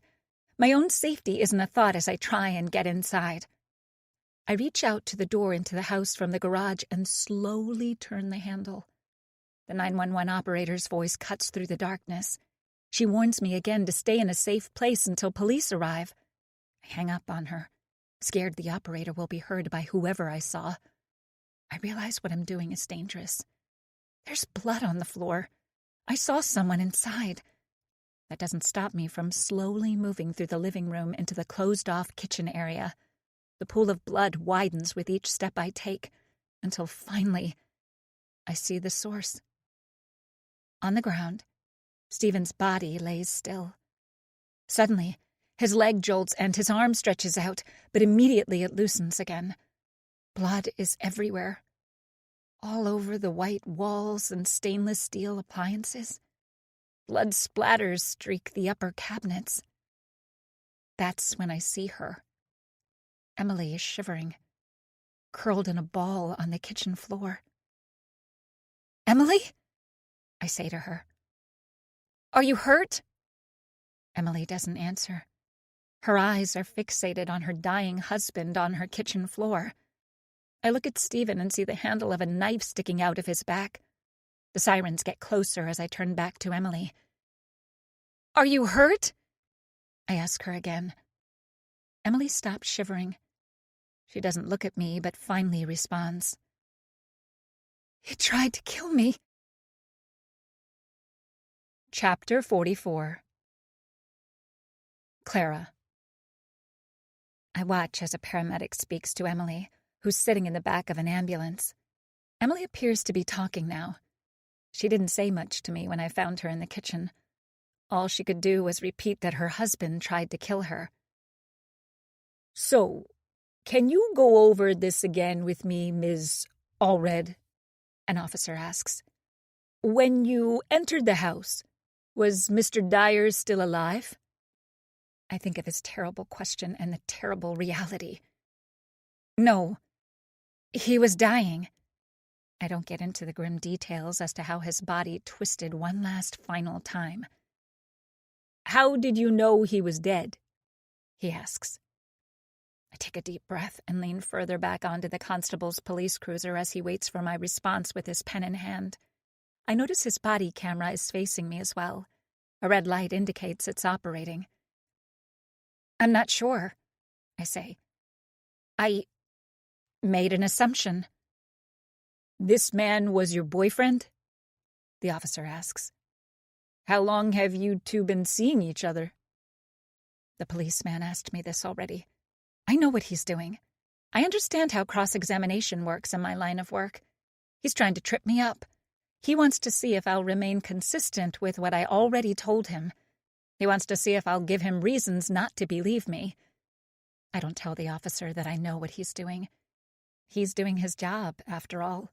He's trying to understand what happened here tonight, and I don't blame him. I'm still trying to sort it out myself. "About a month," I answer. "Like I said, I didn't know he was married until he told me the other day." He nods and writes a note on his pad. "And why didn't you think to check his pulse when you found your boyfriend on the floor of the kitchen and instead assumed he was dead?" I look at him, surprised by how aggressive the question is. "I was more concerned about his wife. She was petrified and shivering on the floor. I thought she was hurt. There was a lot of blood." He nods. "And you know Mrs. Dyer, as you said." Now my lawyer brain is going off. What does this officer think happened? "Like I said," I explain again, "I met with her tonight to tell her the truth about the affair her husband was having. I was also concerned about her safety and was trying to get her to not return to her house." "And what did she tell you when you expressed your concerns?" I take a deep breath and glance at Emily. The paramedic continues to speak with her. She nods to them. "Emily said she had a friend who was helping her leave her husband. She said she was going to be staying with her tonight." The officer furrows his eyebrows and glances at his notepad. "What was the friend's name?" I shake my head. "Emily didn't say." The officer nods. "So, as Mr. Dyer's girlfriend, why did you believe your presence was needed here tonight?" I look at the officer. A flash of rage hits me. "Like I said, I was worried. Stephen texted me some weird things. I showed you his messages. What else do you want from me?" The officer looks away from me and finishes his notes, slipping his pad into his side pocket in his uniform. "A detective will want to talk to you tonight. Can you come to the station with me?" I agree and tell the officer I'll follow him there. Emily appears to be leaving as well, only with the ambulance. She lowers herself on the gurney behind her, her head propped up, and says something to the paramedic. My gaze catches her attention, and the two of us stare at each other. Before the paramedic slams the door shut, the expression on Emily's face throws me off. For a woman who was nearly murdered tonight, she wears the oddest smile. The Truth. Chapter 45. Emily. Present. This was my story. My version of what happened. I won't tell you it's the full truth, because it's not. If my husband were alive, he'd have a very different story to tell. I sit across the table from two detectives who I've been speaking with for over an hour. I've given them as many details as I can. At times, they ask me the same question but present it differently. It's obvious why. They want to know the truth.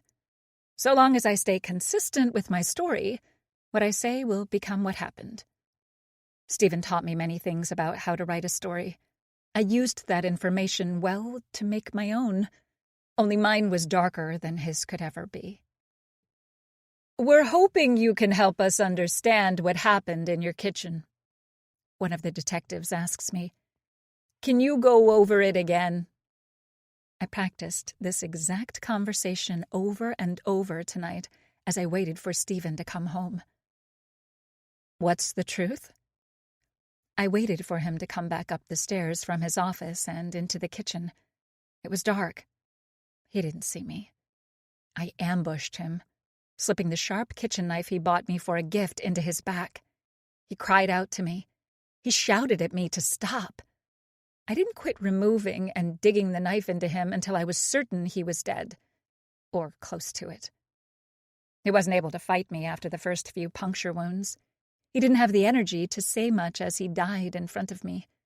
When he realized that it was me, and that he was going to die, he said his last words.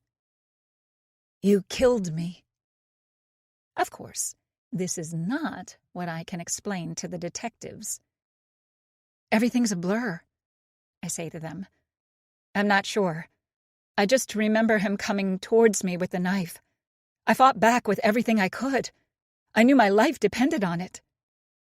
When Stephen was dying on the kitchen floor, I decided at the last minute to break a glass of water on the floor. It was a final touch to the scene that I figured could help explain how I got the upper hand. My murderous husband slipped on the water, or maybe he hurt his foot on the broken glass. It was enough for me to get the upper hand and take the knife away from him. "Never give your audience the full details," Stephen would tell me. "When coming up with a story, you want to leave enough space for a reader to come up with what they think happened. Let your reader use their imagination to fill in the blanks. I don't need to give the officers a made-up version of what happened in the kitchen. They can make up that part for me." I was worried I was caught as I dropped the glass when someone knocked on the door. Clara was on the front porch.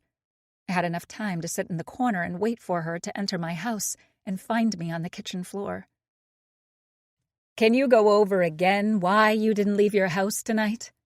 the detective asks. "You told us you were concerned about your safety around your husband. Why go back home when you were scared?" I take a few deep breaths and try to calm my nerves. To anybody watching, I'm sure I come off well as a woman who was nearly killed today. At least as far as they know. Although I hate how stupid the character I'm playing is at times. The detectives are right. It doesn't make sense. "My friend Amanda Porter, was supposed to be at my house with me. She was going to be my support as I left my husband. I wanted to tell Stephen myself that I knew about the affair he was having and that we were done. While my husband did scare me at times, like how I wrote about it in my journal, I don't know. I never thought he'd actually try and murder me." Thankfully, the officers will never find my real journal, the one where I planned out every detail of my husband's death. Somehow, my dear husband found my journal and had it in his hand when I killed him. I managed to hide it under the fridge before Clara entered the house. That's a loose end that could come back and haunt me, but I have faith the police won't find it. Clara coming to my home tonight was also not in the plan. Worried that she heard Stephen's final plea for his life, I made sure to repeat to the officers every word he said before I killed him.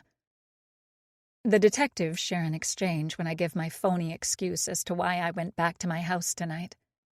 I know what they're thinking. This isn't the strongest part of my story. Stephen always complained about how fictional characters were always much more stupid than real life.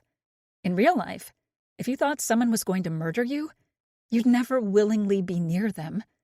Had my fictional story of what happened in real life been true, I'd never allow my husband close to me. I hate reading books or watching movies where you want to shout at the characters for acting so stupidly. In my case, I had to for the climactic ending I had in mind. When the detectives mention Amanda, I try my best to act worried. I haven't been able to reach Amanda, I say. Can you please contact her? I'm sure she's worried. The detectives share another look before one of them tells me what I already know. I'm sorry to have to tell you this, Emily, but Amanda Porter is dead. Her body was discovered today. I stare blankly at the officer. In my head, I try to muster a tear, but that's not working. I remind myself that it's okay not to be overly emotional. I don't need to pretend to be a wreck with outbursts of fake crying or shrieking. Maybe the police may question why I haven't cried or come off too emotional during my questioning. That's okay. Everybody grieves in their own way. As long as I'm consistent, that's what matters most. That's what will make or break my story. What happened to her? I ask. The detective explains how her body was found by a hiker at a nearby trail. They ask me details about the last time I saw Amanda. I explain to them part of the truth. I had Amanda go to the cafe and watch my husband with Clara.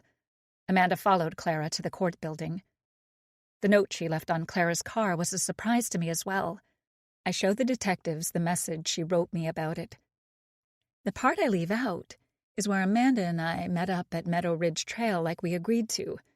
The idea, as Amanda thought, was for us to go over my game plan of how I was going to be leaving Stephen. I'd pack my bags to leave, but before I did, I'd confront him. I'd leave him. I'd murder him. I'd set it up to make it look like Stephen was going to kill me. Amanda didn't know that part of the plan. She just thought I wanted to confront my husband on my own. She wanted to intrude on what I plotted. That's the problem with pushy friends. Sure, they can help out, help me establish my alibi. They can be a decent character witness for how terrible of a husband Stephen was. But in the end, they march to the beat of their own drum. I never intended to murder Amanda, but it had to happen. She was going to get in the way of the story I created. I realized while talking to her at the trail today that she was always going to be a loose end, one that would have her own version of the story. I couldn't let that happen. I tried to make it quick. Amanda didn't notice me picking up the large rock as she turned away from me. She barely made a noise when I struck her in the back of the head with it.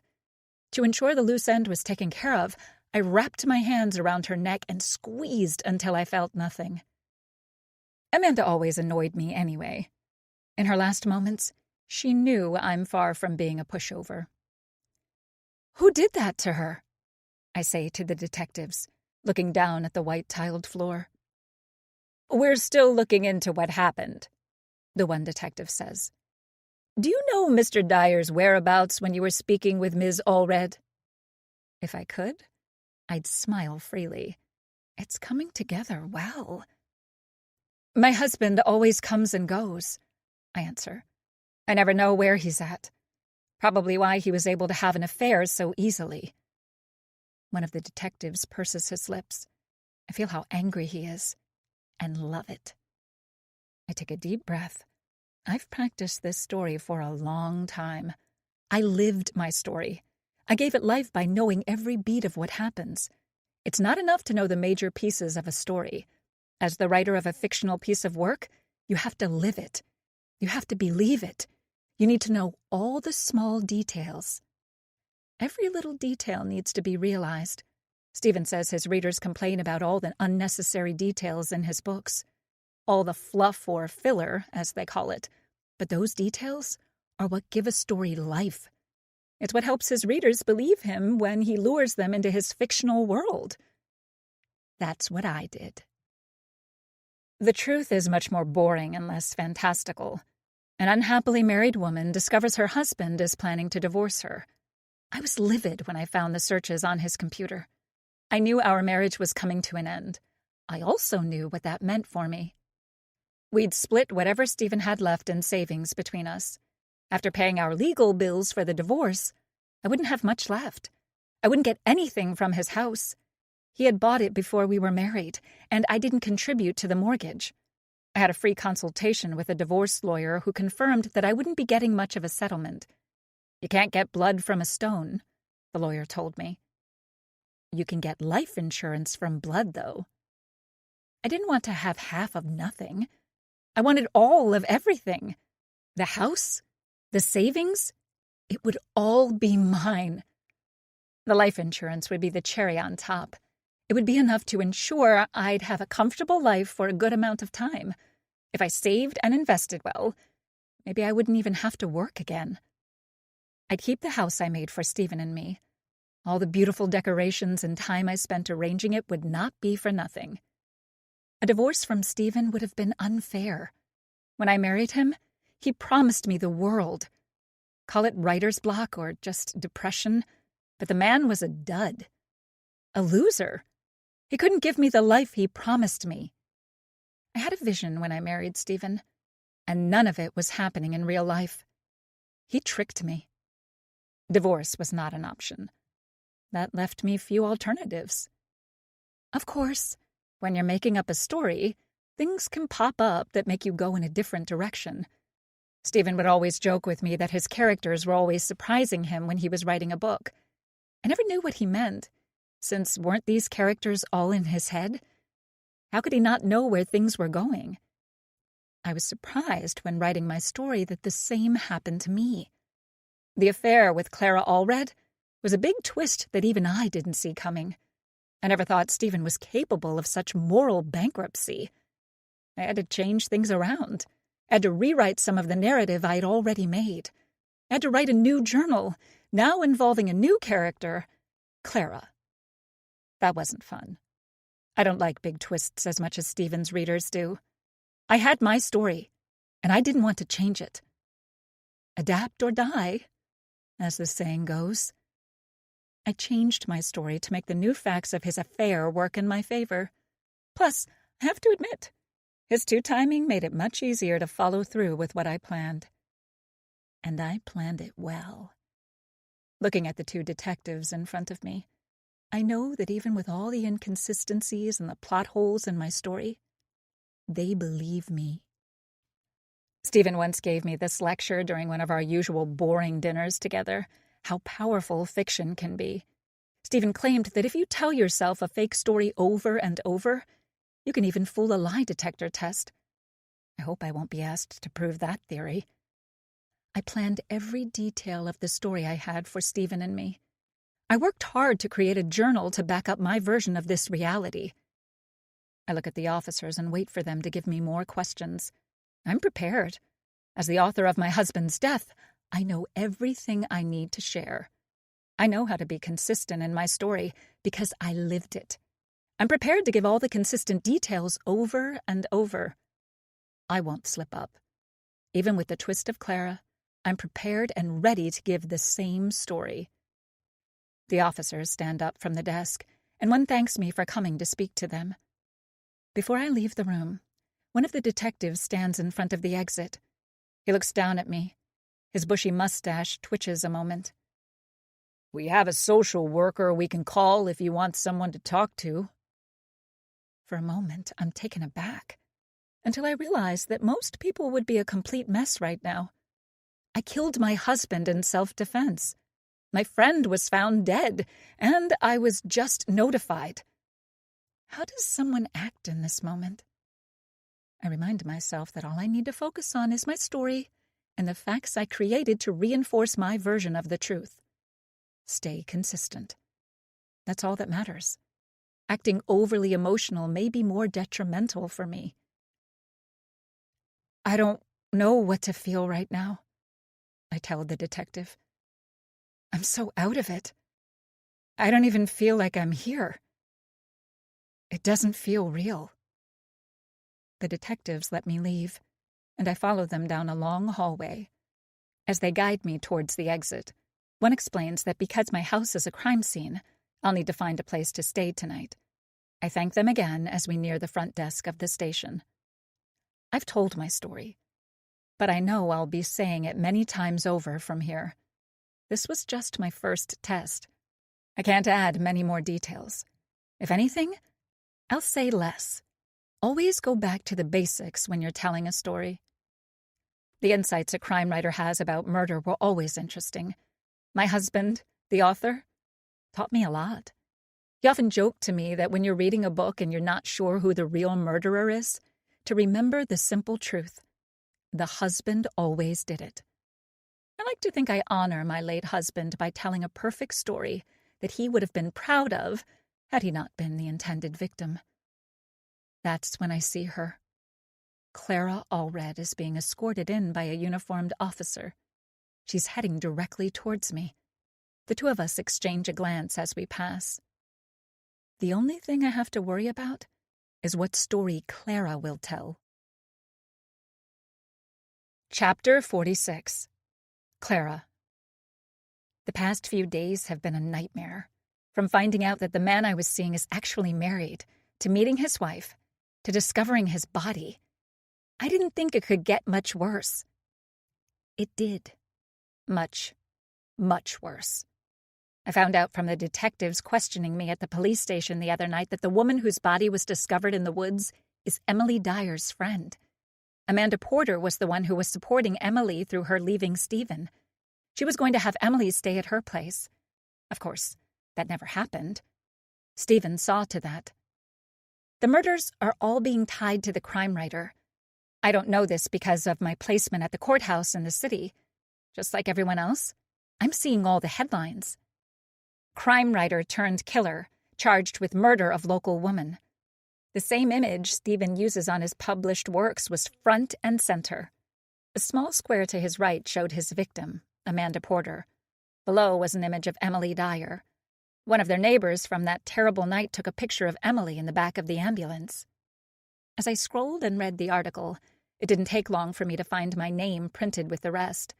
Local lawyer, Clara Allred, mistress of Stephen Dyer, found Mr. Dyer's body in his kitchen with Mrs. Dyer. The mistress called the authorities, who soon arrived on the scene. I've received many calls since the article went live. My parents made several of those calls. I haven't called anyone back. Friends, cousins, and aunts and uncles all wanted to speak to me. Reporters and journalists sent emails to me, trying to get my side of the story. I spoke to none of them. Not family or friends, and especially not the media. I want this nightmare to end. When I became a lawyer, I did so to help bring justice where it was needed. I had pure intentions for this occupation I worked so hard for. The money came second. The prestige didn't truly matter. What mattered most was me helping the helpless, ensuring those who commit evil won't get away with it, that I would work within the limits of the law to bring down those who broke it. Make them pay. Now my name is attached to a word I never suspected. Mistress. I think of the note I found on my car a few nights ago. Whore, it simply read. Anybody who reads the short article about what happened that terrible night would think the same of me. It doesn't matter what my story is. The truth wouldn't make a difference. The court of public opinion has made their verdict. There's no escaping the judgment. Whore it is. The only call I did pick up today was one I was waiting for. Ed Tangent called me this morning and broke the news before I could go to the courthouse. At first, he asked me how I was doing. He came off genuinely concerned. I'm glad that he started the conversation that way. Of course, what followed was what I expected when I answered his call. Due to the conflict of interest with me being involved in this high-profile case, my time at the courthouse is over. Ed told me I'm a good worker, and that he's sure my involvement in this case is not as scandalous as the media makes it seem. He also told me that he saw that I used the court system to look up Emily's address. He didn't question why. From one lawyer to another? I suppose he did me that courtesy. But he did say he won't be able to hide that information if the authorities look for it. I thanked him for the time I was there. Ed told me again that this is not the end of my career, although that's hard to see right now. I'm not only labeled a mistress, but wrapped up in a double murder and one attempted homicide. I held back my tears as long as I could. As soon as we ended our call, I wept on and off nearly all day, sauntering around my one-bedroom apartment, questioning all of my life's decisions. I worked tirelessly for years to become a lawyer, and now, just as that goal was finally in reach, when all the educational requirements were met and the real work was to begin, it's come to an end. It's all over, and it's all because of him. I'm truly fed up with men. I'm fed up with myself. All those nights studying, all the tuition I paid, everything. It was all for nothing. I look at my cell, which I've had on silent all day, and see another missed call from Dad's cell. They have no clue what's been happening, besides what they've likely read. I know it won't be much longer until they're at my apartment door demanding I let them in. There's no avoiding my parents. I have to talk to them. I have to go over what happened. Will my own parents even believe me? They know the news, according to the media. Will my own mother and father join the masses who think so very poorly of me? I think of the times my father and I sat on the couch watching Cops. I visibly feel how happy I was as a little girl, wearing her father's police hat, pretending to be just like him. Be someone you're proud to look at in the mirror. A tear forms in my eye, and I'm too exhausted to wipe it away or pretend it's not there. I lift my cell and click on his number. His gruff voice answers instantly. "We've been trying to reach you, Clara," my father says. "Is that her?" my mother calls out in the background. "Is she okay? Clara? Are you okay?" I don't answer that obvious question. I'm far from okay. My life is over. "Dad?" I whisper into my cell. "I'm sorry. I need to tell you guys what's been happening. I just need you to believe me." Chapter 47. Emily. Journal entry. October 31st, 2025. It's Halloween outside, but in my house, I'm preparing for Christmas. Walmart has already removed all the spooky decorations and remaining candy to the bargain area of the store. The seasonal section is full of jolly cheer with the Christmas spirit, and I love it. A few kids have come to my door. No doubt they see the lights from the Christmas tree and assume I'm celebrating like the others down the block. I don't fuss and still give them something. Instead of candies and chocolates, I have plenty of apples and oranges to hand out. I took a break from setting up a small Christmas village on top of the fireplace mantel to write in my journal. After I finish writing and clearing my head, I'll finish with setting up the fake snow. I should have gotten rid of my journal, as I did with everything else from that night. It's a loose end, after all. But there are so many pages left to write in. It'd be a waste to get rid of, even if my former husband's blood stained some of it. When it was Stephen's office, he had many of his accomplishments hung on the wall.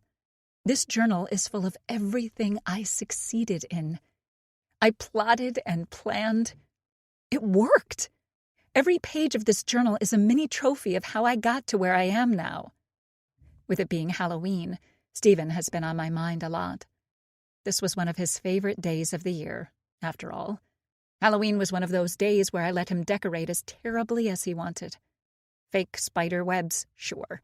Plastic bloody limbs, yeah, okay, why not? But the caveat was that the day after, he'd take it all down and we would instantly start our Christmas decorating. Stephen enjoyed Christmas as well, but never like I did. Of course, today, his help is not available. This year has been extra special. I got to do it all my way. From now on, it will be my way as well. The tree will be solely decorated how I see it. His house, which is now solely mine, will be how I picture it should be. That junky-looking boy, Tanner, can shovel someone else's driveway. I hired a service to do that for me. I got enough money from Stephen's life insurance to live comfortably for a long while. It won't last me decades, though. I'll have to figure something else out. I don't want to downgrade my life. That's not living well. That's not succeeding. Life should be improved upon, not taken away. I won't downgrade this house when the money runs out. Something will come along. It always does. Which was why I wasn't entirely surprised when I got the email from David Lindner. I could feel his genuine concern from his words. He mentioned that he wanted to reach out to me to see how I was doing. He hoped that I was doing well and said if I ever wanted to go out for coffee sometime, he'd love to catch up. That email made my day. I immediately wrote him back, and we have a coffee date tomorrow. We're going to meet up at the Rancher's Cafe. I couldn't help myself when picking the location. No longer am I going to live in my former husband's shadow. I own the world I live in now. I pick how the rest of my story goes. My horror of a love story has come to an end. The story of Stephen and I may have started off with a bit of romance, as my late husband would say. Many great stories begin with love. It ended in tragedy.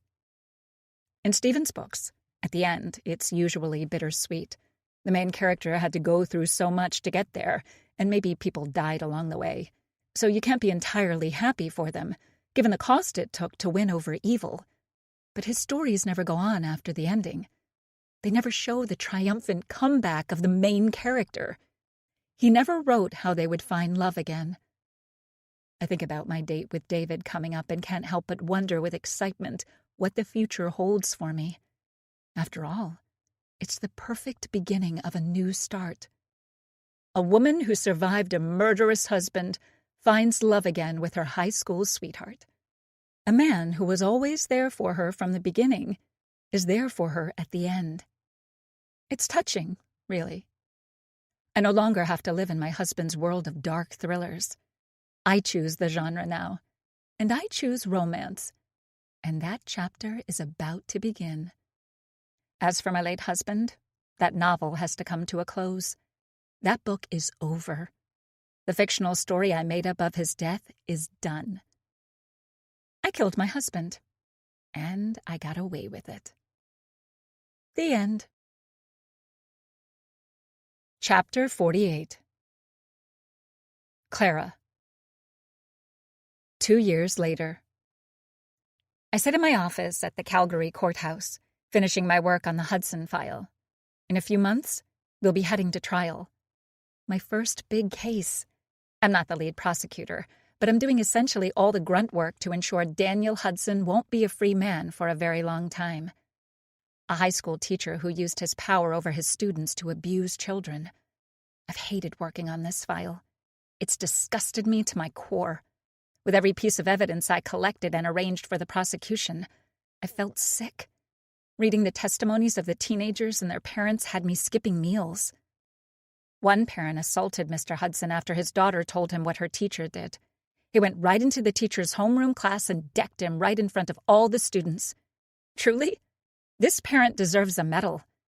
Unfortunately, he was charged with assault. That can be our system.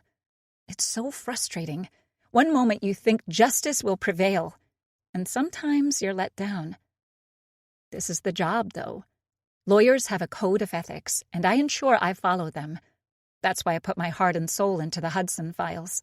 When the prosecution brings the case to court, I need to ensure this man gets fried. Anything less is not acceptable. The head prosecutor on the case, Darren Lanced, has let me know that I need to learn not to take things too seriously. All we can do is prepare our best to get the results we feel are just. The real justice is in the hands of the jury and judge. Both of those we have no control over. All we can do is influence them with our evidence. Darren admires my ferocity in how I prepare for trial. He knows I'm going beyond what a new lawyer would do for this. He can feel how personal this is for me, which is why he's concerned. He's explained to me how real burnout is for prosecutors. Things don't go our way at times, and we need to find a way to deal with those emotions. He fly fishes. He asked me how I'll deal with mine. I jokingly answered that I just won't lose and find out. Part of my attitude is why I'm still working as a lawyer. After what happened in Rangdon, I felt my career was over. Ed Tangent came through for me. He told me when he let me go from my position at the courthouse that he'd find a way to help out. He did. After some of the dust settled from the murder of Amanda Porter and everything got better for Emily, I got a call from Ed to expect a meeting soon at the Calgary courthouse. I was able to finish my articling work there. They liked my work ethic so much that they hired me immediately afterwards as a junior prosecutor for the Crown. A couple of years later, and I'm still an up-and-coming lawyer. The Hudson case is a test, just like many tests I passed before. If I ace my work on this file, and I know that I will, I'll be the head prosecutor on a trial someday soon. I won't get a major trial like Daniel Hudson right away. Something more minor to start with. But if I keep putting in my time, good things will continue to happen. I sit at my desk and close the Hudson file. That's enough work for tonight. I put in the hours. Plenty of time to work on this tomorrow. That's something I'm also getting better at. Time management. I need to have a life outside of work. I'm taking a cooking class with a friend right now. Tonight, we're attempting a carbonara sauce. I'm slightly concerned about what I'll manage to do with something cream-based. Last week in class, a man was flirting with me. He joked that if we ever had a dinner date at his place, I'd know what he'd be cooking for me. He seemed nice enough. He appeared under 30 and well put together. I questioned why he was at a cooking class by himself. Was he truly trying to improve his culinary skills?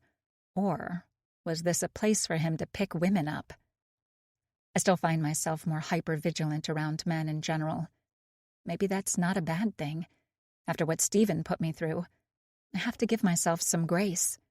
At some point, I can't ignore men.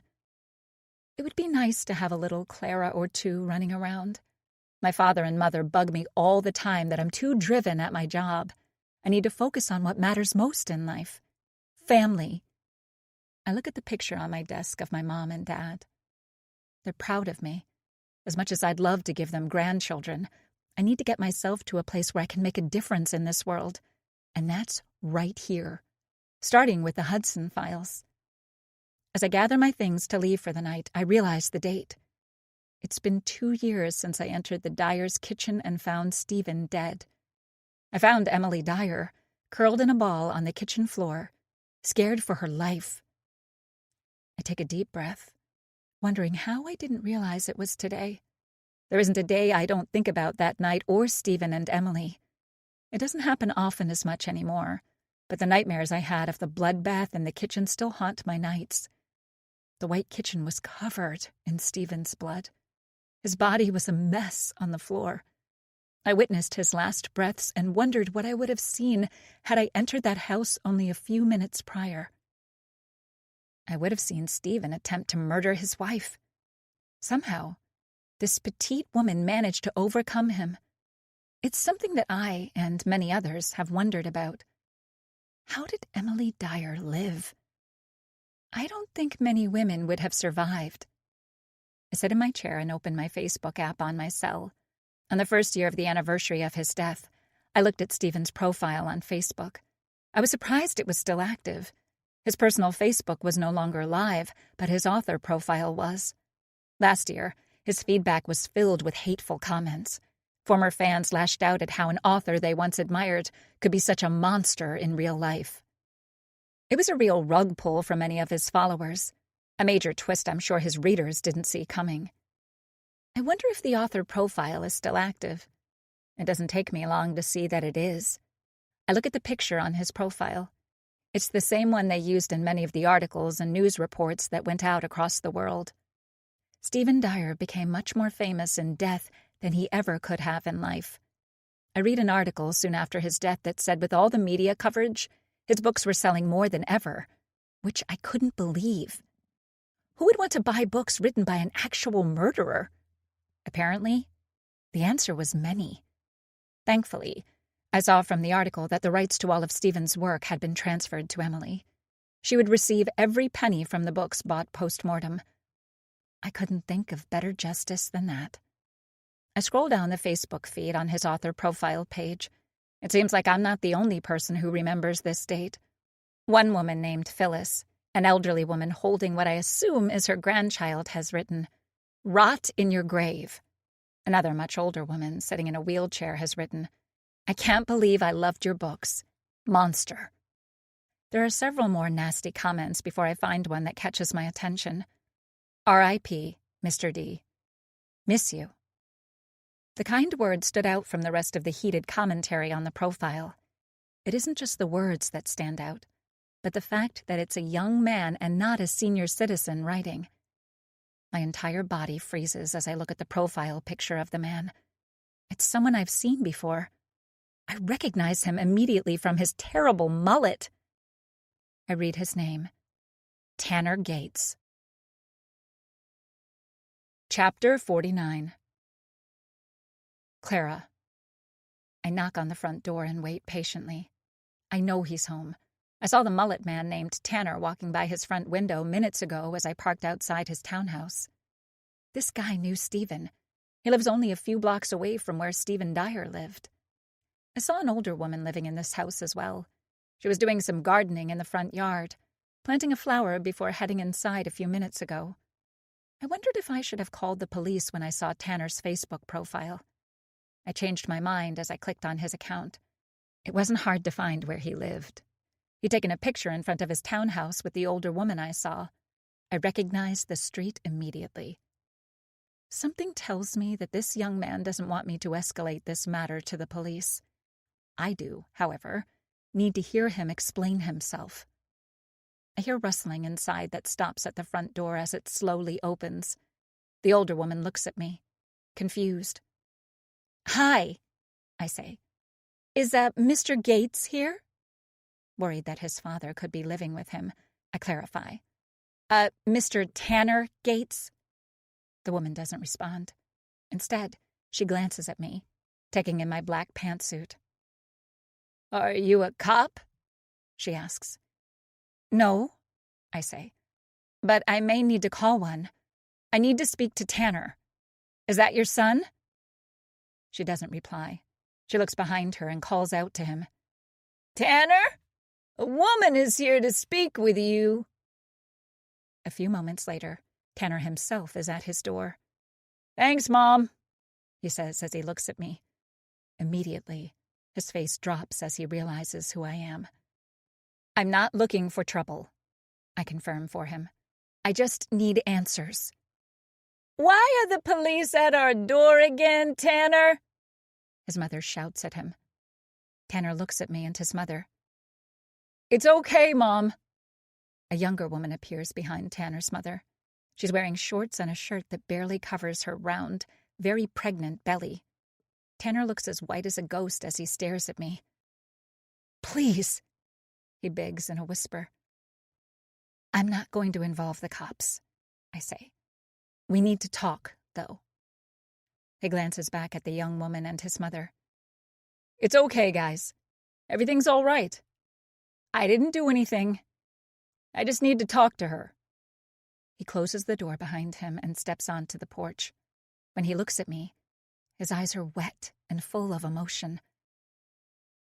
"I can't go to jail again. Please, I don't want any trouble. I'm sorry about what happened. I wasn't going to hurt you." I look at him, devoid of any emotion. "I need you to tell me everything, Tanner. Why were you following me that day? If you lie once, I'll make a call. You know I'm a lawyer. Don't make this hard on yourself." "It was Mr. Dyer," he confirms. "He told me he wanted me to follow you around. He was worried that something bad would happen to you." I remember the day this young man followed me. He scared me half to death. "Why did Stephen think something bad would happen to me?" "I don't know." He shrugs. I purse my lips. "Tanner, I will call the cops if you play games." "Okay, I sat and waited for you in the parking lot, but that's because Mr. Dyer asked me to. Like I said, he was worried. He paid me cash and told me not to ask questions. I know that sounds weird, but I knew Mr. Dyer. I thought I did. I didn't know he was a bad man. I didn't think he could kill someone. I didn't know he was planning to kill his wife. I didn't, I swear. I swear on my unborn boy. That means a lot to me. Okay?" When I don't reply, he continues. He even made me watch his wife, Mrs. Dyer.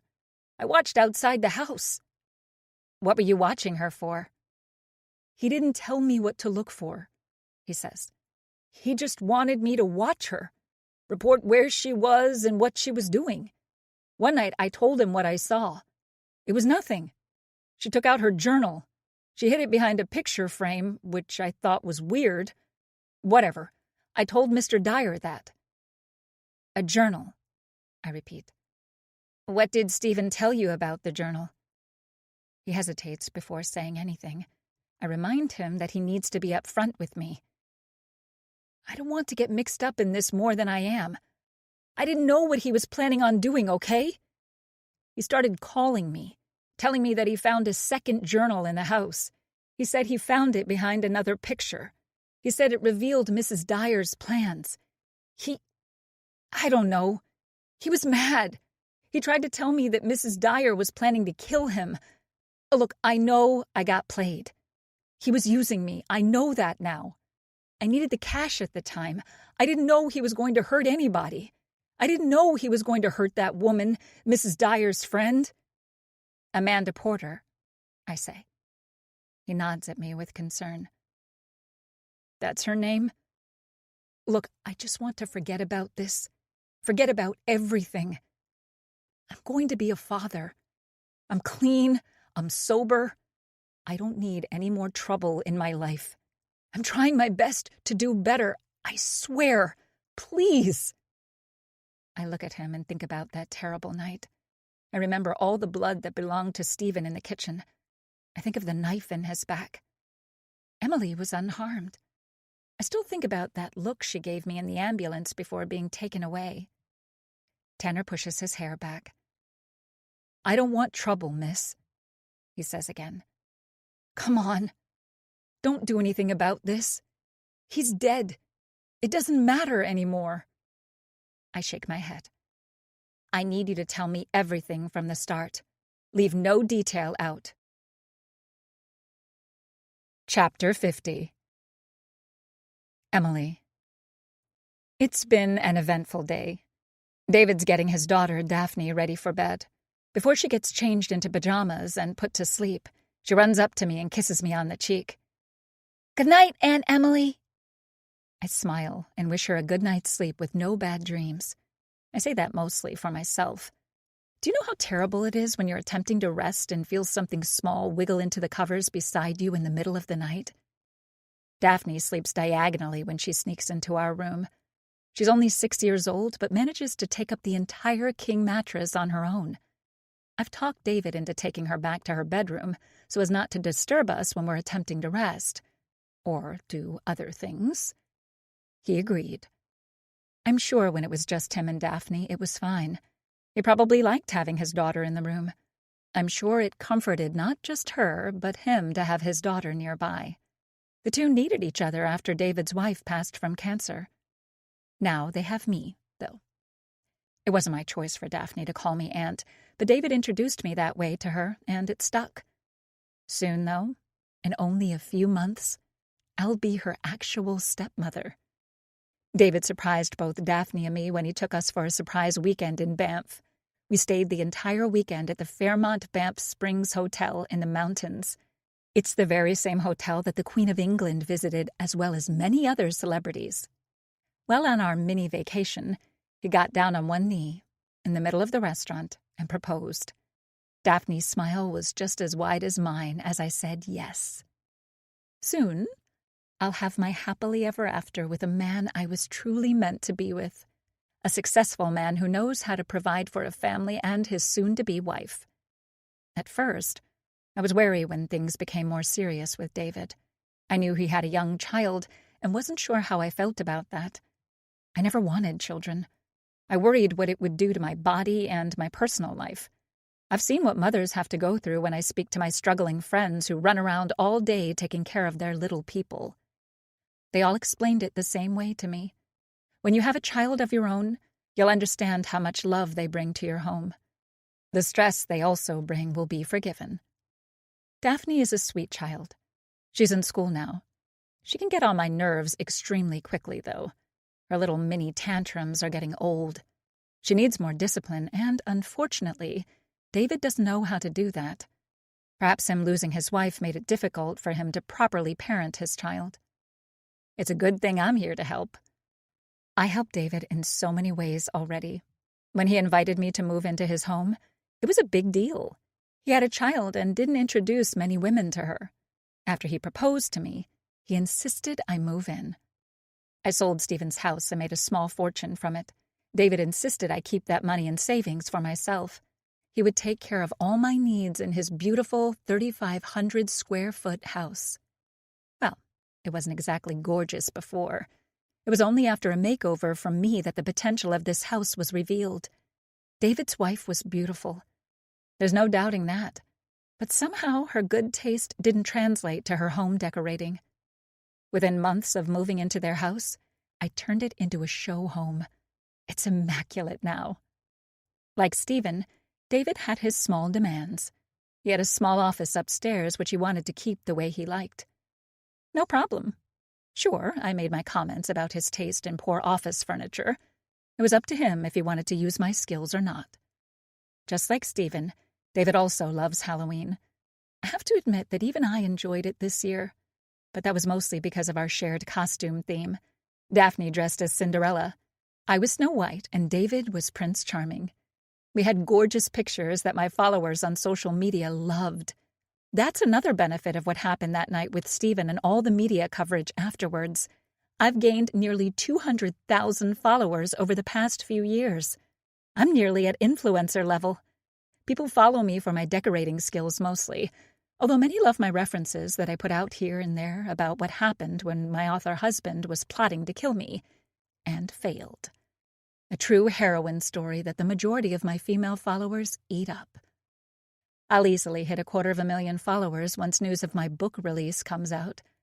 I was surprised last year when Stephen's publisher reached out to me. They wanted me to tell my story to the world. Twisted Thriller Books is a small publishing company who mostly work with fiction writers. They were great with transferring the royalties from Stephen's sales to me after what happened. I spoke with the president of the company, a woman named Jasmine Ashens, who told me how upset they all were to find out who the real Stephen Dyer was. That's why they wanted to publish their first true crime novel based on what happened with Stephen and me. I was reluctant at first. What do I know about physically writing a story?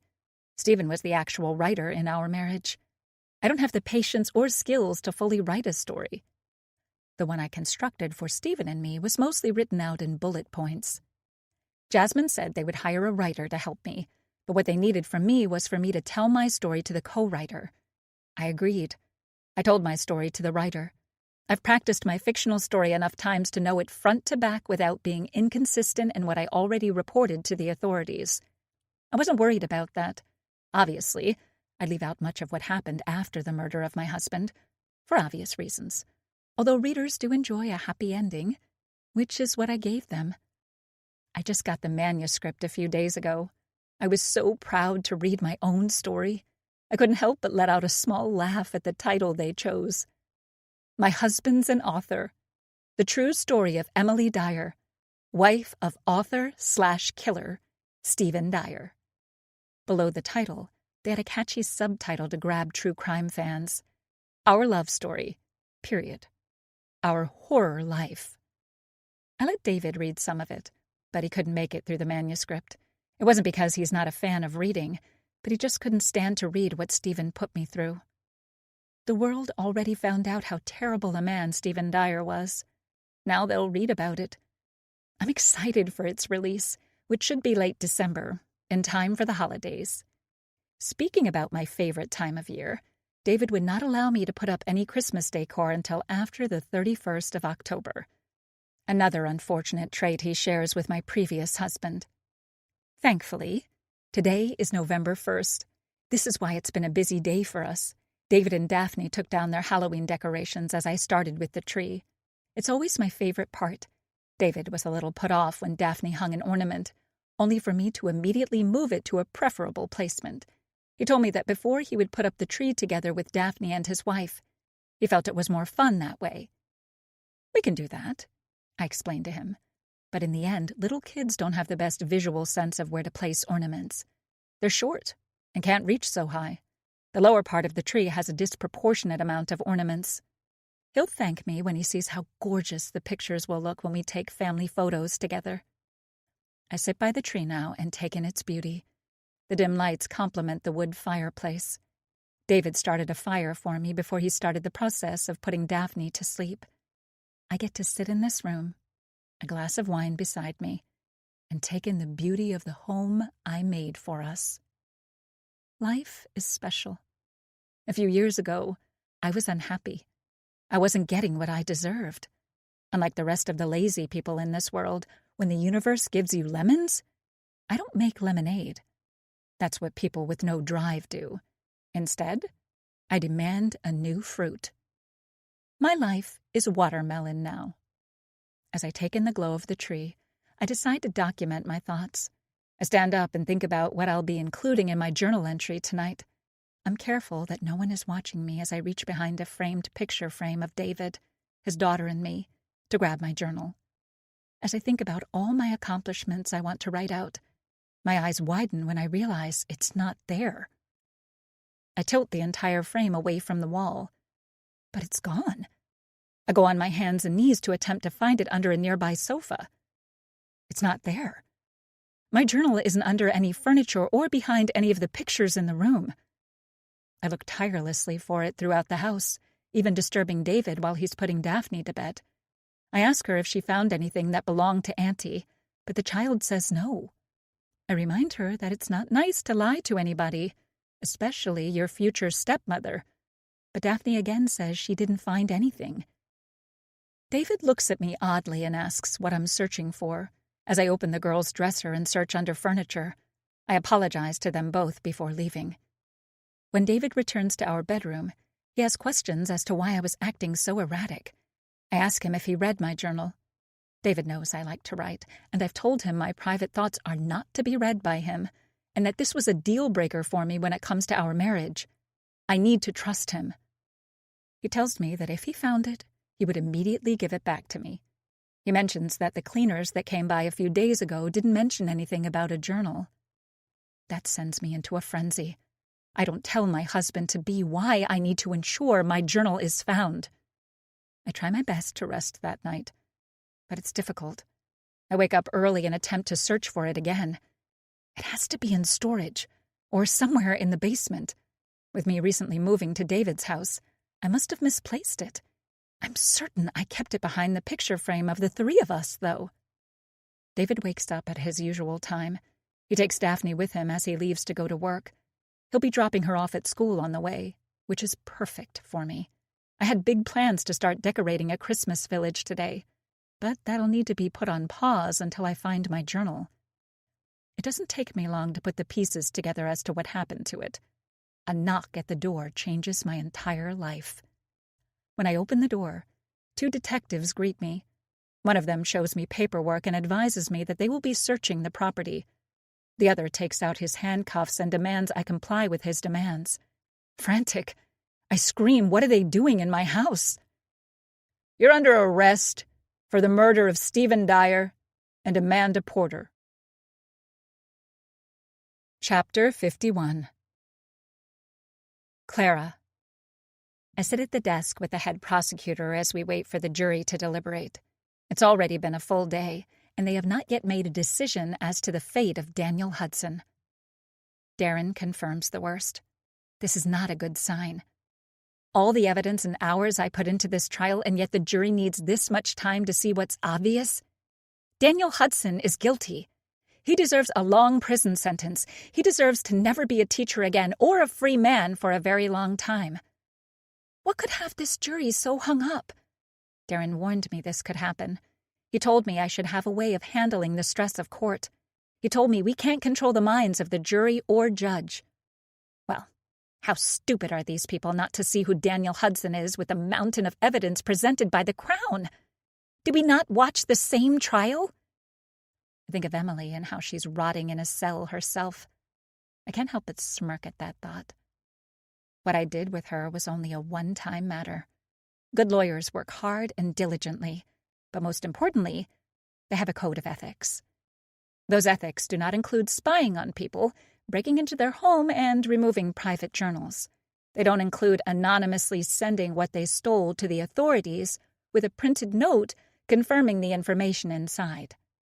Emily made it quite easy for the police to do what they did next: arrest her. I read the news, happy with the work I did. I put a lot on the line to correct what happened. I went back and forth for weeks on what to do after I spoke with Tanner Gates. The young man went over his story with me when I confronted him. I believed what he said. Part of me believed Stephen when he told me about his wife and her journals. Stephen being so concerned about what his wife wrote about him didn't make sense to me at the time. When he texted me about the second journal, I was even more confused. After I found him dead, and my name was smeared everywhere, I was too ashamed by my part in their story to put the pieces together myself. I snuck around Emily's new house where she lived with her fiancé and his daughter. I mostly stayed in the back of my SUV with dark-tinted windows. A high-zoom camera and patience paid off. I spotted Emily taking a journal out from behind a picture frame in the living room. I had to know what it said. What if Stephen was telling me the truth? How Emily got the upper hand that night when she claimed her husband tried to murder her made absolutely no sense. Blood was everywhere, and none of it was hers. It was all Stephen's. Emily claimed she didn't remember what happened in the kitchen. She was a cornered animal who fought for her life and managed to come out on top. After speaking with Tanner, I kept thinking about that terrible night when I knocked on the front door. I saw the silhouette of a person in the kitchen. I assumed it was Stephen in the chaos of it all. But what if it wasn't? I waited until dark to sneak into the house. It wasn't difficult. There was no security system. The back door was left unlocked. Nobody who lives in Rangdon worries about crime. It rarely happens. The murder of Amanda Porter was big news in this small city for a reason. I easily got the journal without being detected. When I got home and read what Emily wrote, I discovered for myself how terrible she was and how very wrong I was about Stephen. Emily had murdered her husband and used self-defense to successfully get away with it. She planned out his murder in such a meticulous and psychotic manner. She'd thought she'd got away with it. I would not let that happen. This was not justice. I could not let her get away with murder of not just her husband, but her own friend, Amanda Porter. Police arrested her, and she remains in jail. She'll stay there until her court date in the near future. From what I've heard, her fiancé has called off their engagement. Of course, the actions I took to ensure Emily's charges were brought was just a one-time thing. I'm a good lawyer, an ethical one. Yes, I couldn't let Emily get away with what she did, but I won't resort to such unethical ways to get my way, even if it is justice and what deserves to happen. I remind myself of that as my mind races about what the jury will decide when it comes to the fate of Mr. Hudson. It doesn't take much longer for the judge to return to his chair and the jury to theirs. I wait patiently for court to resume, and it's confirmed that the jury have reached a unanimous verdict. I let out a heavy breath as it's confirmed. Guilty. I smile at Darren as he shakes my hand. Good work, he tells me as he faces the judge. I take a deep breath and calm my nerves, reminding myself that I'm a good lawyer and an ethical one. Thankfully, when it comes to Mr. Hudson, I won't have to resort to Plan B. Epilogue. Emily. Journal entry. Just like anything in life, surviving jail is a mindset. You can let this small space kill you. You must find a way to rise above. For example, I took my small jail cell, which is shared with another woman, and turned it into a cozy space for two. With some ingenuity and adhesive band-aids, I was able to hang a small piece of cloth in my cell. It mimics a small window quite well. Suddenly, my cell is my home. Another convict did the same to her cell. Maybe I'll start a trend in jail. I see how the others complain in here. Just like me, they're waiting for their time in court to tell their side of the story. The good part for me is, many already know mine. Before a journal was mysteriously given to the authorities, I was a free woman. This journal is supposedly in my handwriting. Prove that. Someone needs to make sense of how this mysterious journal ended up in the authorities' hands to begin with. I've seen the evidence from the affidavit, and in my opinion, it's weak. The case doesn't have a leg to stand on.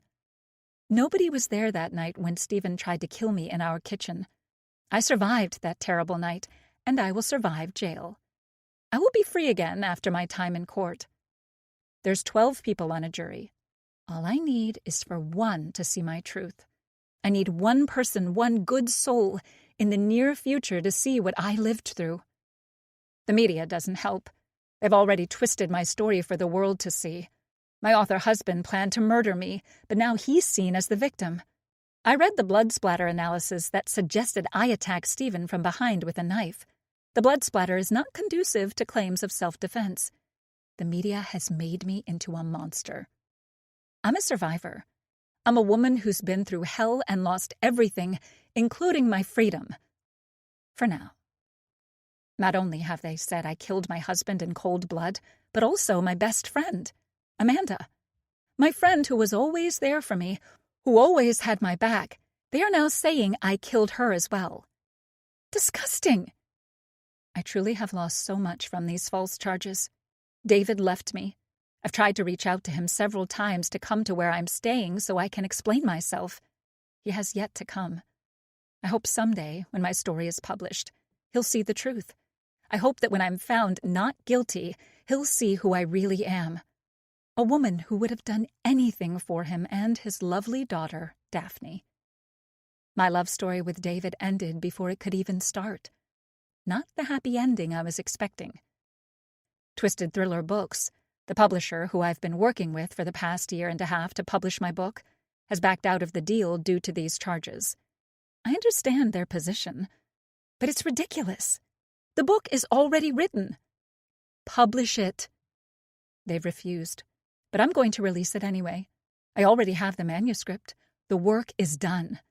Unfortunately, I'll have to self-publish my story, but there's nothing wrong with that. All I need is my story to be in the world. I need people to read what happened. The truth about what I went through needs to be known. This cell is not the end of my story. I'm going to live a long and happy life as a free woman. These charges will be dropped. With the money I've saved from the house sale, I've secured a fantastic lawyer. When I publish my book, I'll use this journal entry as my epilogue. I'll write a sequel when I win the case. Justice will prevail. I just need one of you to believe me. We hope you have enjoyed this production of My Husband's an Author by James Caine. Narrated by Marnie Young. Copyright 2025 by James Caine. Sound recording copyright 2026 by Dreamscape Media, LLC. Dreamscape is an RB Media audio brand. This recording is protected by copyright. Unauthorized copying, sharing, or distribution is prohibited. Thank you for listening. Discover audiobook giveaways, discounts, new releases, recommendations, and more from RB Media, the largest audiobook publisher in the world. Visit rbaudio.com.